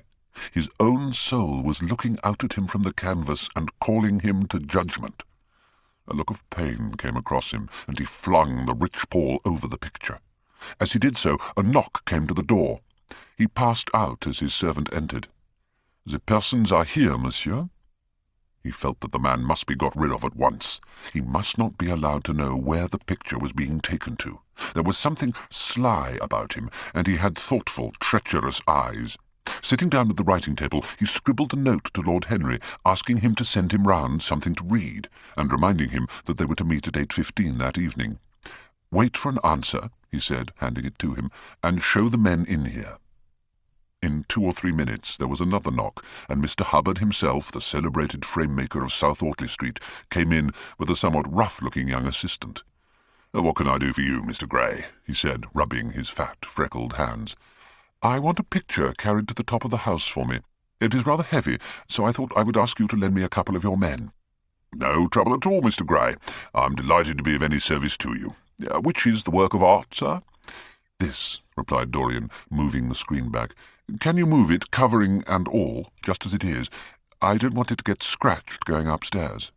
"There will be no difficulty, sir," said the genial frame-maker, beginning, with the aid of his assistant, to unhook the picture from the long brass chains by which it was suspended. "And now, where shall we carry it to, Mr. Gray?" "I will show you the way, Mr. Hubbard, if you will kindly follow me. I'm afraid it is right at the top of the house. We will go out by the front staircase, as it is wider." He held the door open for them, and they passed out into the hall and began the ascent. The elaborate character of the frame had made the picture extremely bulky, and now and then, in spite of the obsequious protests of Mr. Hubbard, who had the true tradesman's spirited dislike of seeing a gentleman doing anything useful, Dorian put his hand to it so as to help them. "Something of a load to carry, sir," gasped the little man when they reached the top landing, and he wiped his shiny forehead. "I'm afraid it is rather heavy," murmured Dorian as he unlocked the door that opened into the room that was to keep for him the curious secret of his life and hide his soul from the eyes of men. He had not entered the place for more than 4 years, not, indeed, since he had used it first as a playroom when he was a child, and then as a study when he grew somewhat older. It was a large, well-proportioned room, which had been specially built by the last Lord Kelso, for the use of a little grandson whom, for his strange likeness to his mother, and also for other reasons, he had always hated and desired to keep at a distance. It appeared to Dorian to have but little changed. There was the huge Italian cassone with its fantastically painted panels and its tarnished gilt mouldings, in which he had so often hidden himself as a boy. How well he remembered it all! Every moment of his lonely childhood came back to him as he looked round. He recalled the stainless purity of his boyish life, and it seemed horrible to him that it was here the fatal portrait was to be hidden away. How little he had thought in those dead days of all that was in store for him. But there was no other place in the house so secure from prying eyes as this. He had the key, and no one else could enter it. Beneath its purple pall, the face painted on the canvas could grow bestial, sodden, and unclean. What did it matter? No one could see it. He himself would not see it. Why should he watch the hideous corruption of his soul? He kept his youth. That was enough. And besides, might not his nature grow finer, after all? There was no reason that the future should be so full of shame. Some love might come across his life and purify him and shield him from those sins that seemed to be already stirring in spirit and in flesh, those curious, unpictured sins whose very mystery lent them their subtlety and their charm. Perhaps some day the cruel look would have passed away from the scarlet, sensitive mouth, and he might show to the world Basil Hallward's masterpiece. No, that was impossible. Hour by hour, and week by week, the thing upon the canvas was growing old. It might escape the hideousness of sin, but the hideousness of age was in store for it. "Bring it in, Mr. Hubbard, please," he said, wearily turning round. "I'm sorry I kept you so long. I was thinking of something else." "Always glad to have a rest, Mr. Gray," answered the frame-maker, who was still gasping for breath. "Where shall we put it, sir?" "Oh, anywhere. Here, this will do. I don't want to have it hung up. Just lean it against the wall." "Thanks." "Might one look at the work of art, sir?" Dorian started. "It would not interest you, Mr. Hubbard," he said, keeping his eye on the man. "I shan't trouble you any more now. I'm much obliged for your kindness in coming round." Not at all, Mr. Gray. Ever ready to do anything for you, sir." And Mr. Hubbard tramped downstairs, followed by the assistant, who glanced back at Dorian with a look of shy wonder in his rough, uncomely face. He had never seen anyone so marvellous. When the sound of their footsteps had died away, Dorian locked the door and put the key in his pocket. He felt safe now. No one would ever look upon the horrible thing. No eye but his would ever see his shame. On reaching the library, he found that it was just after 5 o'clock, and that the tea had been already brought up. On a little table of dark, perfumed wood, thickly encrusted with nacre, was lying a note from Lord Henry, and beside it was a book bound in yellow paper, the cover slightly torn and the edges soiled. A copy of the 3rd edition of the St. James's Gazette had been placed on the tea-tray. It was evident that Victor had returned. He sighed, and having poured himself out some tea, opened Lord Henry's note. It was simply to say that he sent him round the evening paper and a book that might interest him, and that he would be at the club at 8:15. He opened the St. James's languidly and looked through it. A red pencil mark on the 5th page caught his eye. It drew attention to the following paragraph. Inquest on an actress. An inquest was held this morning at the Bell Tavern, Hoxton Road, by Mr. Danby, the district coroner, on the body of Sybil Vane, a young actress recently engaged at the Royal Theatre, Holborn. A verdict of death by misadventure was returned. Considerable sympathy was expressed for the mother of the deceased, who was greatly affected during the giving of her own evidence, and that of Dr. Birrell, who had made the post-mortem examination of the deceased. He frowned, and tearing the paper in two, went across the room and flung the pieces away.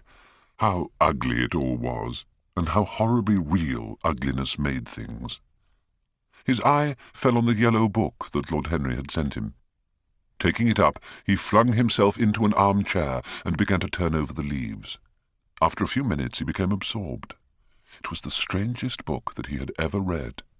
It seemed to him that in exquisite raiment and to the delicate sound of flutes, the sins of the world were passing in a dumb show before him. Things that he had dimly dreamed of were suddenly made real to him. Things of which he had never dreamed were gradually revealed. It was a novel without a plot, and with only one character, being indeed simply a psychological study of a certain young Parisian who spent his life trying to realize in the 19th century all the passions and modes of thought that belonged to every century except his own, and to sum up, as it were, in himself the various moods through which the world spirit had ever passed, loving for their mere artificiality those renunciations that men have unwisely called virtue, as much as those natural rebellions that wise men still call sin. The life of the senses was described in the terms of mystical philosophy. One hardly knew at times whether one was reading the spiritual ecstasies of some medieval saint or the morbid confessions of a modern sinner. It was a poisonous book. The heavy odour of incense seemed to cling about its pages and to trouble the brain. The mere cadence of the sentences, the subtle monotony of their music, so full as it was of complex refrains and movements elaborately repeated, produced in the mind of the lad, as he passed from chapter to chapter, a form of reverie, a malady of dreaming, that made him unconscious of the falling day and creeping shadows. Cloudless and pierced by one solitary star, a copper-green sky gleamed through the windows. He read on by its one light till he could read no more. Then, after his valet had reminded him several times of the lateness of the hour, he got up and, going into the next room, placed the book on the little Florentine table that always stood at his bedside, and began to dress for dinner. It was almost 9 o'clock before he reached the club, where he found Lord Henry sitting alone in the morning-room, looking very much bored. "I'm so sorry, Harry," he cried, "but really it is entirely your fault. That book you sent me so fascinated me that I forgot how the time was going." "Yes, I thought you would like it," replied his host, rising from his chair. "I didn't say I liked it, Harry. I said it fascinated me. There is a great difference." "Ah, you have discovered that," murmured Lord Henry, and they passed into the dining-room. For years, Dorian Gray could not free himself from the influence of this book. Or perhaps it would be more accurate to say that he never sought to free himself from it. He procured from Paris no less than 9 large paper copies of the first edition, and had them bound in different colours, so that they might suit his various moods and the changing fancies of a nature over which he seemed at times to have almost entirely lost control. The hero, the wonderful young Parisian, in whom the romantic and the scientific temperaments were so strangely blended, became to him a kind of prefiguring type of himself. And indeed the whole book seemed to him to contain the story of his own life, written before he had lived it. In one point he was more fortunate than the novel's fantastic hero. He never knew, never indeed had any cause to know, that somewhat grotesque dread of mirrors and polished metal surfaces and still water which came upon the young Parisian so early in his life, and was occasioned by the sudden decay of a beauty that had once, apparently, been so remarkable. It was with an almost cruel joy, and perhaps in nearly every joy, as certainly in every pleasure, cruelty has its place, that he used to read the latter part of the book, with its rarely tragic, if somewhat over-emphasized, account of the sorrow and despair of one who had himself lost what in others and in the world he had most dearly valued. For the wonderful beauty that had so fascinated Basil Hallward, and many others besides him, seemed never to leave him. Even those who had heard the most evil things against him, and from time to time strange rumours about his mode of life crept through London and became the chatter of the clubs, could not believe anything to his dishonour when they saw him. He had always the look of one who had kept himself unspotted from the world. Men who talked grossly became silent when Dorian Gray entered the room. There was something in the purity of his face that rebuked them. His mere presence seemed to recall to them the memory of the innocence that they had tarnished. They wondered how one so charming and graceful as he was could have escaped the stain of an age that was at once sordid and sensual.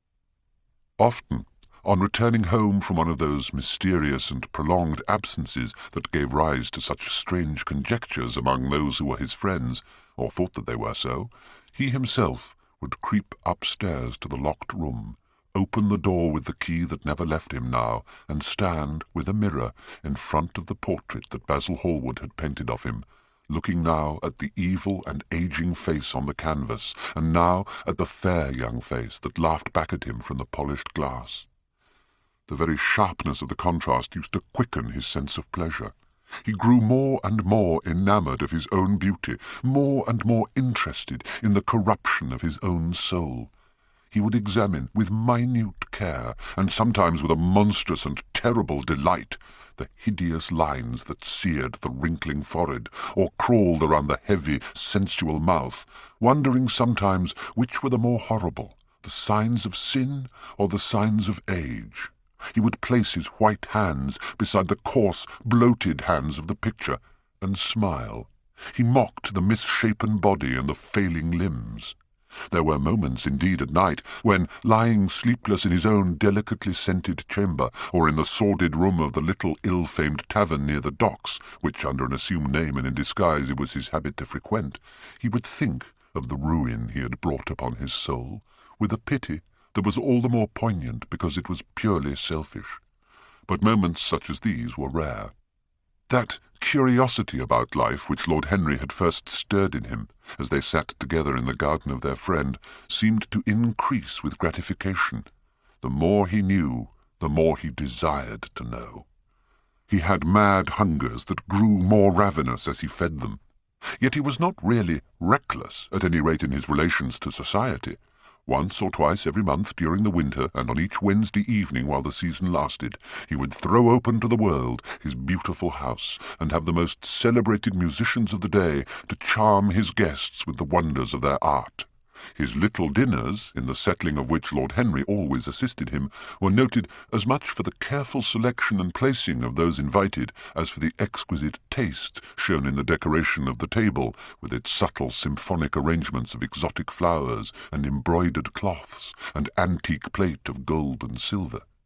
Indeed, there were many, especially among the very young men, who saw, or fancied that they saw, in Dorian Gray the true realization of a type of which they had often dreamed in Eton or Oxford days, a type that was to combine something of the real culture of the scholar with all the grace and distinction and perfect manner of a citizen of the world. To them he seemed to be of the company of those whom Dante describes as having sought to make themselves perfect by the worship of beauty. Like Gautier, he was one for whom the visible world existed.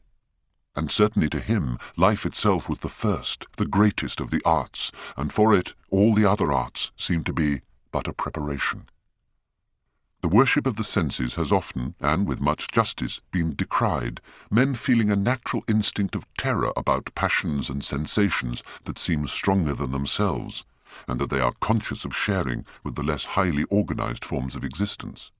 But it appeared to Dorian Gray that the true nature of the senses had never been understood, and that they had remained savage and animal merely because the world had sought to starve them into submission or to kill them by pain, instead of aiming at making them elements of a new spirituality, of which a fine instinct for beauty was to be the dominant characteristic. Yes, there was to be, as Lord Henry had prophesied, a new hedonism that was to recreate life, and to save it from that harsh, uncomely Puritanism that is having, in our own day, its curious revival. It was to have its service of the intellect, certainly, yet it was never to accept any theory or system that would involve the sacrifice of any mode of passionate experience.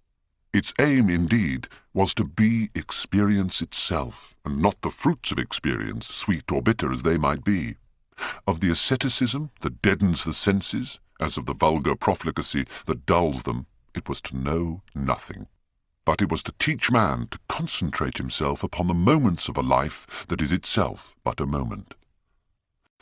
There are few of us who have not sometimes wakened before dawn, either after one of those dreamless nights that make us almost enamoured of death, or one of those nights of horror and misshapen joy, when through the chambers of the brain sweep phantoms more terrible than reality itself.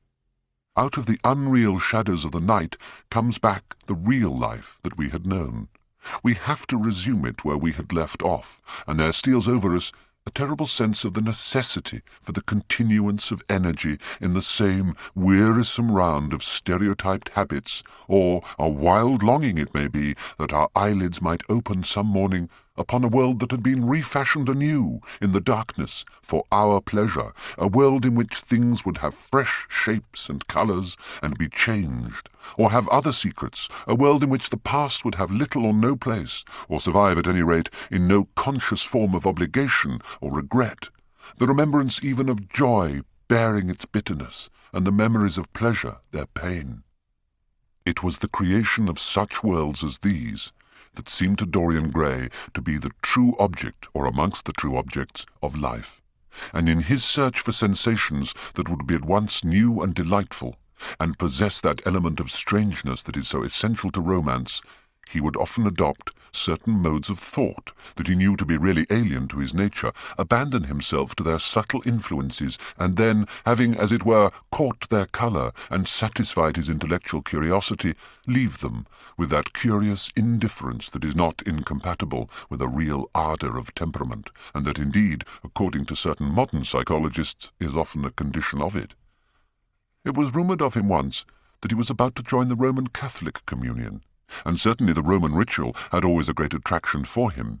The daily sacrifice, more awful really than all the sacrifices of the antique world, stirred him as much by its superb rejection of the evidence of the senses as by the primitive simplicity of its elements and the eternal pathos of the human tragedy that it sought to symbolize. But he never fell into the error of arresting his intellectual development by any formal acceptance of creed or system. Mysticism, with its marvellous power of making common things strange to us, and the subtle antinomianism that always seems to accompany it, moved him for a season, and for a season he inclined to the materialistic doctrines of the Darwinismus movement in Germany, and found a curious pleasure in tracing the thoughts and passions of men to some pearly cell in the brain, or some white nerve in the body, delighting in the conception of the absolute dependence of the spirit on certain physical conditions, morbid or healthy, normal or diseased. Yet, as has been said of him before, no theory of life seemed to him to be of any importance compared with life itself. He felt keenly conscious of how barren all intellectual speculation is when separated from action and experiment. He knew that the senses, no less than the soul, have their spiritual mysteries to reveal. And so he would now study perfumes and the secrets of their manufacture, distilling heavily scented oils and burning odorous gums from the East. He saw that there was no mood of the mind that had not its counterpart in the sensuous life, and set himself to discover their true relation, wondering what there was in frankincense that made one mystical, and in ambergris that stirred one's passions.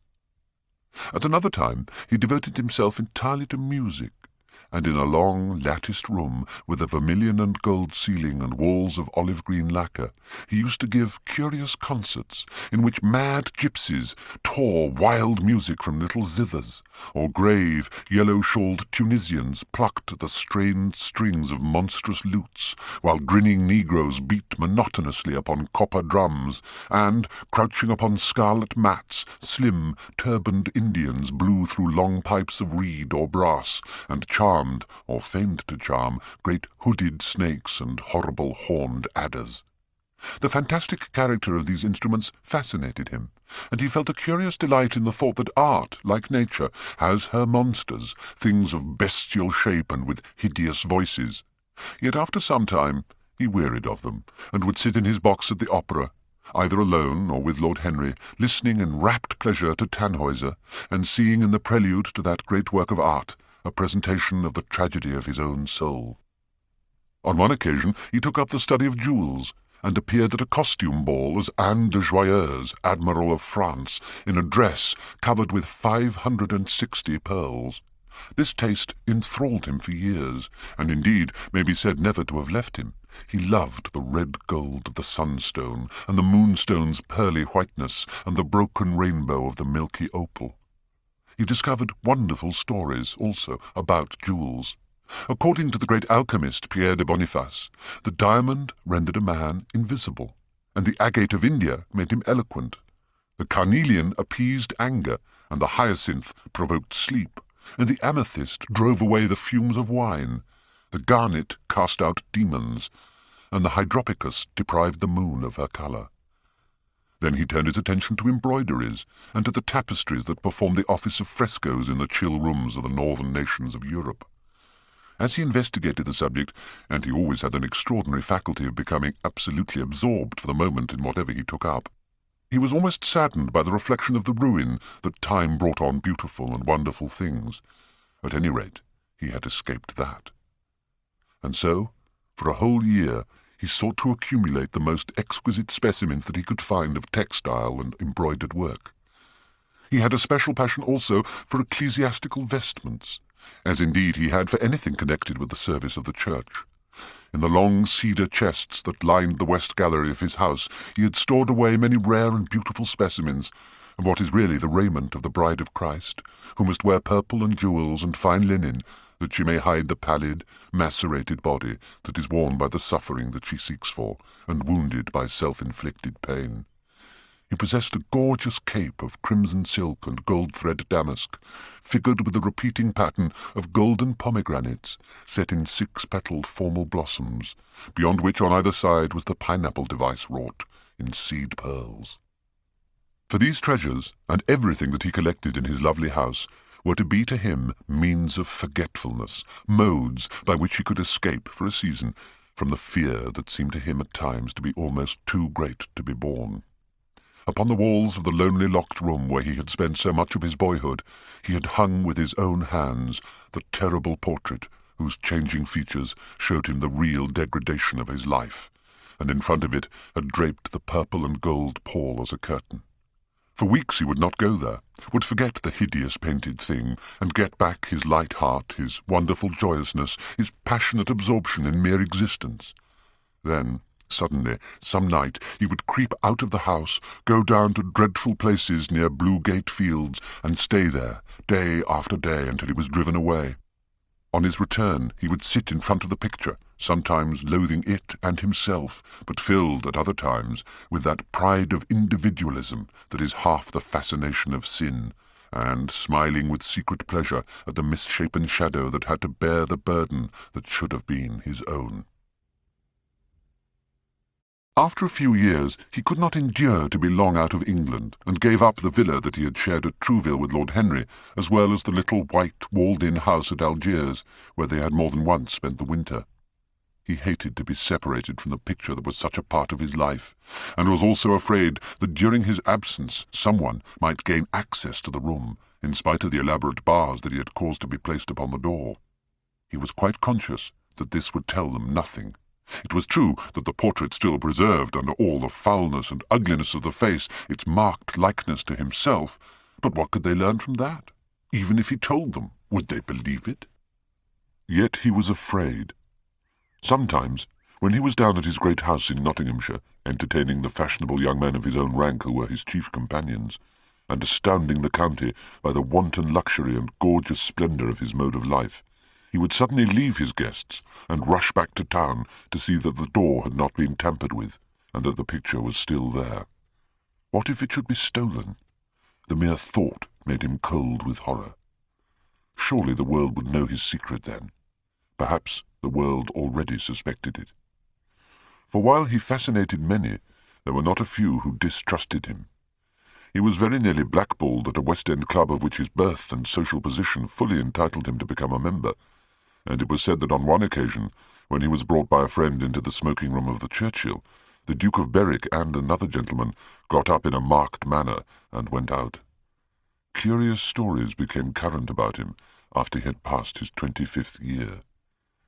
It was rumoured that he had been seen brawling with foreign sailors in a low den in the distant parts of Whitechapel, and that he consorted with thieves and coiners and knew the mysteries of their trade. His extraordinary absences became notorious, and when he used to reappear again in society, men would whisper to each other in corners, or pass him with a sneer, or look at him with cold, searching eyes, as though they were determined to discover his secret. Of such insolences and attempted slights he, of course, took no notice, and in the opinion of most people his frank, debonair manner, his charming, boyish smile, and the infinite grace of that wonderful youth that seemed never to leave him, were in themselves a sufficient answer to the calumnies, for so they termed them, that were circulated about him. It was remarked, however, that some of those who had been most intimate with him appeared, after a time, to shun him. Women who had wildly adored him, and for his sake had braved all social censure and set convention at defiance, were seen to grow pallid with shame or horror if Dorian Gray entered the room. Yet these whispered scandals only increased, in the eyes of many, his strange and dangerous charm. His great wealth was a certain element of security. Society, civilized society at least, is never very ready to believe anything to the detriment of those who are both rich and fascinating. It feels instinctively that manners are of more importance than morals, and, in his opinion, the highest respectability is of much less value than the possession of a good chef. Even the cardinal virtues cannot atone for half-cold entrees, as Lord Henry remarked once in a discussion on the subject, and there is possibly a good deal to be said for his view. For the canons of good society are, or should be, the same as the canons of art. Form is absolutely essential to it. It should have the dignity of a ceremony, as well as its unreality, and should combine the insincere character of a romantic play with the wit and beauty that makes such plays delightful to us. Is insincerity such a terrible thing? I think not. It is merely a method by which we can multiply our personalities. Such, at any rate, was Dorian Gray's opinion. He used to wonder at the shallow psychology of those who conceive the ego in man as a thing simple, permanent, reliable, and of one essence. To him, man was a being with myriad lives and myriad sensations, a complex, multiform creature that bore within itself strange legacies of thought and passion, and whose very flesh was tainted with the monstrous maladies of the dead. He loved to stroll through the gaunt, cold picture gallery of his country house and look at the various portraits of those whose blood flowed in his veins. There were times when it appeared to Dorian Gray that the whole of history was merely the record of his own life, not as he had lived it in act and circumstance, but as his imagination had created it for him, as it had been in his brain and in his passions. He felt that he had known them all, those strange, terrible figures that had passed across the stage of the world and made sin so marvellous and evil so full of subtlety. It seemed to him that in some mysterious way their lives had been his own. The hero of the wonderful novel that had so influenced his life had himself known this curious fancy. The Renaissance knew of strange manners of poisoning by a helmet and a lighted torch, by an embroidered glove and a jewelled fan, by a gilded pomander and by an amber chain. Dorian Gray had been poisoned by a book. There were moments when he looked on evil simply as a mode through which he could realize his conception of the beautiful. It was on the 9th of November, the eve of his own 38th birthday, as he often remembered afterwards. He was walking home about 11 o'clock from Lord Henry's, where he had been dining, and was wrapped in heavy furs as the night was cold and foggy. At the corner of Grosvenor Square and South Audley Street, a man passed him in the mist, walking very fast, and with the collar of his grey ulster turned up. He had a bag in his hand. Dorian recognized him. It was Basil Hallward. A strange sense of fear, for which he could not account, came over him. He made no sign of recognition, and went on quickly in the direction of his own house. But Hallward had seen him. Dorian heard him first stopping on the pavement, and then hurrying after him. In a few moments his hand was on his arm. "Dorian, what an extraordinary piece of luck! I've been waiting for you in your library ever since 9 o'clock. Finally I took pity on your tired servant and told him to go to bed as he let me out. I'm off to Paris by the midnight train, and I particularly wanted to see you before I left. I thought it was you, or rather your fur coat, as you passed me, but I wasn't quite sure. Didn't you recognize me? In this fog, my dear Basil? Why, I can't even recognize Grosvenor Square. I believe my house is somewhere about here, but I don't feel at all certain about it. I'm sorry you're going away, as I have not seen you for ages, but I suppose you will be back soon." "No, I'm going to be out of England for 6 months. I intend to take a studio in Paris and shut myself up till I've finished a great picture I have in my head. However, it wasn't about myself I wanted to talk. Here we are at your door. Let me come in for a moment. I have something to say to you." "I shall be charmed, but won't you miss your train?" said Dorian Gray languidly, as he passed up the steps and opened the door with his latchkey. The lamplight struggled out through the fog, and Hallward looked at his watch. "I have heaps of time," he answered. "The train doesn't go till 12:15, and it is only just 11. Dorian looked at him and smiled. "Come in, or the fog will get into the house, and mind you don't talk about anything serious. Nothing is serious nowadays, at least nothing should be." Hallward shook his head as he entered, and followed Dorian into the library. There was a bright wood fire blazing in the large open hearth. The lamps were lit, and an open Dutch silver spirit case stood, with some siphons of soda water and large cut-glass tumblers, on a little marquetry table. "You see, your servant made me quite at home, Dorian," said the painter, taking his cap and coat off and throwing them on the bag that he had placed in the corner. "And now, my dear fellow, I want to speak to you seriously. Don't frown like that. You make it so much more difficult for me." "What is it all about?" cried Dorian in his petulant way, flinging himself down on the sofa. "I hope it is not about myself. I'm tired of myself tonight. I should like to be somebody else." "It is about yourself," answered Hallward in his grave, deep voice. and I must say it to you. I shall only keep you half an hour." Dorian sighed and lit a cigarette. "Half an hour," he murmured. "It is not much to ask of you, Dorian, and it is entirely for your own sake that I am speaking. I think it right that you should know that the most dreadful things are being said against you in London. I don't wish to know anything about them. I love scandals about other people, but scandals about myself don't interest me. They have not got the charm of novelty." "They must interest you, Dorian. Every gentleman is interested in his good name. You don't want people to talk of you as something vile and degraded. Of course you have your position and your wealth and all that kind of thing, but position and wealth are not everything. Mind you, I don't believe these rumours at all. At least, I can't believe them when I see you. Sin is a thing that writes itself across a man's face. It cannot be concealed. People talk sometimes of secret vices. There are no such things. If a wretched man has a vice, it shows itself in the lines of his mouth, the droop of his eyelids, the moulding of his hands even. But you, Dorian, with your pure, bright, innocent face and your marvellous, untroubled youth, I can't believe anything against you.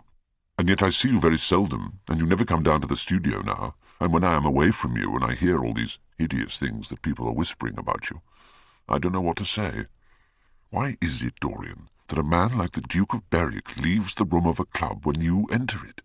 Why is it that many gentlemen in London will neither go to your house nor invite you to theirs? You used to be a friend of Lord Staveley. I met him at dinner last week. Your name happened to come up in conversation, in connection with the miniatures you have lent to the exhibition at the Dudley. Staveley curled his lip, and said that you might have the most artistic tastes, but that you were a man whom no pure-minded girl should be allowed to know, and whom no chaste woman should sit in the same room with. I reminded him that I was a friend of yours, and asked him what he meant. He told me right out before everybody. It was horrible. Why is your friendship so fatal to young men?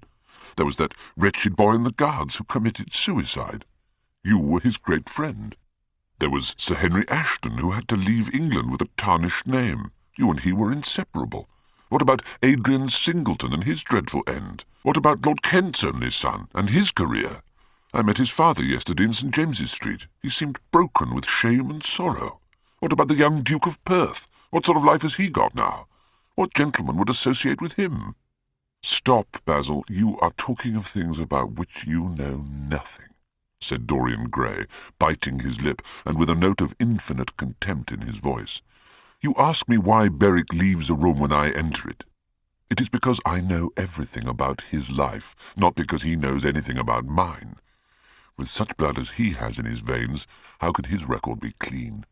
You ask me about Henry Ashton and young Perth. Did I teach the one his vices and the other his debauchery? If Kent's silly son takes his wife from the streets, what is that to me? If Adrian Singleton writes his friend's name across a bill, am I his keeper? I know how people chatter in England.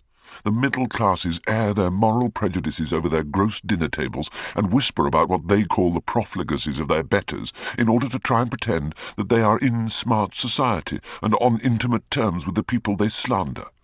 In this country it is enough for a man to have distinction and brains for every common tongue to wag against him. And what sort of lives do these people, who pose as being moral, lead themselves? My dear fellow, you forget that we are in the native land of the hypocrite. Dorian, cried Hallward, that is not the question. England is bad enough, I know, and English society is all wrong. That is the reason why I want you to be fine. You have not been fine. One has a right to judge of a man by the effect he has over his friends. Yours seem to lose all sense of honour, of goodness, of purity. You have filled them with a madness for pleasure. They have gone down into the depths. You led them there. Yes, you led them there, and yet you can smile as you are smiling now. And there is worse behind. I know you and Harry are inseparable. Surely for that reason, if for none other, you should not have made his sister's name a byword. Take care, Basil. You go too far. I must speak, and you must listen. You shall listen. When you met Lady Gwendolen, not a breath of scandal had ever touched her. Is there a single decent woman in London now who would drive with her in the park? Why, even her children are not allowed to live with her. Then there are other stories. Stories that you have been seen creeping at dawn out of dreadful houses and slinking in disguise into the foulest dens in London. Are they true? can they be true? When I first heard them, I laughed. I hear them now, and they make me shudder. What about your country house and the life that is led there? Dorian, you don't know what is said about you. I won't tell you that I don't want to preach to you. I remember Harry saying once that every man who turned himself into an amateur curate for the moment always began by saying that, and then proceeded to break his word. I do want to preach to you. I want you to lead such a life as will make the world respect you. I want you to have a clean name and a fair record. I want you to get rid of the dreadful people you associate with. Don't shrug your shoulders like that. Don't be so indifferent. You have a wonderful influence. Let it be for good, not for evil. They say that you corrupt everyone with whom you become intimate, and that it is quite sufficient for you to enter a house for shame of some kind to follow after. I don't know whether it is so or not. How should I know? But it is said of you. I am told things that it seems impossible to doubt. Lord Gloucester was one of my greatest friends at Oxford. He showed me a letter that his wife had written to him when she was dying alone in her villa at Menton. Your name was implicated in the most terrible confession I ever read. I told him that it was absurd, that I knew you thoroughly, and that you were incapable of anything of the kind. Know you? I wonder, do I know you?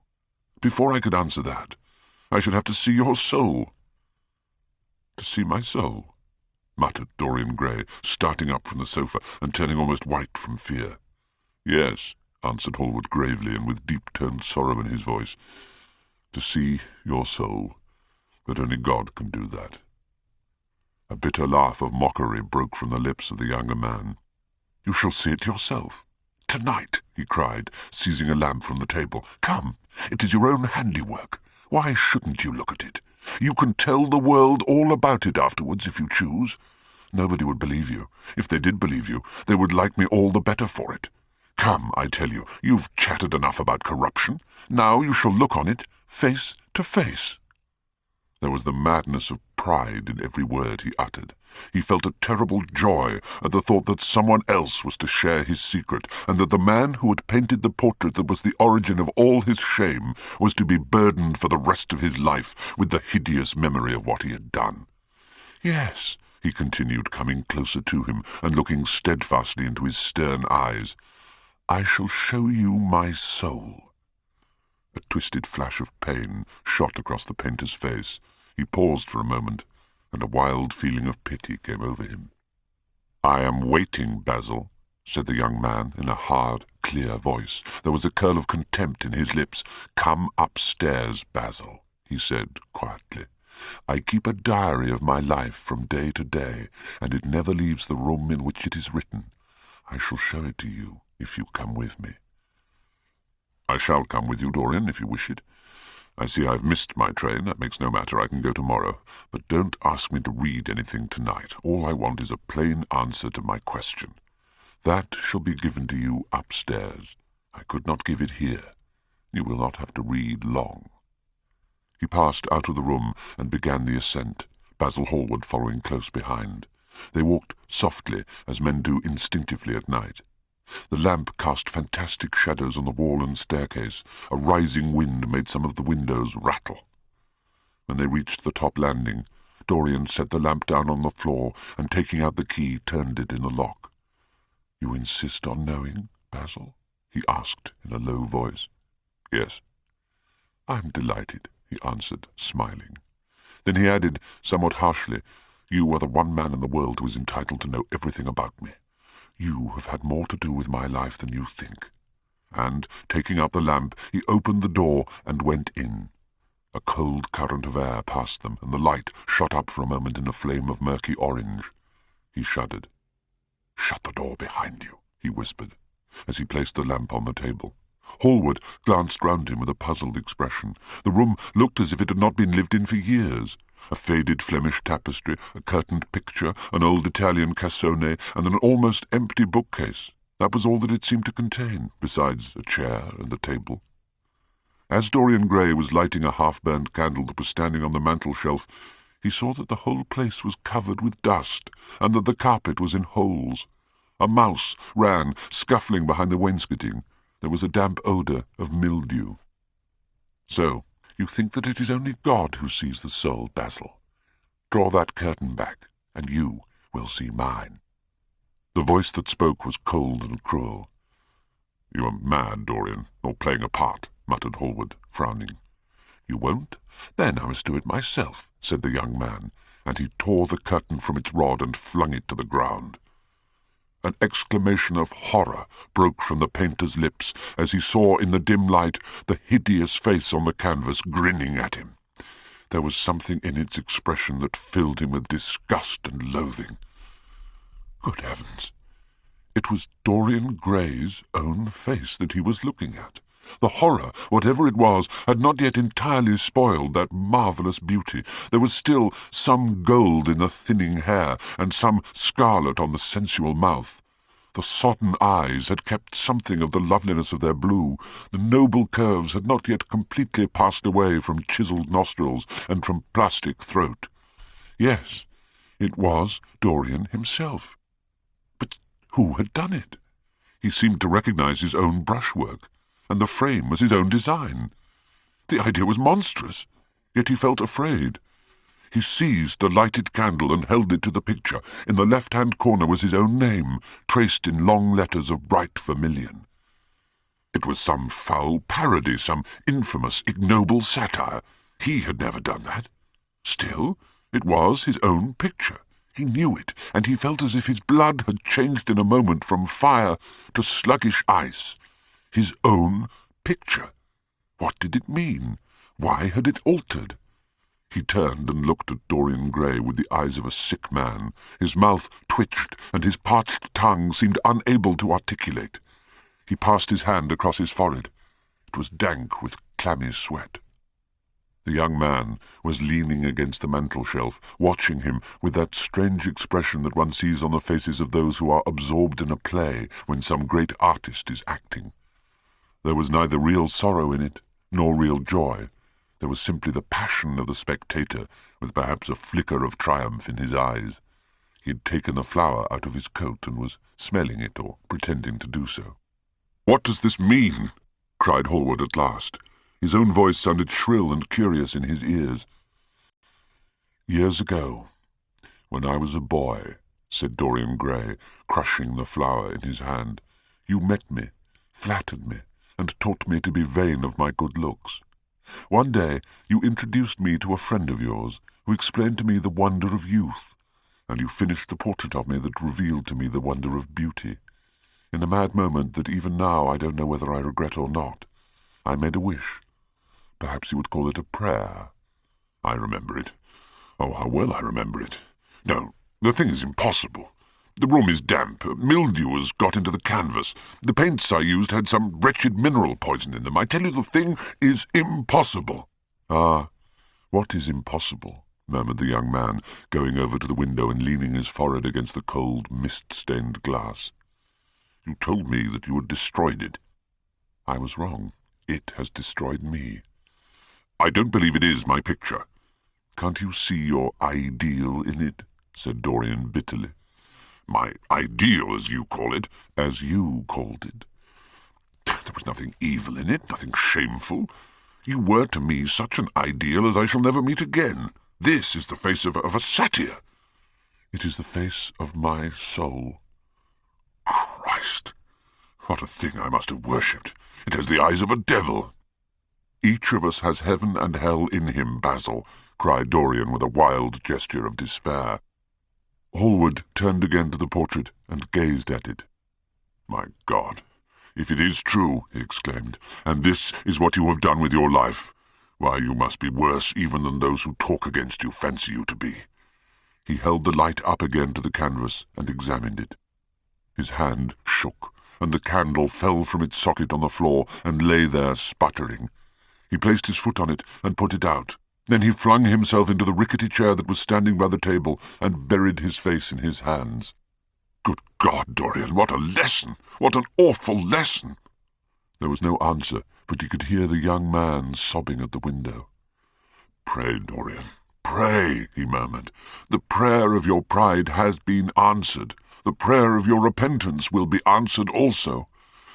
I worshipped you too much. We are both punished." Dorian Gray turned slowly around and looked at him with tear-dimmed eyes. "It is Too late, Basil, he faltered. It is never too late, Dorian. Let us kneel down and try if we cannot remember a prayer.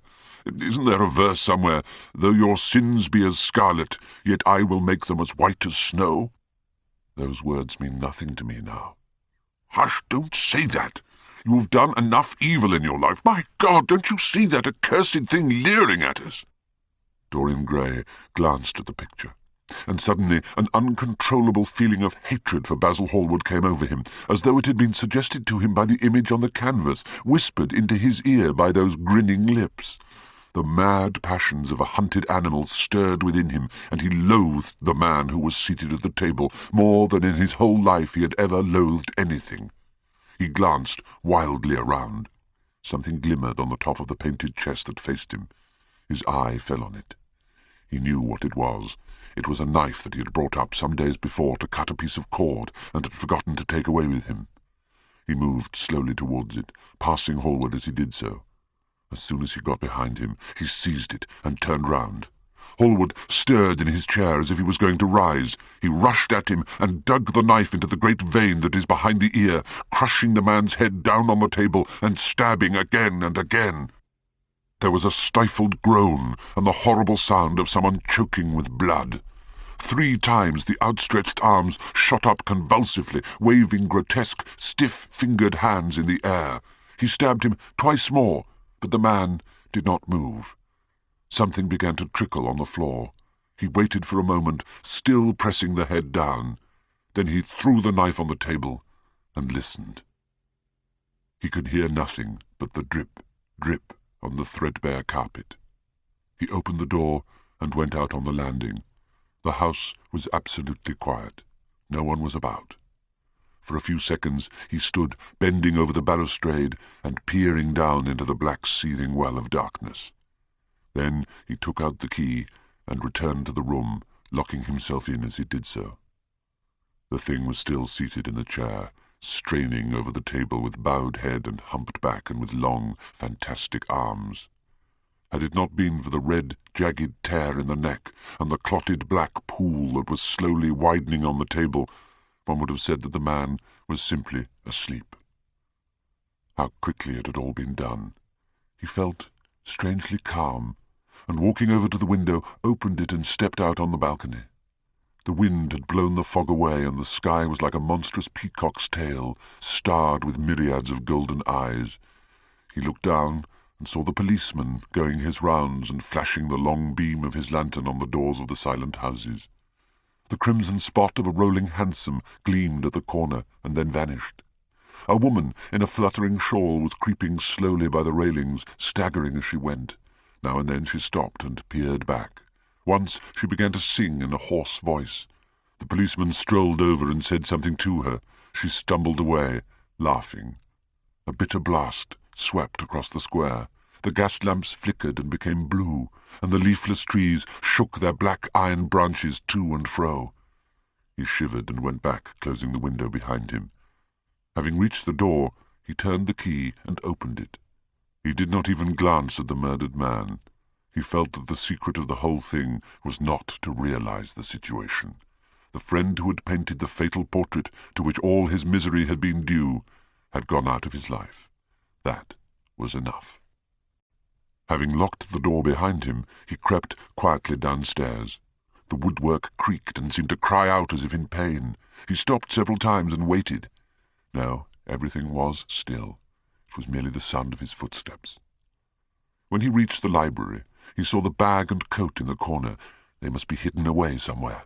He unlocked a secret press that was in the wainscoting, a press in which he kept his own curious disguises, and put them into it. He could easily burn them afterwards. Then he pulled out his watch. It was 20 minutes to 2. He sat down and began to think. Every year, every month almost, men were strangled in England for what he had done. There had been a madness of murder in the air. Some red star had come too close to the earth. And yet what evidence was there against him? Basil Hallward had left the house at 11. No one had seen him come in again. Most of the servants were at Selby Royal. His valet had gone to bed. Paris.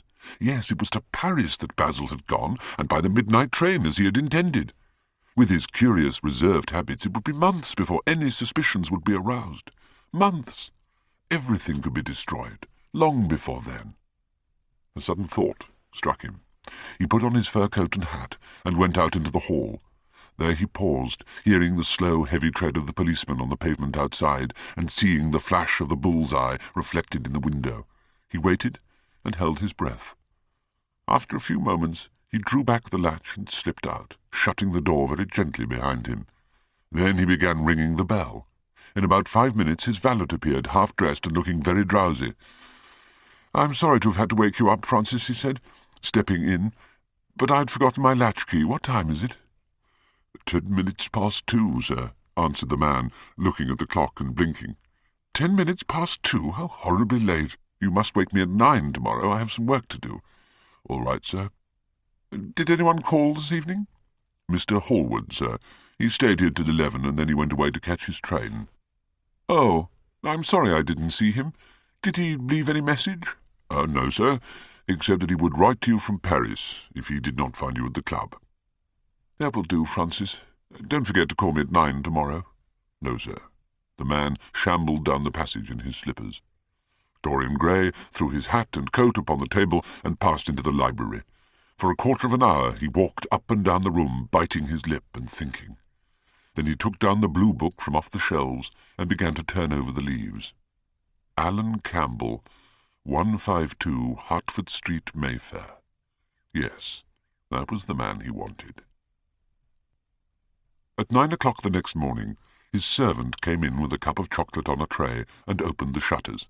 Dorian was sleeping quite peacefully, lying on his right side with one hand underneath his cheek. He looked like a boy who had been tired out with play or study. The man had to touch him twice on the shoulder before he awoke, and as he opened his eyes a faint smile passed across his lips, as though he had been lost in some delightful dream. Yet he had not dreamed at all. His night had been untroubled by any images of pleasure or of pain. But youth smiles without any reason. It is one of its chiefest charms. He turned round, and leaning upon his elbow, began to sip his chocolate. The mellow November sun came streaming into the room. The sky was bright, and there was a genial warmth in the air. It was almost like a morning in May. Gradually, the events of the preceding night crept with silent, blood-stained feet into his brain, and reconstructed themselves there with terrible distinctness. He winced at the memory of all that he had suffered, and for a moment the same curious feeling of loathing for Basil Hallward that had made him kill him as he sat in the chair came back to him, and he grew cold with passion. The dead man was still sitting there, too, and in the sunlight now. How horrible that was! Such hideous things were for the darkness, not for the day. He felt that if he brooded on what he had gone through, he would sicken or grow mad. There were sins whose fascination was more in the memory than in the doing of them, strange triumphs that gratified the pride more than the passions, and gave to the intellect a quickened sense of joy, greater than any joy they brought, or could ever bring, to the senses. But this was not one of them. It was a thing to be driven out of the mind, to be drugged with poppies, to be strangled, lest it might strangle one itself. When the half-hour struck, he passed his hand across his forehead, and then got up hastily and dressed himself with even more than his usual care. He spent a long time, also, over breakfast, tasting the various dishes, talking to his valet about some new liveries that he was thinking of getting made for the servants at Selby, and going through his correspondence. After he had drunk his cup of black coffee, he wiped his lips slowly with a napkin, motioned to his servant to wait, and going over to the table, sat down and wrote 2 letters. One he put in his pocket, the other he handed to the valet. "Take this round to 152 Hertford Street, Francis, and if Mr. Campbell is out of town, get his address." As soon as he was alone, he lit a cigarette and began sketching upon a piece of paper, drawing first flowers and bits of architecture, and then human faces. Suddenly he remarked that every face that he drew seemed to have a fantastic likeness to Basil Hallward. He frowned, and getting up, went over to the bookcase and took out a volume at hazard. He was determined that he would not think about what had happened until it became absolutely necessary that he should do so. Poor Basil! What a horrible way for a man to die! He grew nervous, and a horrible fit of terror came over him. What if Alan Campbell should be out of England? Days would elapse before he could come back. Perhaps he might refuse to come. What could he do then? Every moment was of vital importance. They had been great friends once, 5 years before, almost inseparable indeed. Then the intimacy had come suddenly to an end. When they met in society now, it was only Dorian Gray who smiled. Alan Campbell never did.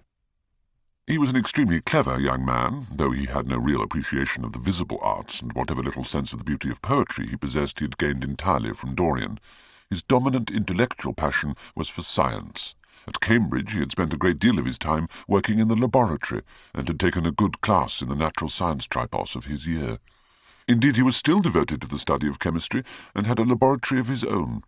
They had met at Lady Berkshire's, and after that used to be always seen together at the opera, and wherever good music was going on. For 18 months their intimacy lasted.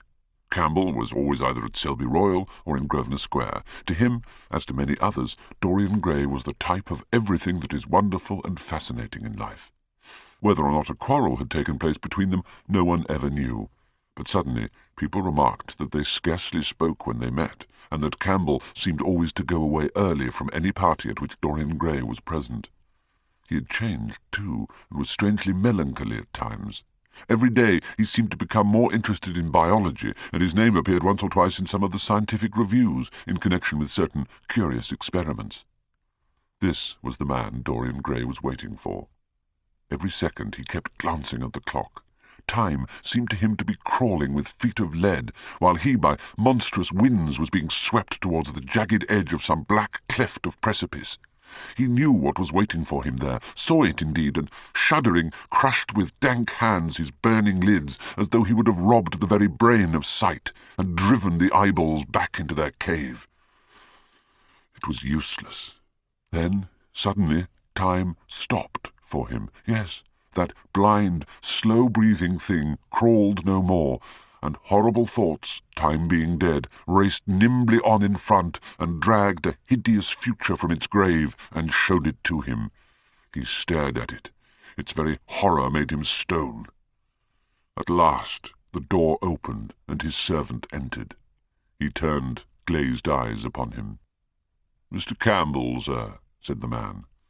A sigh of relief broke from his parched lips, and the colour came back to his cheeks. "Ask him to come in at once, Francis." He felt that he was himself again. His mood of cowardice had passed away. The man bowed and retired. In a few moments Alan Campbell walked in, looking very stern and rather pale, his pallor being intensified by his coal-black hair and dark eyebrows. "Alan, this is kind of you. I thank you for coming." "I had intended never to enter your house again, Gray, but you said it was a matter of life and death." His voice was hard and cold. He spoke with slow deliberation. There was a look of contempt in the steady, searching gaze that he turned on Dorian. "Yes, it is a matter of life and death, Alan, and to more than one person. Sit down." Campbell took a chair by the table, and Dorian sat opposite to him. The two men's eyes met. In Dorian's there was infinite pity that what he was going to do was dreadful. After a strained moment of silence, he leaned across and said, very quietly, but watching the effect of each word upon the face of him he had sent for, "Alan, in a locked room at the top of this house, a room to which nobody but myself has access, a dead man is seated at a table. He has been dead 10 hours now. Don't stir. Don't look at me like that. Who the man is, why he died, how he died, are matters that do not concern you. What you have to do is this." "Stop, Gray. I don't want to know anything further. Whether what you have told me is true or not true doesn't concern me. I entirely decline to be mixed up in your life. Keep your horrible secrets to yourself. They don't interest me any more." "Alan, they will have to interest you. This one will have to interest you. I'm awfully sorry for you, Alan, but I can't help myself. You are the one man who is able to save me. I am forced to bring you into the matter. I have no option. Alan, you are scientific. You know about chemistry and things of that kind. You have made experiments. What you have got to do is to destroy the thing that is upstairs, to destroy it so that not a vestige of it will be left. Nobody saw this person come into the house. Indeed, at the present moment he is supposed to be in Paris. He will not be missed for months. When he is missed, there must be no trace of him found here. You, Alan, you must change him, and everything that belongs to him, into a handful of ashes that I may scatter in the air." "You are mad, Dorian." "Ah, I was waiting for you to call me Dorian." "You are mad, I tell you. Mad to imagine that I would raise a finger to help you. Mad to make this monstrous confession. I will have nothing to do with this matter, whatever it is. Do you think I'm going to peril my reputation for you? What is it to me what devil's work you are up to?" "It was suicide, Alan." "I'm glad of that. But who drove him to it? You, I should fancy." "Do you still refuse to do this for me?" "Of course I refuse. I will have absolutely nothing to do with it. I don't care what shame comes on you. You deserve it all. How dare you ask me, of all men in the world, to mix myself up in this horror? Nothing will induce me to stir a step to help you. You have come to the wrong man." "Alan, it was murder. I killed him. You don't know what he had made me suffer. Whatever my life is, he had more to do with the making or the marring of it than poor Harry has had. He may not have intended it. The result was the same." "Murder!" "Good God, Dorian, is that what you have come to?" "I shall not inform upon you. It is not my business. Besides, without my stirring in the matter, you are certain to be arrested. Nobody ever commits a crime without doing something stupid. But I will have nothing to do with it." "You must have something to do with it. Wait a moment. Listen to me. Only listen, Alan. All I ask of you is to perform a certain scientific experiment. You go to hospitals and dead houses, and the horrors that you do there don't affect you.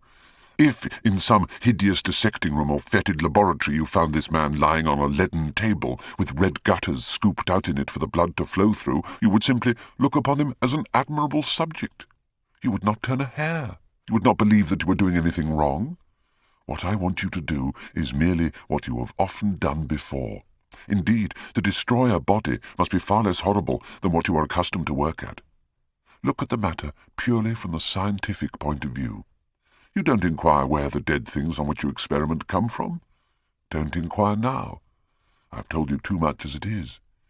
But I beg of you to do this. We were friends once, Alan." "Don't speak about those days, Dorian. They are dead." "The dead linger sometimes. The man upstairs will not go away. He is sitting at the table with bowed head and outstretched arms. Alan, if you don't come to my assistance, I am ruined. Why, they will hang me, Alan. Don't you understand? They will hang me for what I've done." "There is no good in prolonging this scene. I absolutely refuse to do anything in the matter. It is insane of you to ask me." "You refuse?" "Yes." "I entreat you, Alan." "It is useless." The same look of pity came into Dorian Gray's eyes. Then he stretched out his hand, took a piece of paper, and wrote something on it. He read it over twice, folded it carefully, and pushed it across the table. Having done this, he got up and went over to the window. Campbell looked at him in surprise, and then took up the paper and opened it. As he read it, his face became ghastly pale, and he fell back in his chair. A horrible sense of sickness came over him. He felt as if his heart was beating itself to death in some empty hollow. After 2 or 3 minutes of terrible silence, Dorian turned round and came and stood behind him, putting his hand upon his shoulder. "I am so sorry for you, Alan," he murmured, "but you leave me no alternative. I have a letter written already. Here it is. You see the address. If you don't help me, I must send it. If you don't help me, I will send it. You know what the result will be. But you are going to help me. It is impossible for you to refuse now. I tried to spare you. You will do me the justice to admit that. You were stern, harsh, offensive. You treated me as no man has ever dared to treat me, no living man at any rate. I bore it all. Now it is for me to dictate terms." Campbell buried his face in his hands, and a shudder passed through him. "Yes, it is my turn to dictate terms, Alan. You know what they are. The thing is quite simple. Come, don't work yourself into this fever. The thing has to be done. Face it, and do it." A groan broke from Campbell's lips, and he shivered all over. "I cannot do it," he said mechanically, as though words could alter things. "You must. You have no choice. Don't delay." Alan hesitated a moment. "Is there a fire in the room upstairs?" "Yes, there is a gas fire with asbestos." For nearly 20 minutes neither of the men spoke. A fly buzzed noisily about the room, and the ticking of the clock was like the beat of a hammer. As the chime struck 1, Campbell turned round and, looking at Dorian Gray, saw that his eyes were filled with tears. "Ah, Alan," murmured Dorian with a sigh, "I wish you had 1,000th part of the pity for me that I have for you." He turned away as he spoke, and stood looking out at the garden. Campbell made no answer. After about 10 minutes they left the room together. When they had reached the top landing, Dorian took out the key and turned it in the lock. Then he stopped, and a troubled look came into his eyes. He shuddered. "I don't think I can go in, Alan," he murmured. "It is nothing to me. I don't require you," said Campbell coldly. Dorian half opened the door. As he did so, he saw the face of his portrait leering in the sunlight. On the floor in front of it the torn curtain was lying. He remembered that the night before he had forgotten, for the first time in his life, to hide the fatal canvas, and was about to rush forward, when he drew back with a shudder. What was that loathsome red dew that gleamed, wet and glistening, on one of the hands, as though the canvas had sweated blood? How horrible it was! More horrible it seemed to him for the moment than the silent thing that he knew was stretched across the table, the thing whose grotesque misshapen shadow on the spotted carpet showed him that it had not stirred, but was still there as he had left it. He heaved a deep breath, opened the door a little wider, and with half-closed eyes and averted head walked quickly in, determined that he would not look even once upon the dead man. Then, stooping down and taking up the gold and purple hanging, he flung it right over the picture. There he stopped, feeling afraid to turn round, and his eyes fixed themselves on the intricacies of the pattern before him. "Leave me now," said a stern voice behind him. He turned and hurried out, just conscious that the dead man had been thrust back into the chair and that Campbell was gazing into a glistening yellow face. It was long after 7 when Campbell came back into the library. He was pale, but absolutely calm. "I have done what you asked me to do," he muttered. "And now goodbye. Let us never see each other again." "You have saved me from ruin, Alan. I cannot forget that," said Dorian simply. As soon as Campbell had left, he went upstairs. There was a horrible smell of nitric acid in the room, but the thing that had been sitting at the table was gone. That evening, at 8:30, exquisitely dressed and wearing a large buttonhole of Parma violets, Dorian Gray was ushered into Lady Narborough's drawing-room by bowing servants. His forehead was throbbing with maddened nerves, and he felt wildly excited, but his manner, as he bent over his hostess's hand, was as easy and graceful as ever. Certainly no one looking at Dorian Gray that night could have believed that he had passed through a tragedy as horrible as any tragedy of our age. It was a small party, got up rather in a hurry by Lady Narborough, who was a very clever woman, with what Lord Henry used to describe as the remains of a really remarkable ugliness. Dorian was one of her special favourites, and she always told him that she was extremely glad she had not met him in early life. "I know, my dear, I should have fallen madly in love with you," she used to say, "and thrown my bonnet right over the mills for your sake." Her guests this evening were rather tedious. The fact was, as she explained to Dorian behind a very shabby fan, one of her married daughters had come up quite suddenly to stay with her, and, to make matters worse, had actually brought her husband with her. "I think it is most unkind of her, my dear," she whispered. "Of course I go and stay with them every summer after I come from Homburg, but then an old woman like me must have fresh air sometimes, and besides I really wake them up. You don't know what an existence they lead down there. It is pure, unadulterated country life.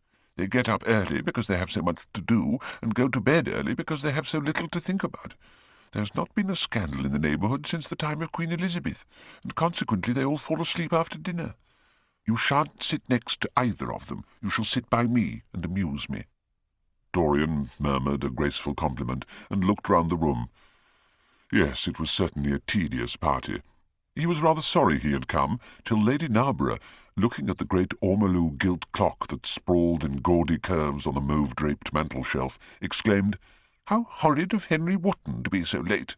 I sent round to him this morning on chance, and he promised faithfully not to disappoint me."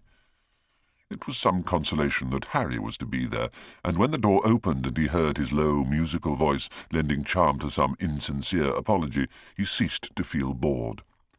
But at dinner he could not eat anything. Plate after plate went away untasted. "Dorian," said Lord Henry at last, as the chauffoir was being handed round, "what is the matter with you tonight? You are quite out of sorts." "I am quite well, Harry. I am tired, that is all." "You were charming last night. The little Duchess is quite devoted to you. She tells me she is going down to Selby." "She has promised to come on the 20th, Dorian replied. "Is Monmouth to be there too?" "Oh, yes, Harry." "He bores me dreadfully, almost as much as he bores her. She is very clever, too clever for a woman. She lacks the indefinable charm of weakness." "How long has she been married?" asked Dorian. "An eternity, she tells me. I believe, according to the peerage, it is 10 years, but 10 years with Monmouth must have been like eternity, with time thrown in." "Who else is coming?" "Oh, the Willoughbys, Lord Rugby and his wife, our hostess, Geoffrey Clouston, the usual set." "By the way, Dorian, you ran off very early last night. You left before 11. What did you do afterwards? Did you go straight home?" Dorian glanced at him hurriedly and frowned. "No, Harry," he said at last. "I did not get home till nearly 3. Did you go to the club?" "Yes," he answered. Then he bit his lip. "No, I don't mean that. I didn't go to the club. I walked about. I forget what I did. How inquisitive you are, Harry. You always want to know what one has been doing. I always want to forget what I've been doing. I came in at 2:30, if you wish to know the exact time. I'd left my latchkey at home, and the servant had to let me in. If you want any corroborative evidence on the subject, you can ask him." Lord Henry shrugged his shoulders. "My dear fellow, as if I cared. Let us go up to the drawing-room. Something has happened to you, Dorian. Tell me what it is. You are not yourself tonight. Don't mind me, Harry. I am irritable and out of temper. I shall come round and see you tomorrow or next day. Make my excuses to Lady Narborough. I shan't go upstairs. I shall go home. I must go home." "All right, Dorian. I dare say I shall see you tomorrow at tea-time. The Duchess is coming." "I will try to be there, Harry," he said, leaving the room. As he drove back to his own house, he was conscious that the sense of terror he thought he had strangled had come back to him. Lord Henry's casual questioning had made him lose his nerves for the moment, and he wanted his nerve still. Things that were dangerous had to be destroyed. He winced. He hated the idea of even touching them. Yet it had to be done. He realized that, and when he had locked the door of his library, he opened the secret press into which he had thrust Basil Hallward's coat and bag. A huge fire was blazing. He piled another log on it. The smell of the singeing clothes and burning leather was horrible. It took him 3/4 of an hour to consume everything. At the end he felt faint and sick, and having lit some Algerian pastilles in a pierced copper brazier, he bathed his hands and forehead with a cool, musk-scented vinegar. Suddenly he started. His eyes grew strangely bright, and he gnawed nervously at his underlip. Between 2 of the windows stood a large Florentine cabinet made out of ebony and inlaid with ivory and blue lapis. He watched it as though it were a thing that could fascinate and make afraid, as though it held something that he longed for and yet almost loathed. His breath quickened. A mad craving came over him. At last he got up from the sofa on which he had been lying, went over to it, and having unlocked it, touched some hidden spring. A triangular drawer passed slowly out.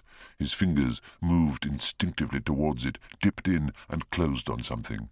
It was a small Chinese box of black and gold dust lacquer. He opened it. Inside was a green paste, waxy in lustre, the odour curiously heavy and persistent.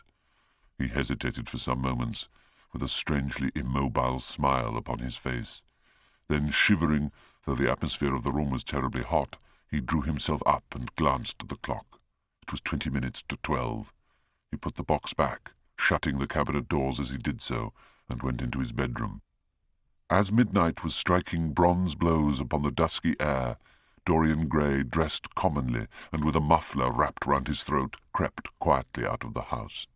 In Bond Street he found a hansom with a good horse. He hailed it, and in a low voice gave the driver an address. "All right, sir," answered the man. "You'll be there in an hour." And after his fare had got in, he turned his horse round and drove rapidly towards the river. A cold rain began to fall, and the blurred street lamps looked ghastly in the dripping mist. The public houses were just closing, and dim men and women were clustering in broken groups round their doors. From some of the bars came the sound of horrible laughter. In others, drunkards brawled and screamed. Lying back in the hansom, with his hat pulled over his forehead, Dorian Gray watched with listless eyes the sordid shame of the great city, and now and then he repeated to himself the words that Lord Henry had said to him on the first day they had met: to cure the soul by means of the senses, and the senses by means of the soul. Yes, that was the secret. He had often tried it, and would try it again now. There were opium dens where one could buy oblivion, dens of horror where the memory of old sins could be destroyed by the madness of sins that were new. His soul certainly was sick to death. Was it true that the senses could cure it? Innocent blood had been spilt. What could atone for that? For that there was no atonement. But though forgiveness was impossible, forgetfulness was possible still, and he was determined to forget, to stamp the thing out, to crush it as one would crush the adder that had stung one. Indeed, what right had Basil to have spoken to him as he had done? Who had made him a judge over others? He had said things that were dreadful, horrible, not to be endured. On and on plodded the hansom, going slower, it seemed to him, at each step. He thrust up the trap and called to the man to drive faster. The hideous hunger for opium began to gnaw at him. A dull rage was in his heart. It is said that passion makes one think in a circle. Certainly, with hideous iteration, the bitten lips of Dorian Gray shaped and reshaped those subtle words that dealt with soul and sense, till he had found in them the full expression, as it were, of his mood, and justified by intellectual approval passions that without such justification would still have dominated his temper. From cell to cell of his brain crept the one thought, and the wild desire to live, most terrible of all man's appetites, quickened into force each trembling nerve and fibre. Ugliness, that had once been hateful to him because it made things real, became dear to him now for that very reason. Ugliness was the one reality. The coarse brawl, the loathsome den, the crude violence of disordered life, the very vileness of thief and outcast were more vivid in their intense actuality of impression than all the gracious shapes of art, the dreamy shadows of song. They were what he needed for forgetfulness. In 3 days he would be free. Suddenly the man drew up with a jerk at the top of a dark lane. Over the low roofs and jagged chimney-stacks of the houses rose the black masts of ships. Wreaths of white mist clung like ghostly sails to the yards. "Somewhere about here, sir, ain't it?" he asked huskily through the trap. Dorian started and peered round. "This will do," he answered, and having got out hastily, he walked quickly in the direction of the quay. Here and there a lantern gleamed at the stern of some huge merchantman. The light shook and splintered in the puddles. A red glare came from an outward-bound steamer that was coaling. The slimy pavement looked like a wet mackintosh. He hurried on towards the left, glancing back now and then to see if he was being followed. In about 7 or 8 minutes he reached a small, shabby house that was wedged in between 2 gaunt factories. In one of the top windows stood a lamp. He stopped and gave a peculiar knock. After a little time he heard steps in the passage and the chain being unhooked. The door opened quietly, and he went in without saying a word to the squat, misshapen figure that flattened itself into the shadow as he passed. At the end of the hall hung a tattered green curtain that swayed and shook in the gusty wind which had followed him in from the street.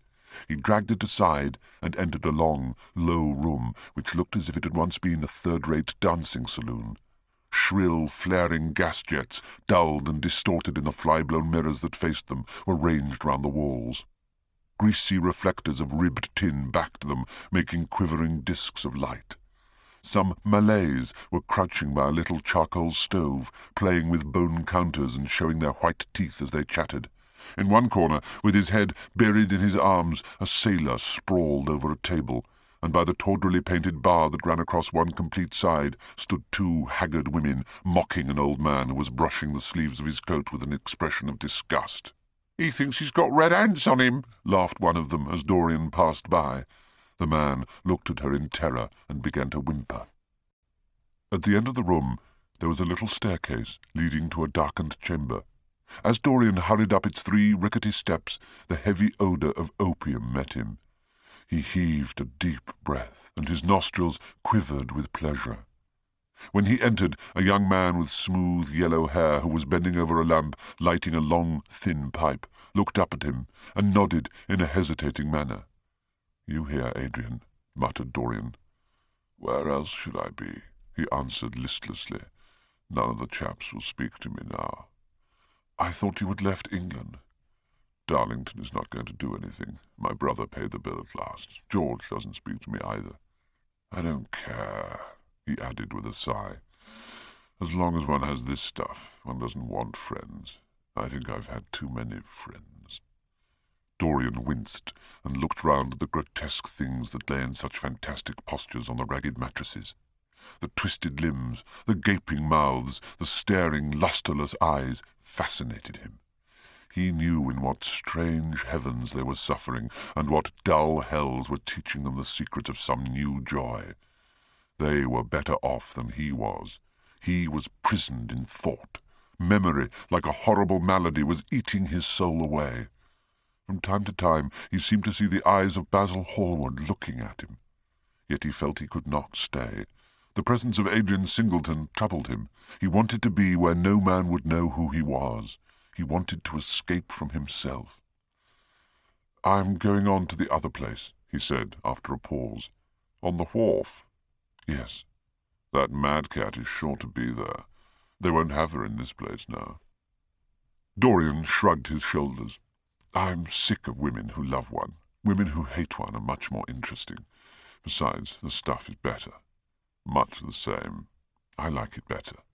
Come and have something to drink. I must have something." "I don't want anything," murmured the young man. "Never mind." Adrian Singleton rose up wearily and followed Dorian to the bar. A half-caste in a ragged turban and a shabby ulster grinned a hideous greeting as he thrust a bottle of brandy and 2 tumblers in front of them. The women sidled up and began to chatter. Dorian turned his back on them and said something in a low voice to Adrian Singleton. A crooked smile, like a Malay crease, writhed across the face of one of the women. "We're very proud tonight," she sneered. "For God's sake, don't talk to me," cried Dorian, stamping his foot on the ground. "What do you want? Money? Here it is. Don't ever talk to me again." 2 red sparks flashed for a moment in the woman's sodden eyes, then flickered out and left them dull and glazed. She tossed her head and raked the coins off the counter with greedy fingers. Her companion watched her enviously.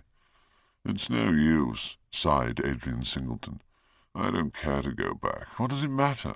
I'm quite happy here." "You will write to me if you want anything, won't you?" said Dorian after a pause. "Perhaps." "Good night, then." "Good night," answered the young man, passing up the steps and wiping his parched mouth with a handkerchief. Dorian walked to the door with a look of pain on his face. As he drew the curtain aside, a hideous laugh broke from the painted lips of the woman who had taken his money. "There goes the devil's bargain," she hiccuped in a hoarse voice.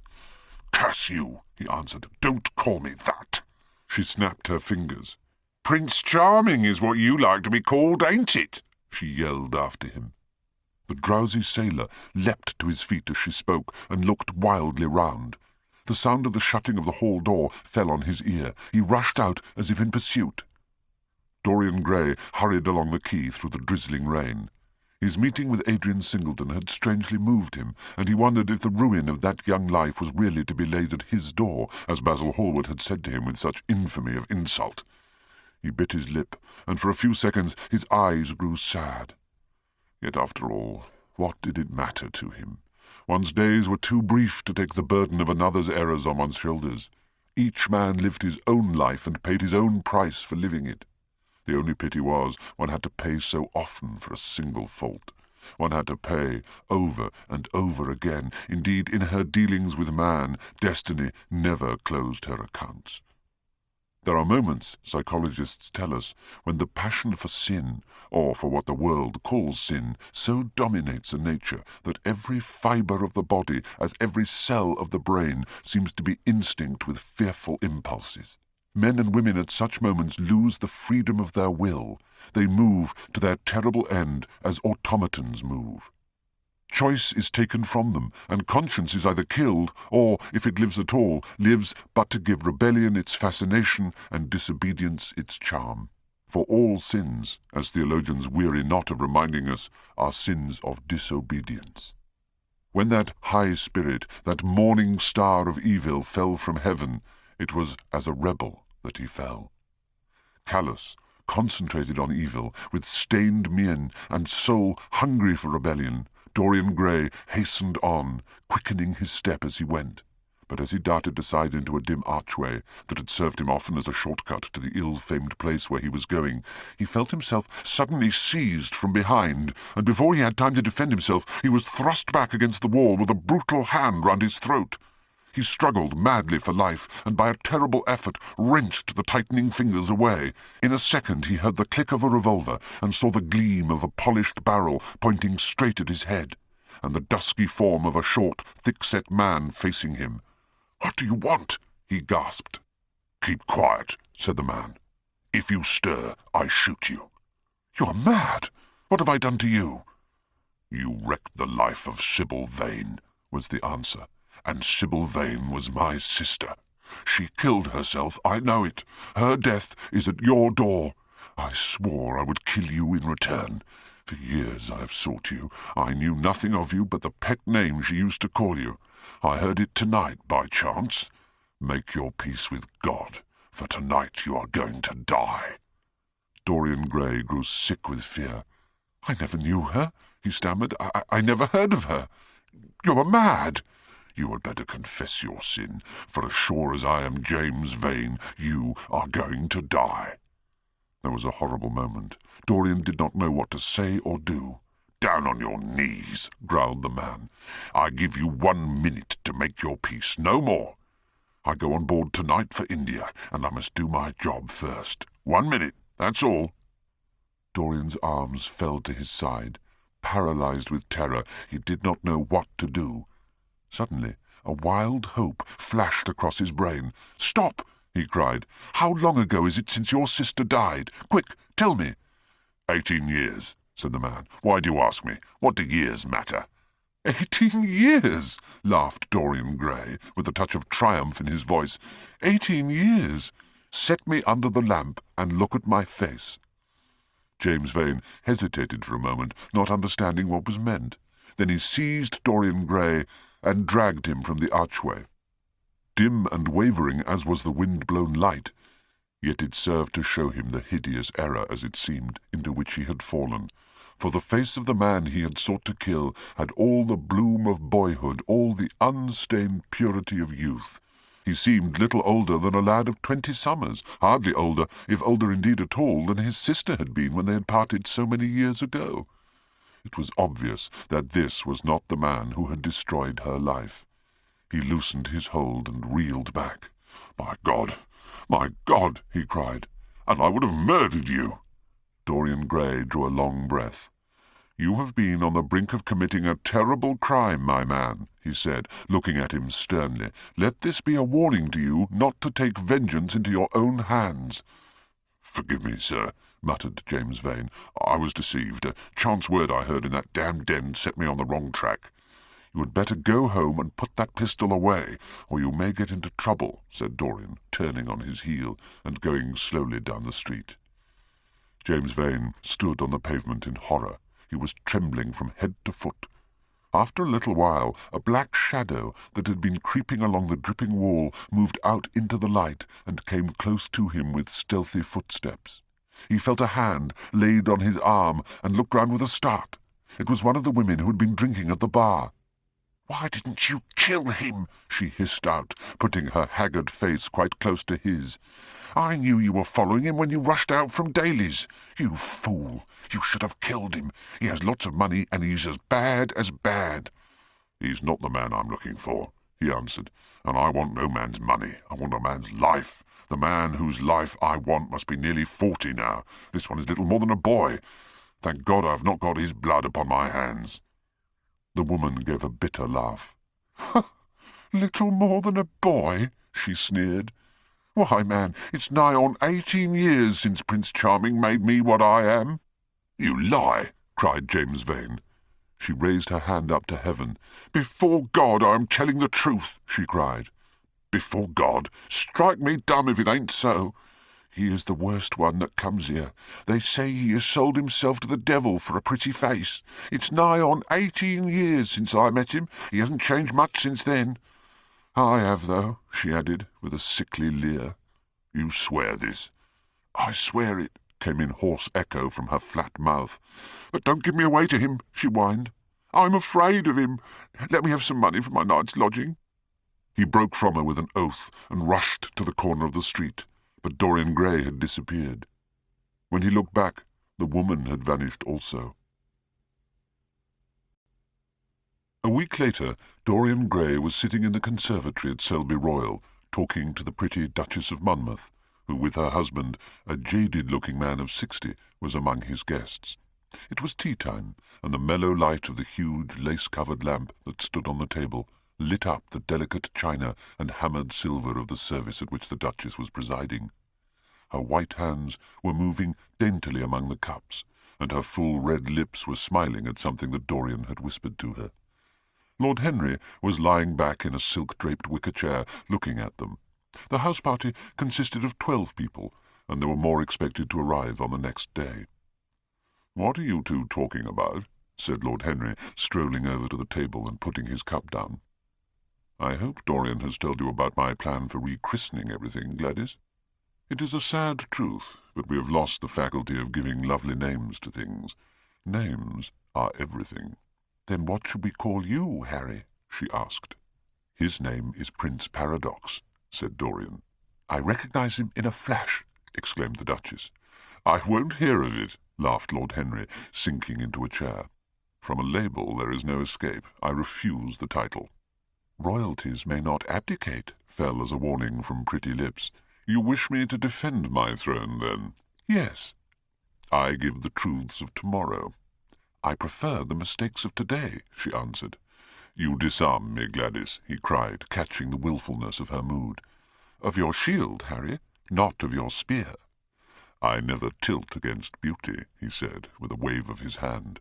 "That is your error, Harry, believe me. You value beauty far too much." "How can you say that?" "I admit that I think that it is better to be beautiful than to be good. But on the other hand, no one is more ready than I am to acknowledge that it is better to be good than to be ugly." "Ugliness is one of the 7 deadly sins, then?" cried the Duchess. "Ugliness is one of the 7 deadly virtues, Gladys, but decay fascinates me more." "What of art?" she asked. "It is a malady. Love? An illusion. Religion? The fashionable substitute for belief." "You are a sceptic."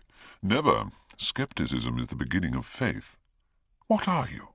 "To define is to limit." "Give me a clue." "Threads snap. You would lose your way in the labyrinth." "You bewilder me. Let us talk of someone else." "Our host is a delightful topic. Years ago he was christened Prince Charming." "Ah, don't remind me of that," cried Dorian Gray. "Our host is rather horrid this evening," answered the Duchess, colouring. "I believe he thinks that Monmouth married me on purely scientific principles, as the best specimen he could find of a modern butterfly." "Well, I hope he won't stick pins into you, Duchess," laughed Dorian.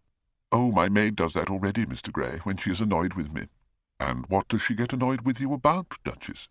"For the most trivial things, Mr. Gray, I assure you. Usually because I come in at 10 minutes to 9 and tell her that I must be dressed by 8:30. "How unreasonable of her. You should give her warning." "I daren't, Mr. Gray. Why, she invents hats for me. You remember the one I wore at Lady Hilston's garden party? You don't, but it is nice of you to pretend that you do. Well, she made it out of nothing. All good hats are made out of nothing." "Like all good reputations, Gladys," interrupted Lord Henry. "Every effect that one produces gives one an enemy. To be popular, one must be a mediocrity."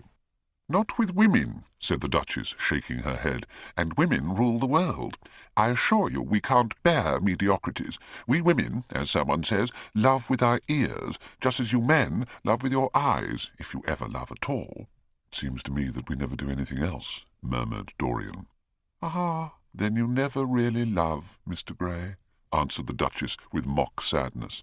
"My dear Gladys," cried Lord Henry, "how can you say that? Romance lives by repetition, and repetition converts an appetite into an art. Besides, each time that one loves is the only time one has ever loved. Difference of object does not alter singleness of passion. It merely intensifies it. We can have in life but one great experience at best, and the secret of life is to reproduce that experience as often as possible." "Even when one has been wounded by it, Harry?" asked the Duchess after a pause. "Especially when one has been wounded by it," answered Lord Henry. The Duchess turned and looked at Dorian Gray with a curious expression in her eyes. "What do you say to that, Mr. Gray?" she inquired. Dorian hesitated for a moment. Then he threw his head back and laughed.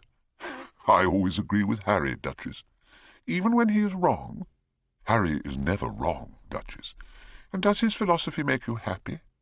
"I have never searched for happiness." "Who wants happiness?" "I have searched for pleasure." "And found it, Mr. Gray?" "Often. Too often." The Duchess sighed. "I am searching for peace," she said, "and if I don't go and dress, I shall have none this evening." "Let me get you some orchids, Duchess," cried Dorian, starting to his feet and walking down the conservatory.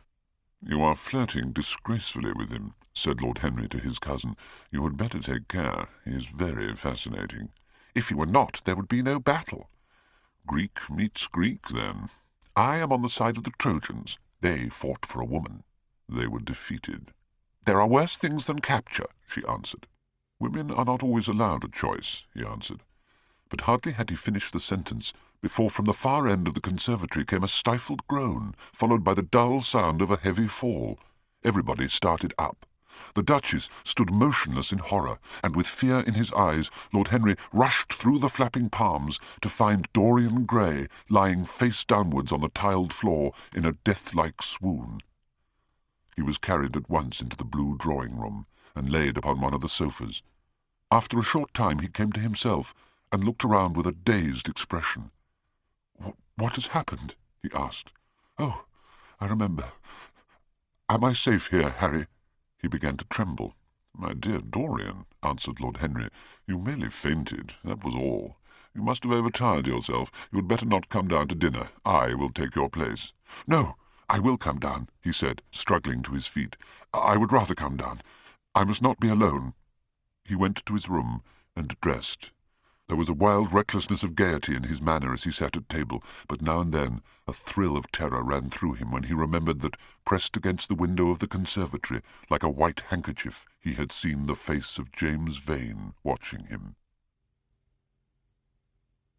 The next day he did not leave the house, and indeed spent most of the time in his own room, sick with a wild terror of dying, and yet indifferent to life itself.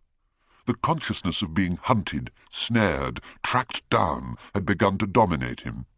When he closed his eyes, he saw again the sailor's face peering through the mist-stained glass, and horror seemed once more to lay its hand upon his heart. But perhaps it had been only his fancy that had called vengeance out of the night and set the hideous shapes of punishment before him. Actual life was chaos, but there was something terribly logical in the imagination. It was the imagination that set remorse to dog the feet of sin. It was the imagination that made each crime bear its misshapen brood. In the common world of fact, the wicked were not punished, nor the good rewarded. Success was given to the strong, failure thrust upon the weak. That was all. Besides, had any stranger been prowling round the house, he would have been seen by the servants or the keepers. Yes, it had been merely fancy. Sybil Vane's brother had not come back to kill him. He had sailed away in his ship to founder in some winter sea. From him, at any rate, he was safe. Why, the man did not know who he was, could not know who he was. The mask of youth had saved him.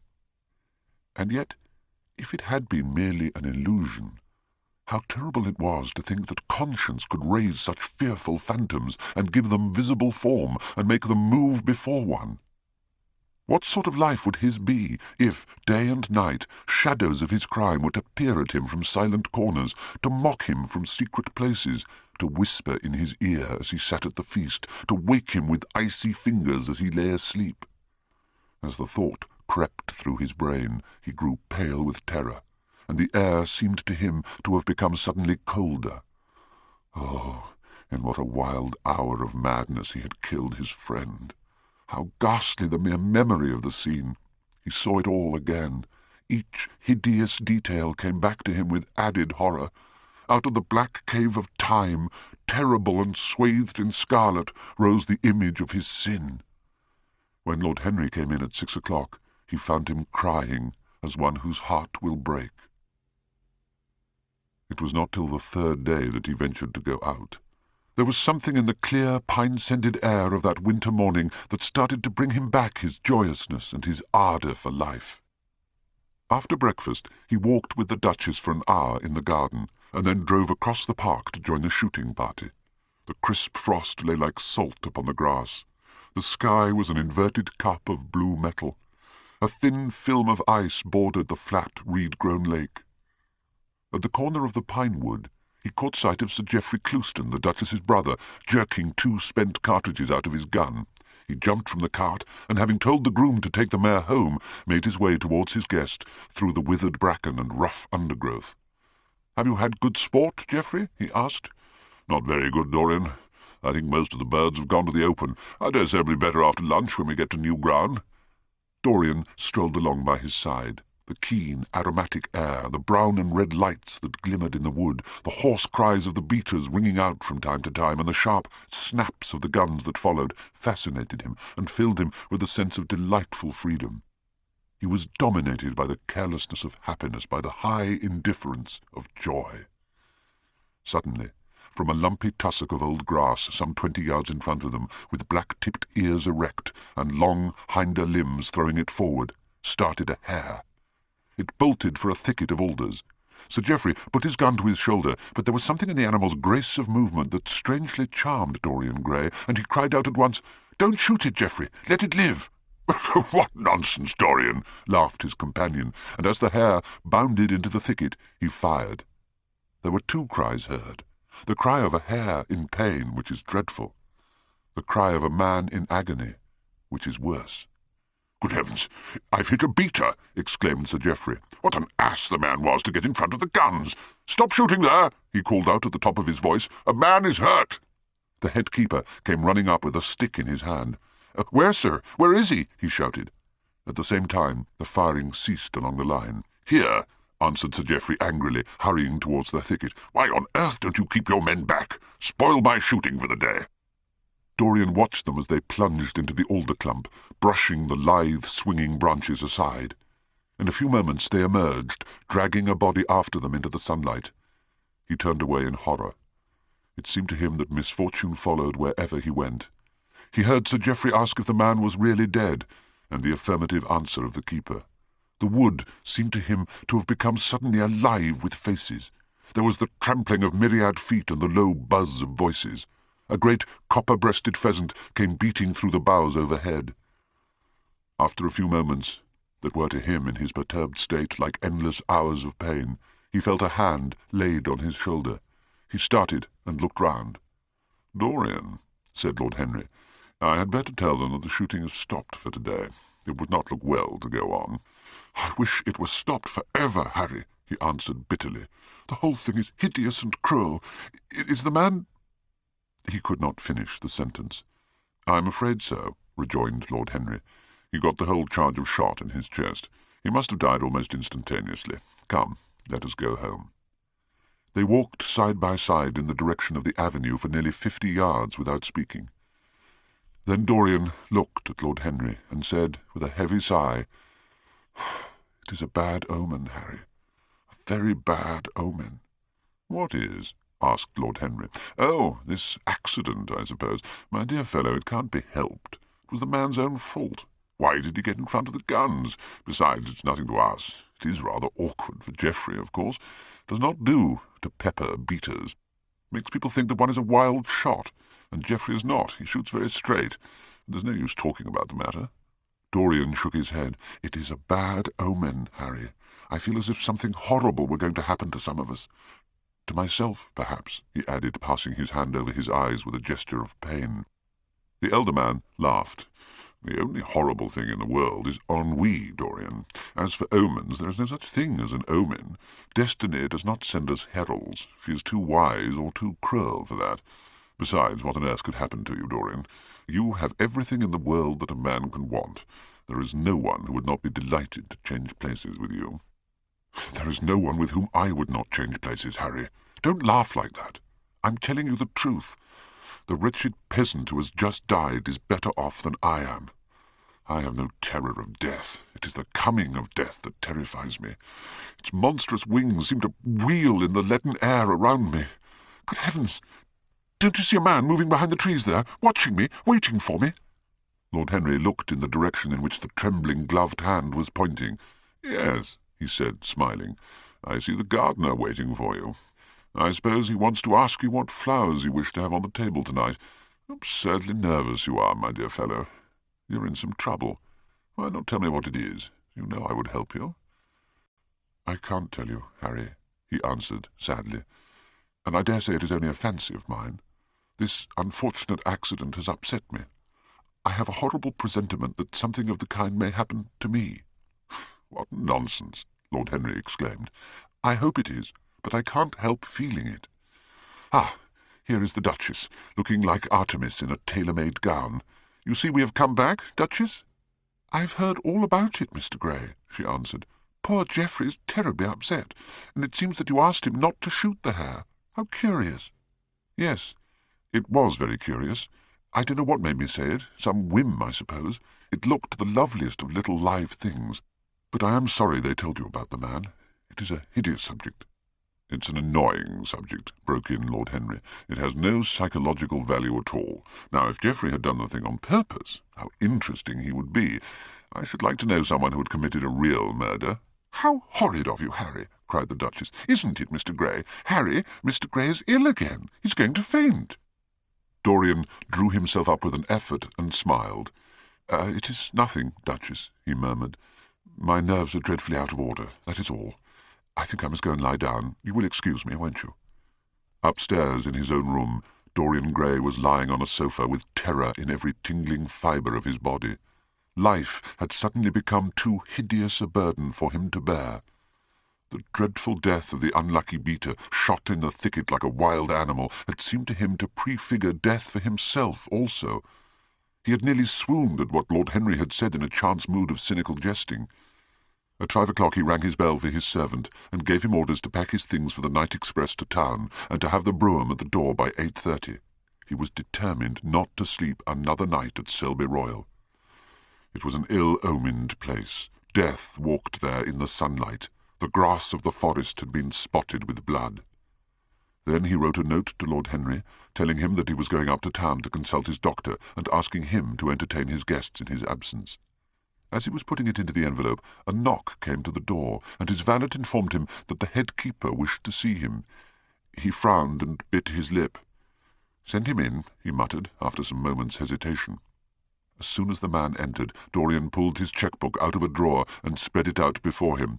"I suppose you have come about the unfortunate accident of this morning, Thornton," he said, taking up a pen. "Yes, sir," answered the gamekeeper. "Was the poor fellow married? Had he any people dependent on him?" asked Dorian, looking bored. "If so, I should not like them to be left in want, and will send them any sum of money you may think necessary." "We don't know who he is, sir. That is what I took the liberty of coming to you about." "Don't know who he is?" said Dorian listlessly. "What do you mean? Wasn't he one of your men?" "No, sir. Never saw him before. Seems like a sailor, sir." The pen dropped from Dorian Gray's hand, and he felt as if his heart had suddenly stopped beating. "A sailor!" he cried out. A terrible hope fluttered past him. He clutched at it madly. "Where is the body?" he exclaimed. "Quick! I must see it at once." "Why, it's in an empty stable in the home farm, sir." "The home farm? Go there at once and meet me. Tell one of the grooms to bring my horse round." In less than a quarter of an hour, Dorian Gray was galloping down the long avenue as hard as he could go. At last he reached the home farm. 2 men were loitering in the yard. He leapt from the saddle and threw the reins to one of them. In the farthest stable a light was glimmering. Something seemed to tell him that the body was there, and he hurried to the door and put his hand upon the latch. There he paused for a moment, feeling that he was on the brink of a discovery that would either make or mar his life. Then he thrust the door open and entered. On a heap of sacking in the far corner was lying the dead body of a man dressed in a coarse shirt and a pair of blue trousers. A cry of joy broke from Dorian Gray's lips. The man who had been shot in the thicket was James Vane. He stood there for some minutes looking at the dead body. As he rode home, his eyes were full of tears, for he knew he was safe. "There is no use your telling me that you're going to be good," cried Lord Henry, dipping his white finger into a red copper bowl filled with rosewater. "You are quite perfect. Pray don't change." Dorian Gray shook his head. "No, Harry, I have done too many dreadful things in my life. I am not going to do any more. I began my good actions yesterday." "Where were you yesterday?" "In the country, Harry. I was staying at a little inn by myself." "My dear boy," said Lord Henry, smiling, "anybody can be good in the country. There are no temptations there. That is the reason why people who live out of town are so absolutely uncivilized. Civilization is not by any means an easy thing to attain to. There are only two ways by which man can reach it. One is by being cultured, the other by being corrupt. Country people have no opportunity of being either, so they stagnate." "Culture and corruption," echoed Dorian. "I have known something of both. It seems terrible to me now that they should ever be found together. For I have a new ideal, Harry. I am going to alter. I think I have altered." "You have not yet told me what your good action was." "I can tell you, Harry. It is not a story I can tell to anyone else. I spared somebody. It sounds vain, but you understand what I mean. She was quite beautiful and wonderfully like Sybil Vane. I think it was that which first attracted me to her. You remember Sybil, don't you? How long ago that seems. Well, Hetty Merton was not one of our own class, of course. She was simply a girl in a village. But I really loved her. I'm quite sure that I loved her. All during this wonderful May that we've been having, I used to run down and see her 2 or 3 times a week. Yesterday she met me in a little orchard. The apple blossoms kept tumbling down on her hair, and she was laughing. We were to have gone away together this morning, at dawn. Suddenly I determined to leave her as flower-like as I had found her." "I should think the novelty of that emotion must have given you a thrill of real pleasure, Dorian," interrupted Lord Henry. "But I can finish your idyll for you. You gave her good advice and broke her heart. That was the beginning of your reformation." "Harry, you are horrible. You mustn't say these dreadful things. Hetty's heart is not broken. Of course, she cried and all that, but there is no disgrace upon her." "My dear Dorian, you have the most curiously boyish moods. Do you think this girl will ever be really contented now, with anyone of her own rank? I suppose she will be married some day to a rough carter or a grinning ploughman. Well, the fact of having met you and loved you will teach her to despise her husband, and she will be wretched. From a moral point of view, I cannot say that I think much of your great renunciation. Even as a beginning, it is poor." "I can't bear this, Harry. You mock at everything, and then suggest the most serious tragedies." "I'm sorry I told you now. I don't care what you say to me. I know I was right in acting as I did. Don't let us talk about it any more, and don't try to persuade me that the first good action I have done for years, the first little bit of self-sacrifice I have ever known, is really a sort of sin. I want to be better. I am going to be better. Tell me something about yourself. What is going on in town? I haven't been to the club for days." "The people are still discussing poor Basil's disappearance." "I should have thought they had got tired of that by this time," said Dorian, pouring himself out some wine and frowning slightly. "My dear boy, they've only been talking about it for 6 weeks, and the British public are really not equal to the mental strain of having more than one topic every 3 months. They have been very fortunate lately, however. They have had my own divorce case and Alan Campbell's suicide. Now they have got the mysterious disappearance of an artist. Scotland Yard still insists that the man in the grey ulster who left for Paris by the midnight train on the 9th of November was poor Basil, and the French police declare that Basil never arrived in Paris at all. I suppose in about a fortnight we shall be told that he's been seen in San Francisco. It is an odd thing, but everyone who disappears is said to be seen at San Francisco." "What do you think has happened to Basil?" asked Dorian, holding up his burgundy against the light and wondering how it was that he could discuss the matter so calmly. "I have not the slightest idea. If Basil chooses to hide himself, it is no business of mine. If he is dead, I don't want to think about him. Death is the only thing that ever terrifies me. I hate it." "Why?" said the younger man wearily. "Because," said Lord Henry, passing beneath his nostrils the gilt trellis of an open vinaigrette box, "one can survive everything nowadays except that. Death and vulgarity are the only two facts in the 19th century that one cannot explain away. Let us have our coffee in the music-room, Dorian. You must play Chopin to me. The man with whom my wife ran away played Chopin exquisitely. Poor Victoria. I was very fond of her. The house is rather lonely without her. Of course, married life is merely a habit, a bad habit, but then one regrets the loss even of one's worst habits. Perhaps one regrets them the most. They are such an essential part of one's personality." Dorian said nothing, but rose from the table and, passing into the next room, sat down to the piano and let his fingers stray across the white and black ivory of the keys. After the coffee had been brought in, he stopped, and looking over at Lord Henry, said, "Harry, did it ever occur to you that Basil was murdered?" Lord Henry yawned. Basil was very popular, and always wore a Waterbury watch. Why should he have been murdered? He was not clever enough to have enemies. Of course he had a wonderful genius for painting, but a man can paint like Velasquez and yet be as dull as possible. Basil was really rather dull. He only interested me once, and that was when he told me years ago that he had a wild adoration for you, that you were the dominant motive of his art." "I was very fond of Basil," said Dorian with a note of sadness in his voice. "But don't people say that he was murdered?" "Oh, some of the papers do. It does not seem to me to be at all probable. I know there are dreadful places in Paris, but Basil was not the sort of man to have gone to them. He had no curiosity. It was his chief defect." "What would you say, Harry, if I told you that I had murdered Basil?" said the younger man. He watched him intently after he had spoken. "I would say, my dear fellow, that you were posing for a character that doesn't suit you. All crime is vulgar, just as all vulgarity is crime. It is not in you, Dorian, to commit a murder. I'm sorry if I hurt your vanity by saying so, but I assure you it is true. Crime belongs exclusively to the lower orders. I don't blame them in the smallest degree. I should fancy that crime was to them what art is to us, simply a method of procuring extraordinary sensations." "A method of procuring sensations? Do you think, then, that a man who has once committed a murder could possibly do the same crime again? Don't tell me that." "Oh, anything becomes a pleasure if one does it too often," cried Lord Henry, laughing. "That is one of the most important secrets of life.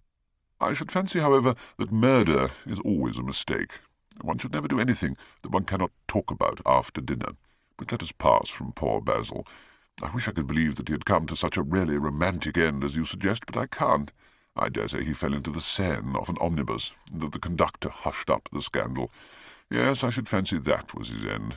I see him lying now on his back under those dull green waters with the heavy barges floating over him and long weeds catching in his hair.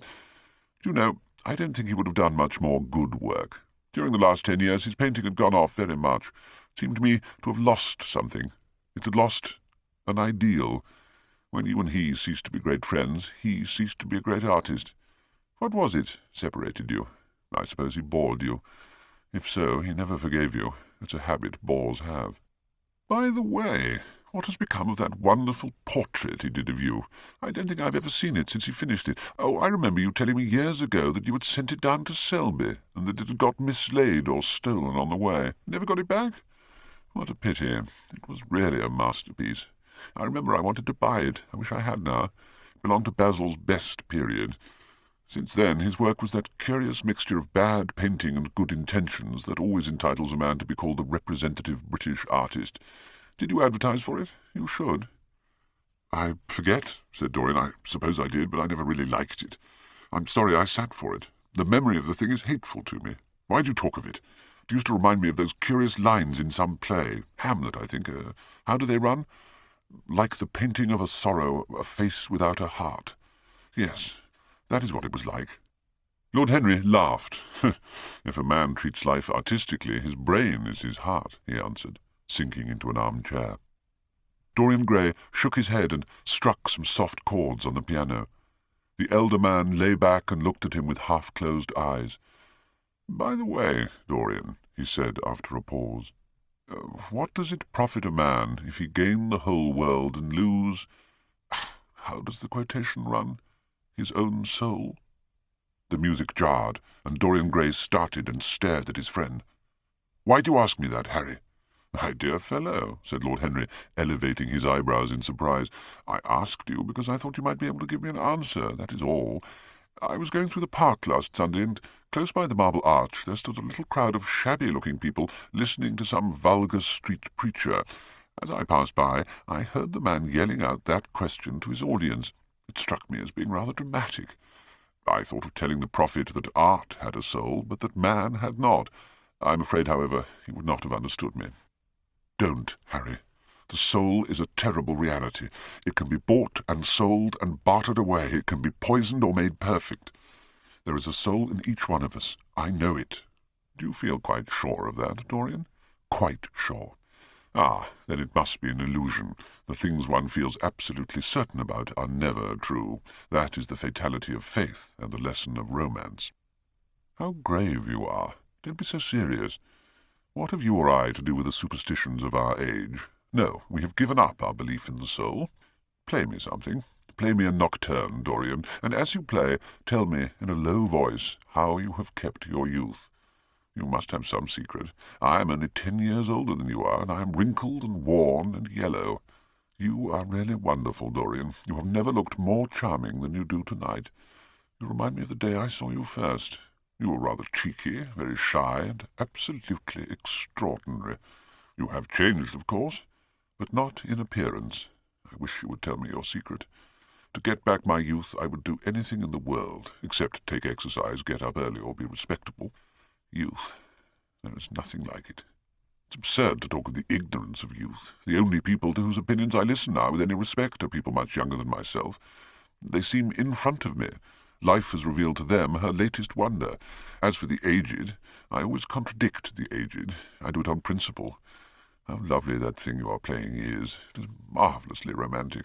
What a blessing it is that there is one art left to us that is not imitative. Don't stop. I want music tonight. It seems to me that you are the young Apollo, that I am Marsyas listening to you.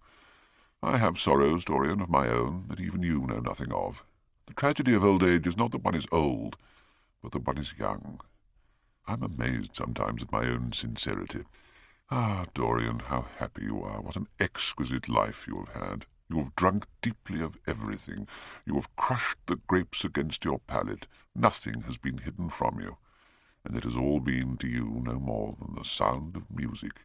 It has not marred you. You are still the same." "I am not the same, Harry." "Yes, you are the same.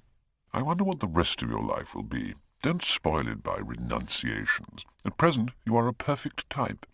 Don't make yourself incomplete. You are quite flawless now. You need not shake your head. You know you are. Besides, Dorian, don't deceive yourself. Life is not governed by will or intention. Life is a question of nerves and fibres and slowly built-up cells in which thought hides itself and passion has its dreams.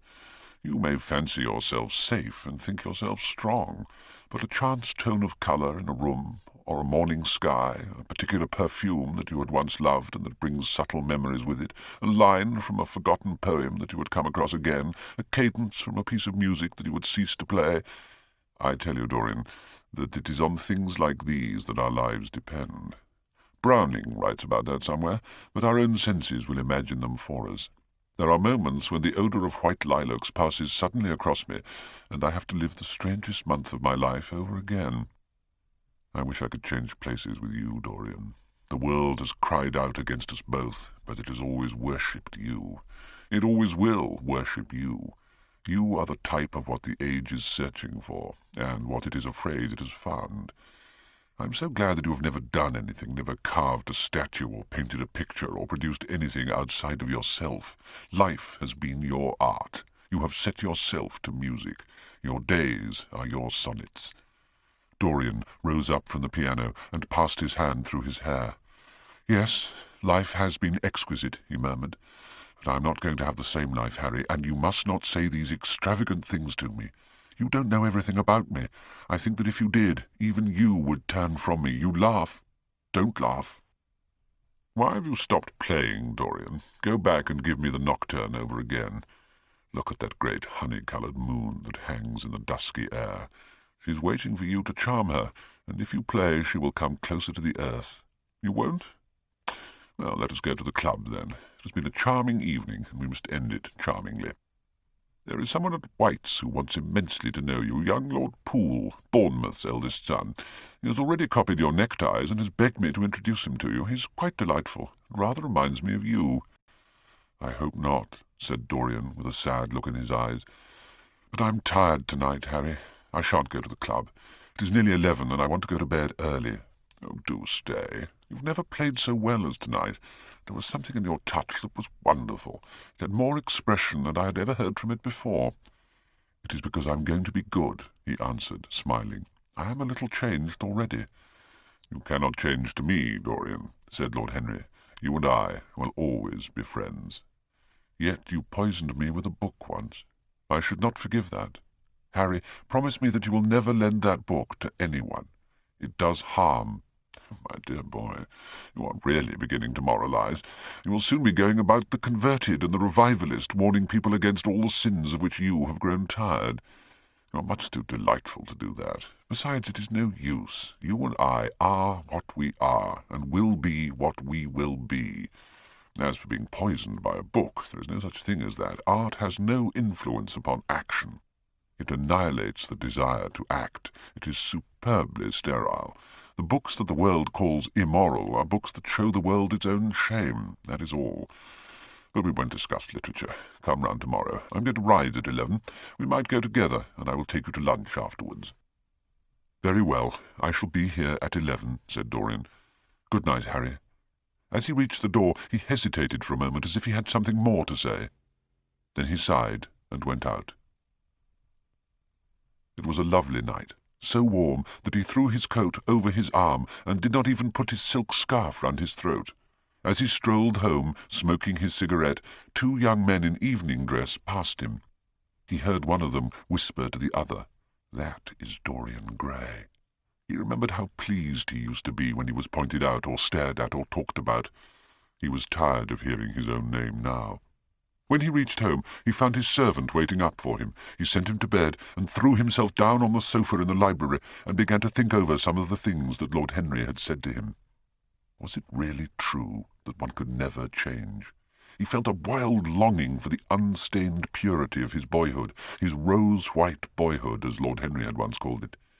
He knew that he had tarnished himself, filled his mind with corruption, and given horror to his fancy, that he had been an evil influence to others, and had experienced a terrible joy in being so, and that, of the lives that had crossed his own, it had been the fairest and the most full of promise that he had brought to shame. But was it all irretrievable? Was there no hope for him? Ah, in what a monstrous moment of pride and passion he had prayed that the portrait should bear the burden of his days, and he keep the unsullied splendour of eternal youth. All his failure had been due to that. Better for him that each sin of his life had brought in swift penalty along with it. There was purification in punishment. The curiously carved mirror that Lord Henry had given to him many years ago now was standing on the table, and the white-limbed cupids laughed round it as of old.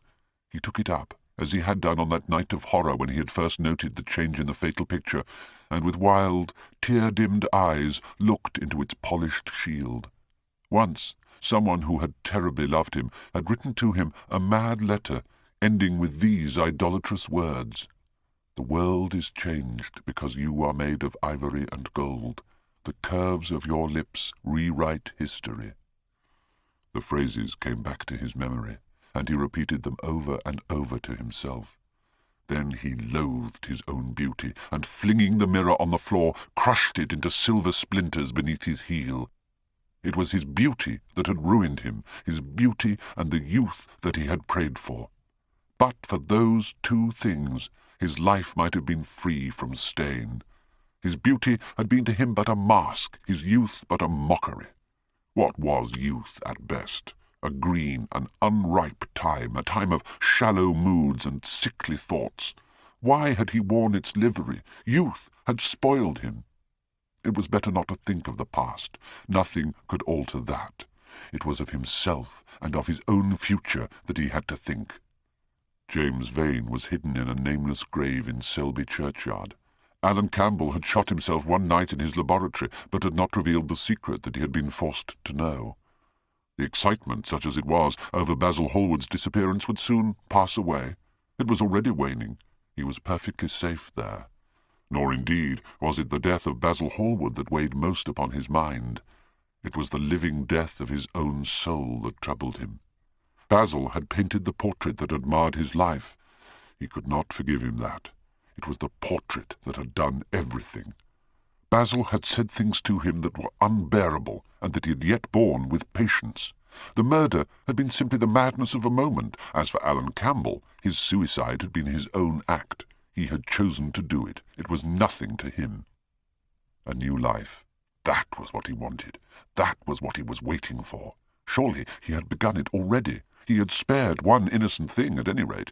He would never again tempt innocence. He would be good. As he thought of Hetty Merton, he began to wonder if the portrait in the locked room had changed. Surely it was not still so horrible as it had been. Perhaps, if his life became pure, he would be able to expel every sign of evil passion from the face. Perhaps the signs of evil had already gone away. He would go and look.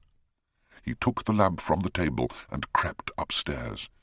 As he unbarred the door, a smile of joy flitted across his strangely young-looking face and lingered for a moment about his lips. Yes, he would be good, and the hideous thing that he had hidden away would no longer be a terror to him. He felt as if the load had been lifted from him already. He went in quietly, locking the door behind him as was his custom, and dragged the purple hanging from the portrait. A cry of pain and indignation broke from him. He could see no change, save that in the eyes there was a look of cunning, and in the mouth the curved wrinkle of the hypocrite. The thing was still loathsome, more loathsome if possible than before, and the scarlet dew that spotted the hand seemed brighter, and more like blood newly spilt. Then he trembled. Had it been merely vanity that had made him do his one good deed? Or that passion to act a part that sometimes makes us do things finer than we are ourselves? Or perhaps all of these? And why was the red stain larger than it had been?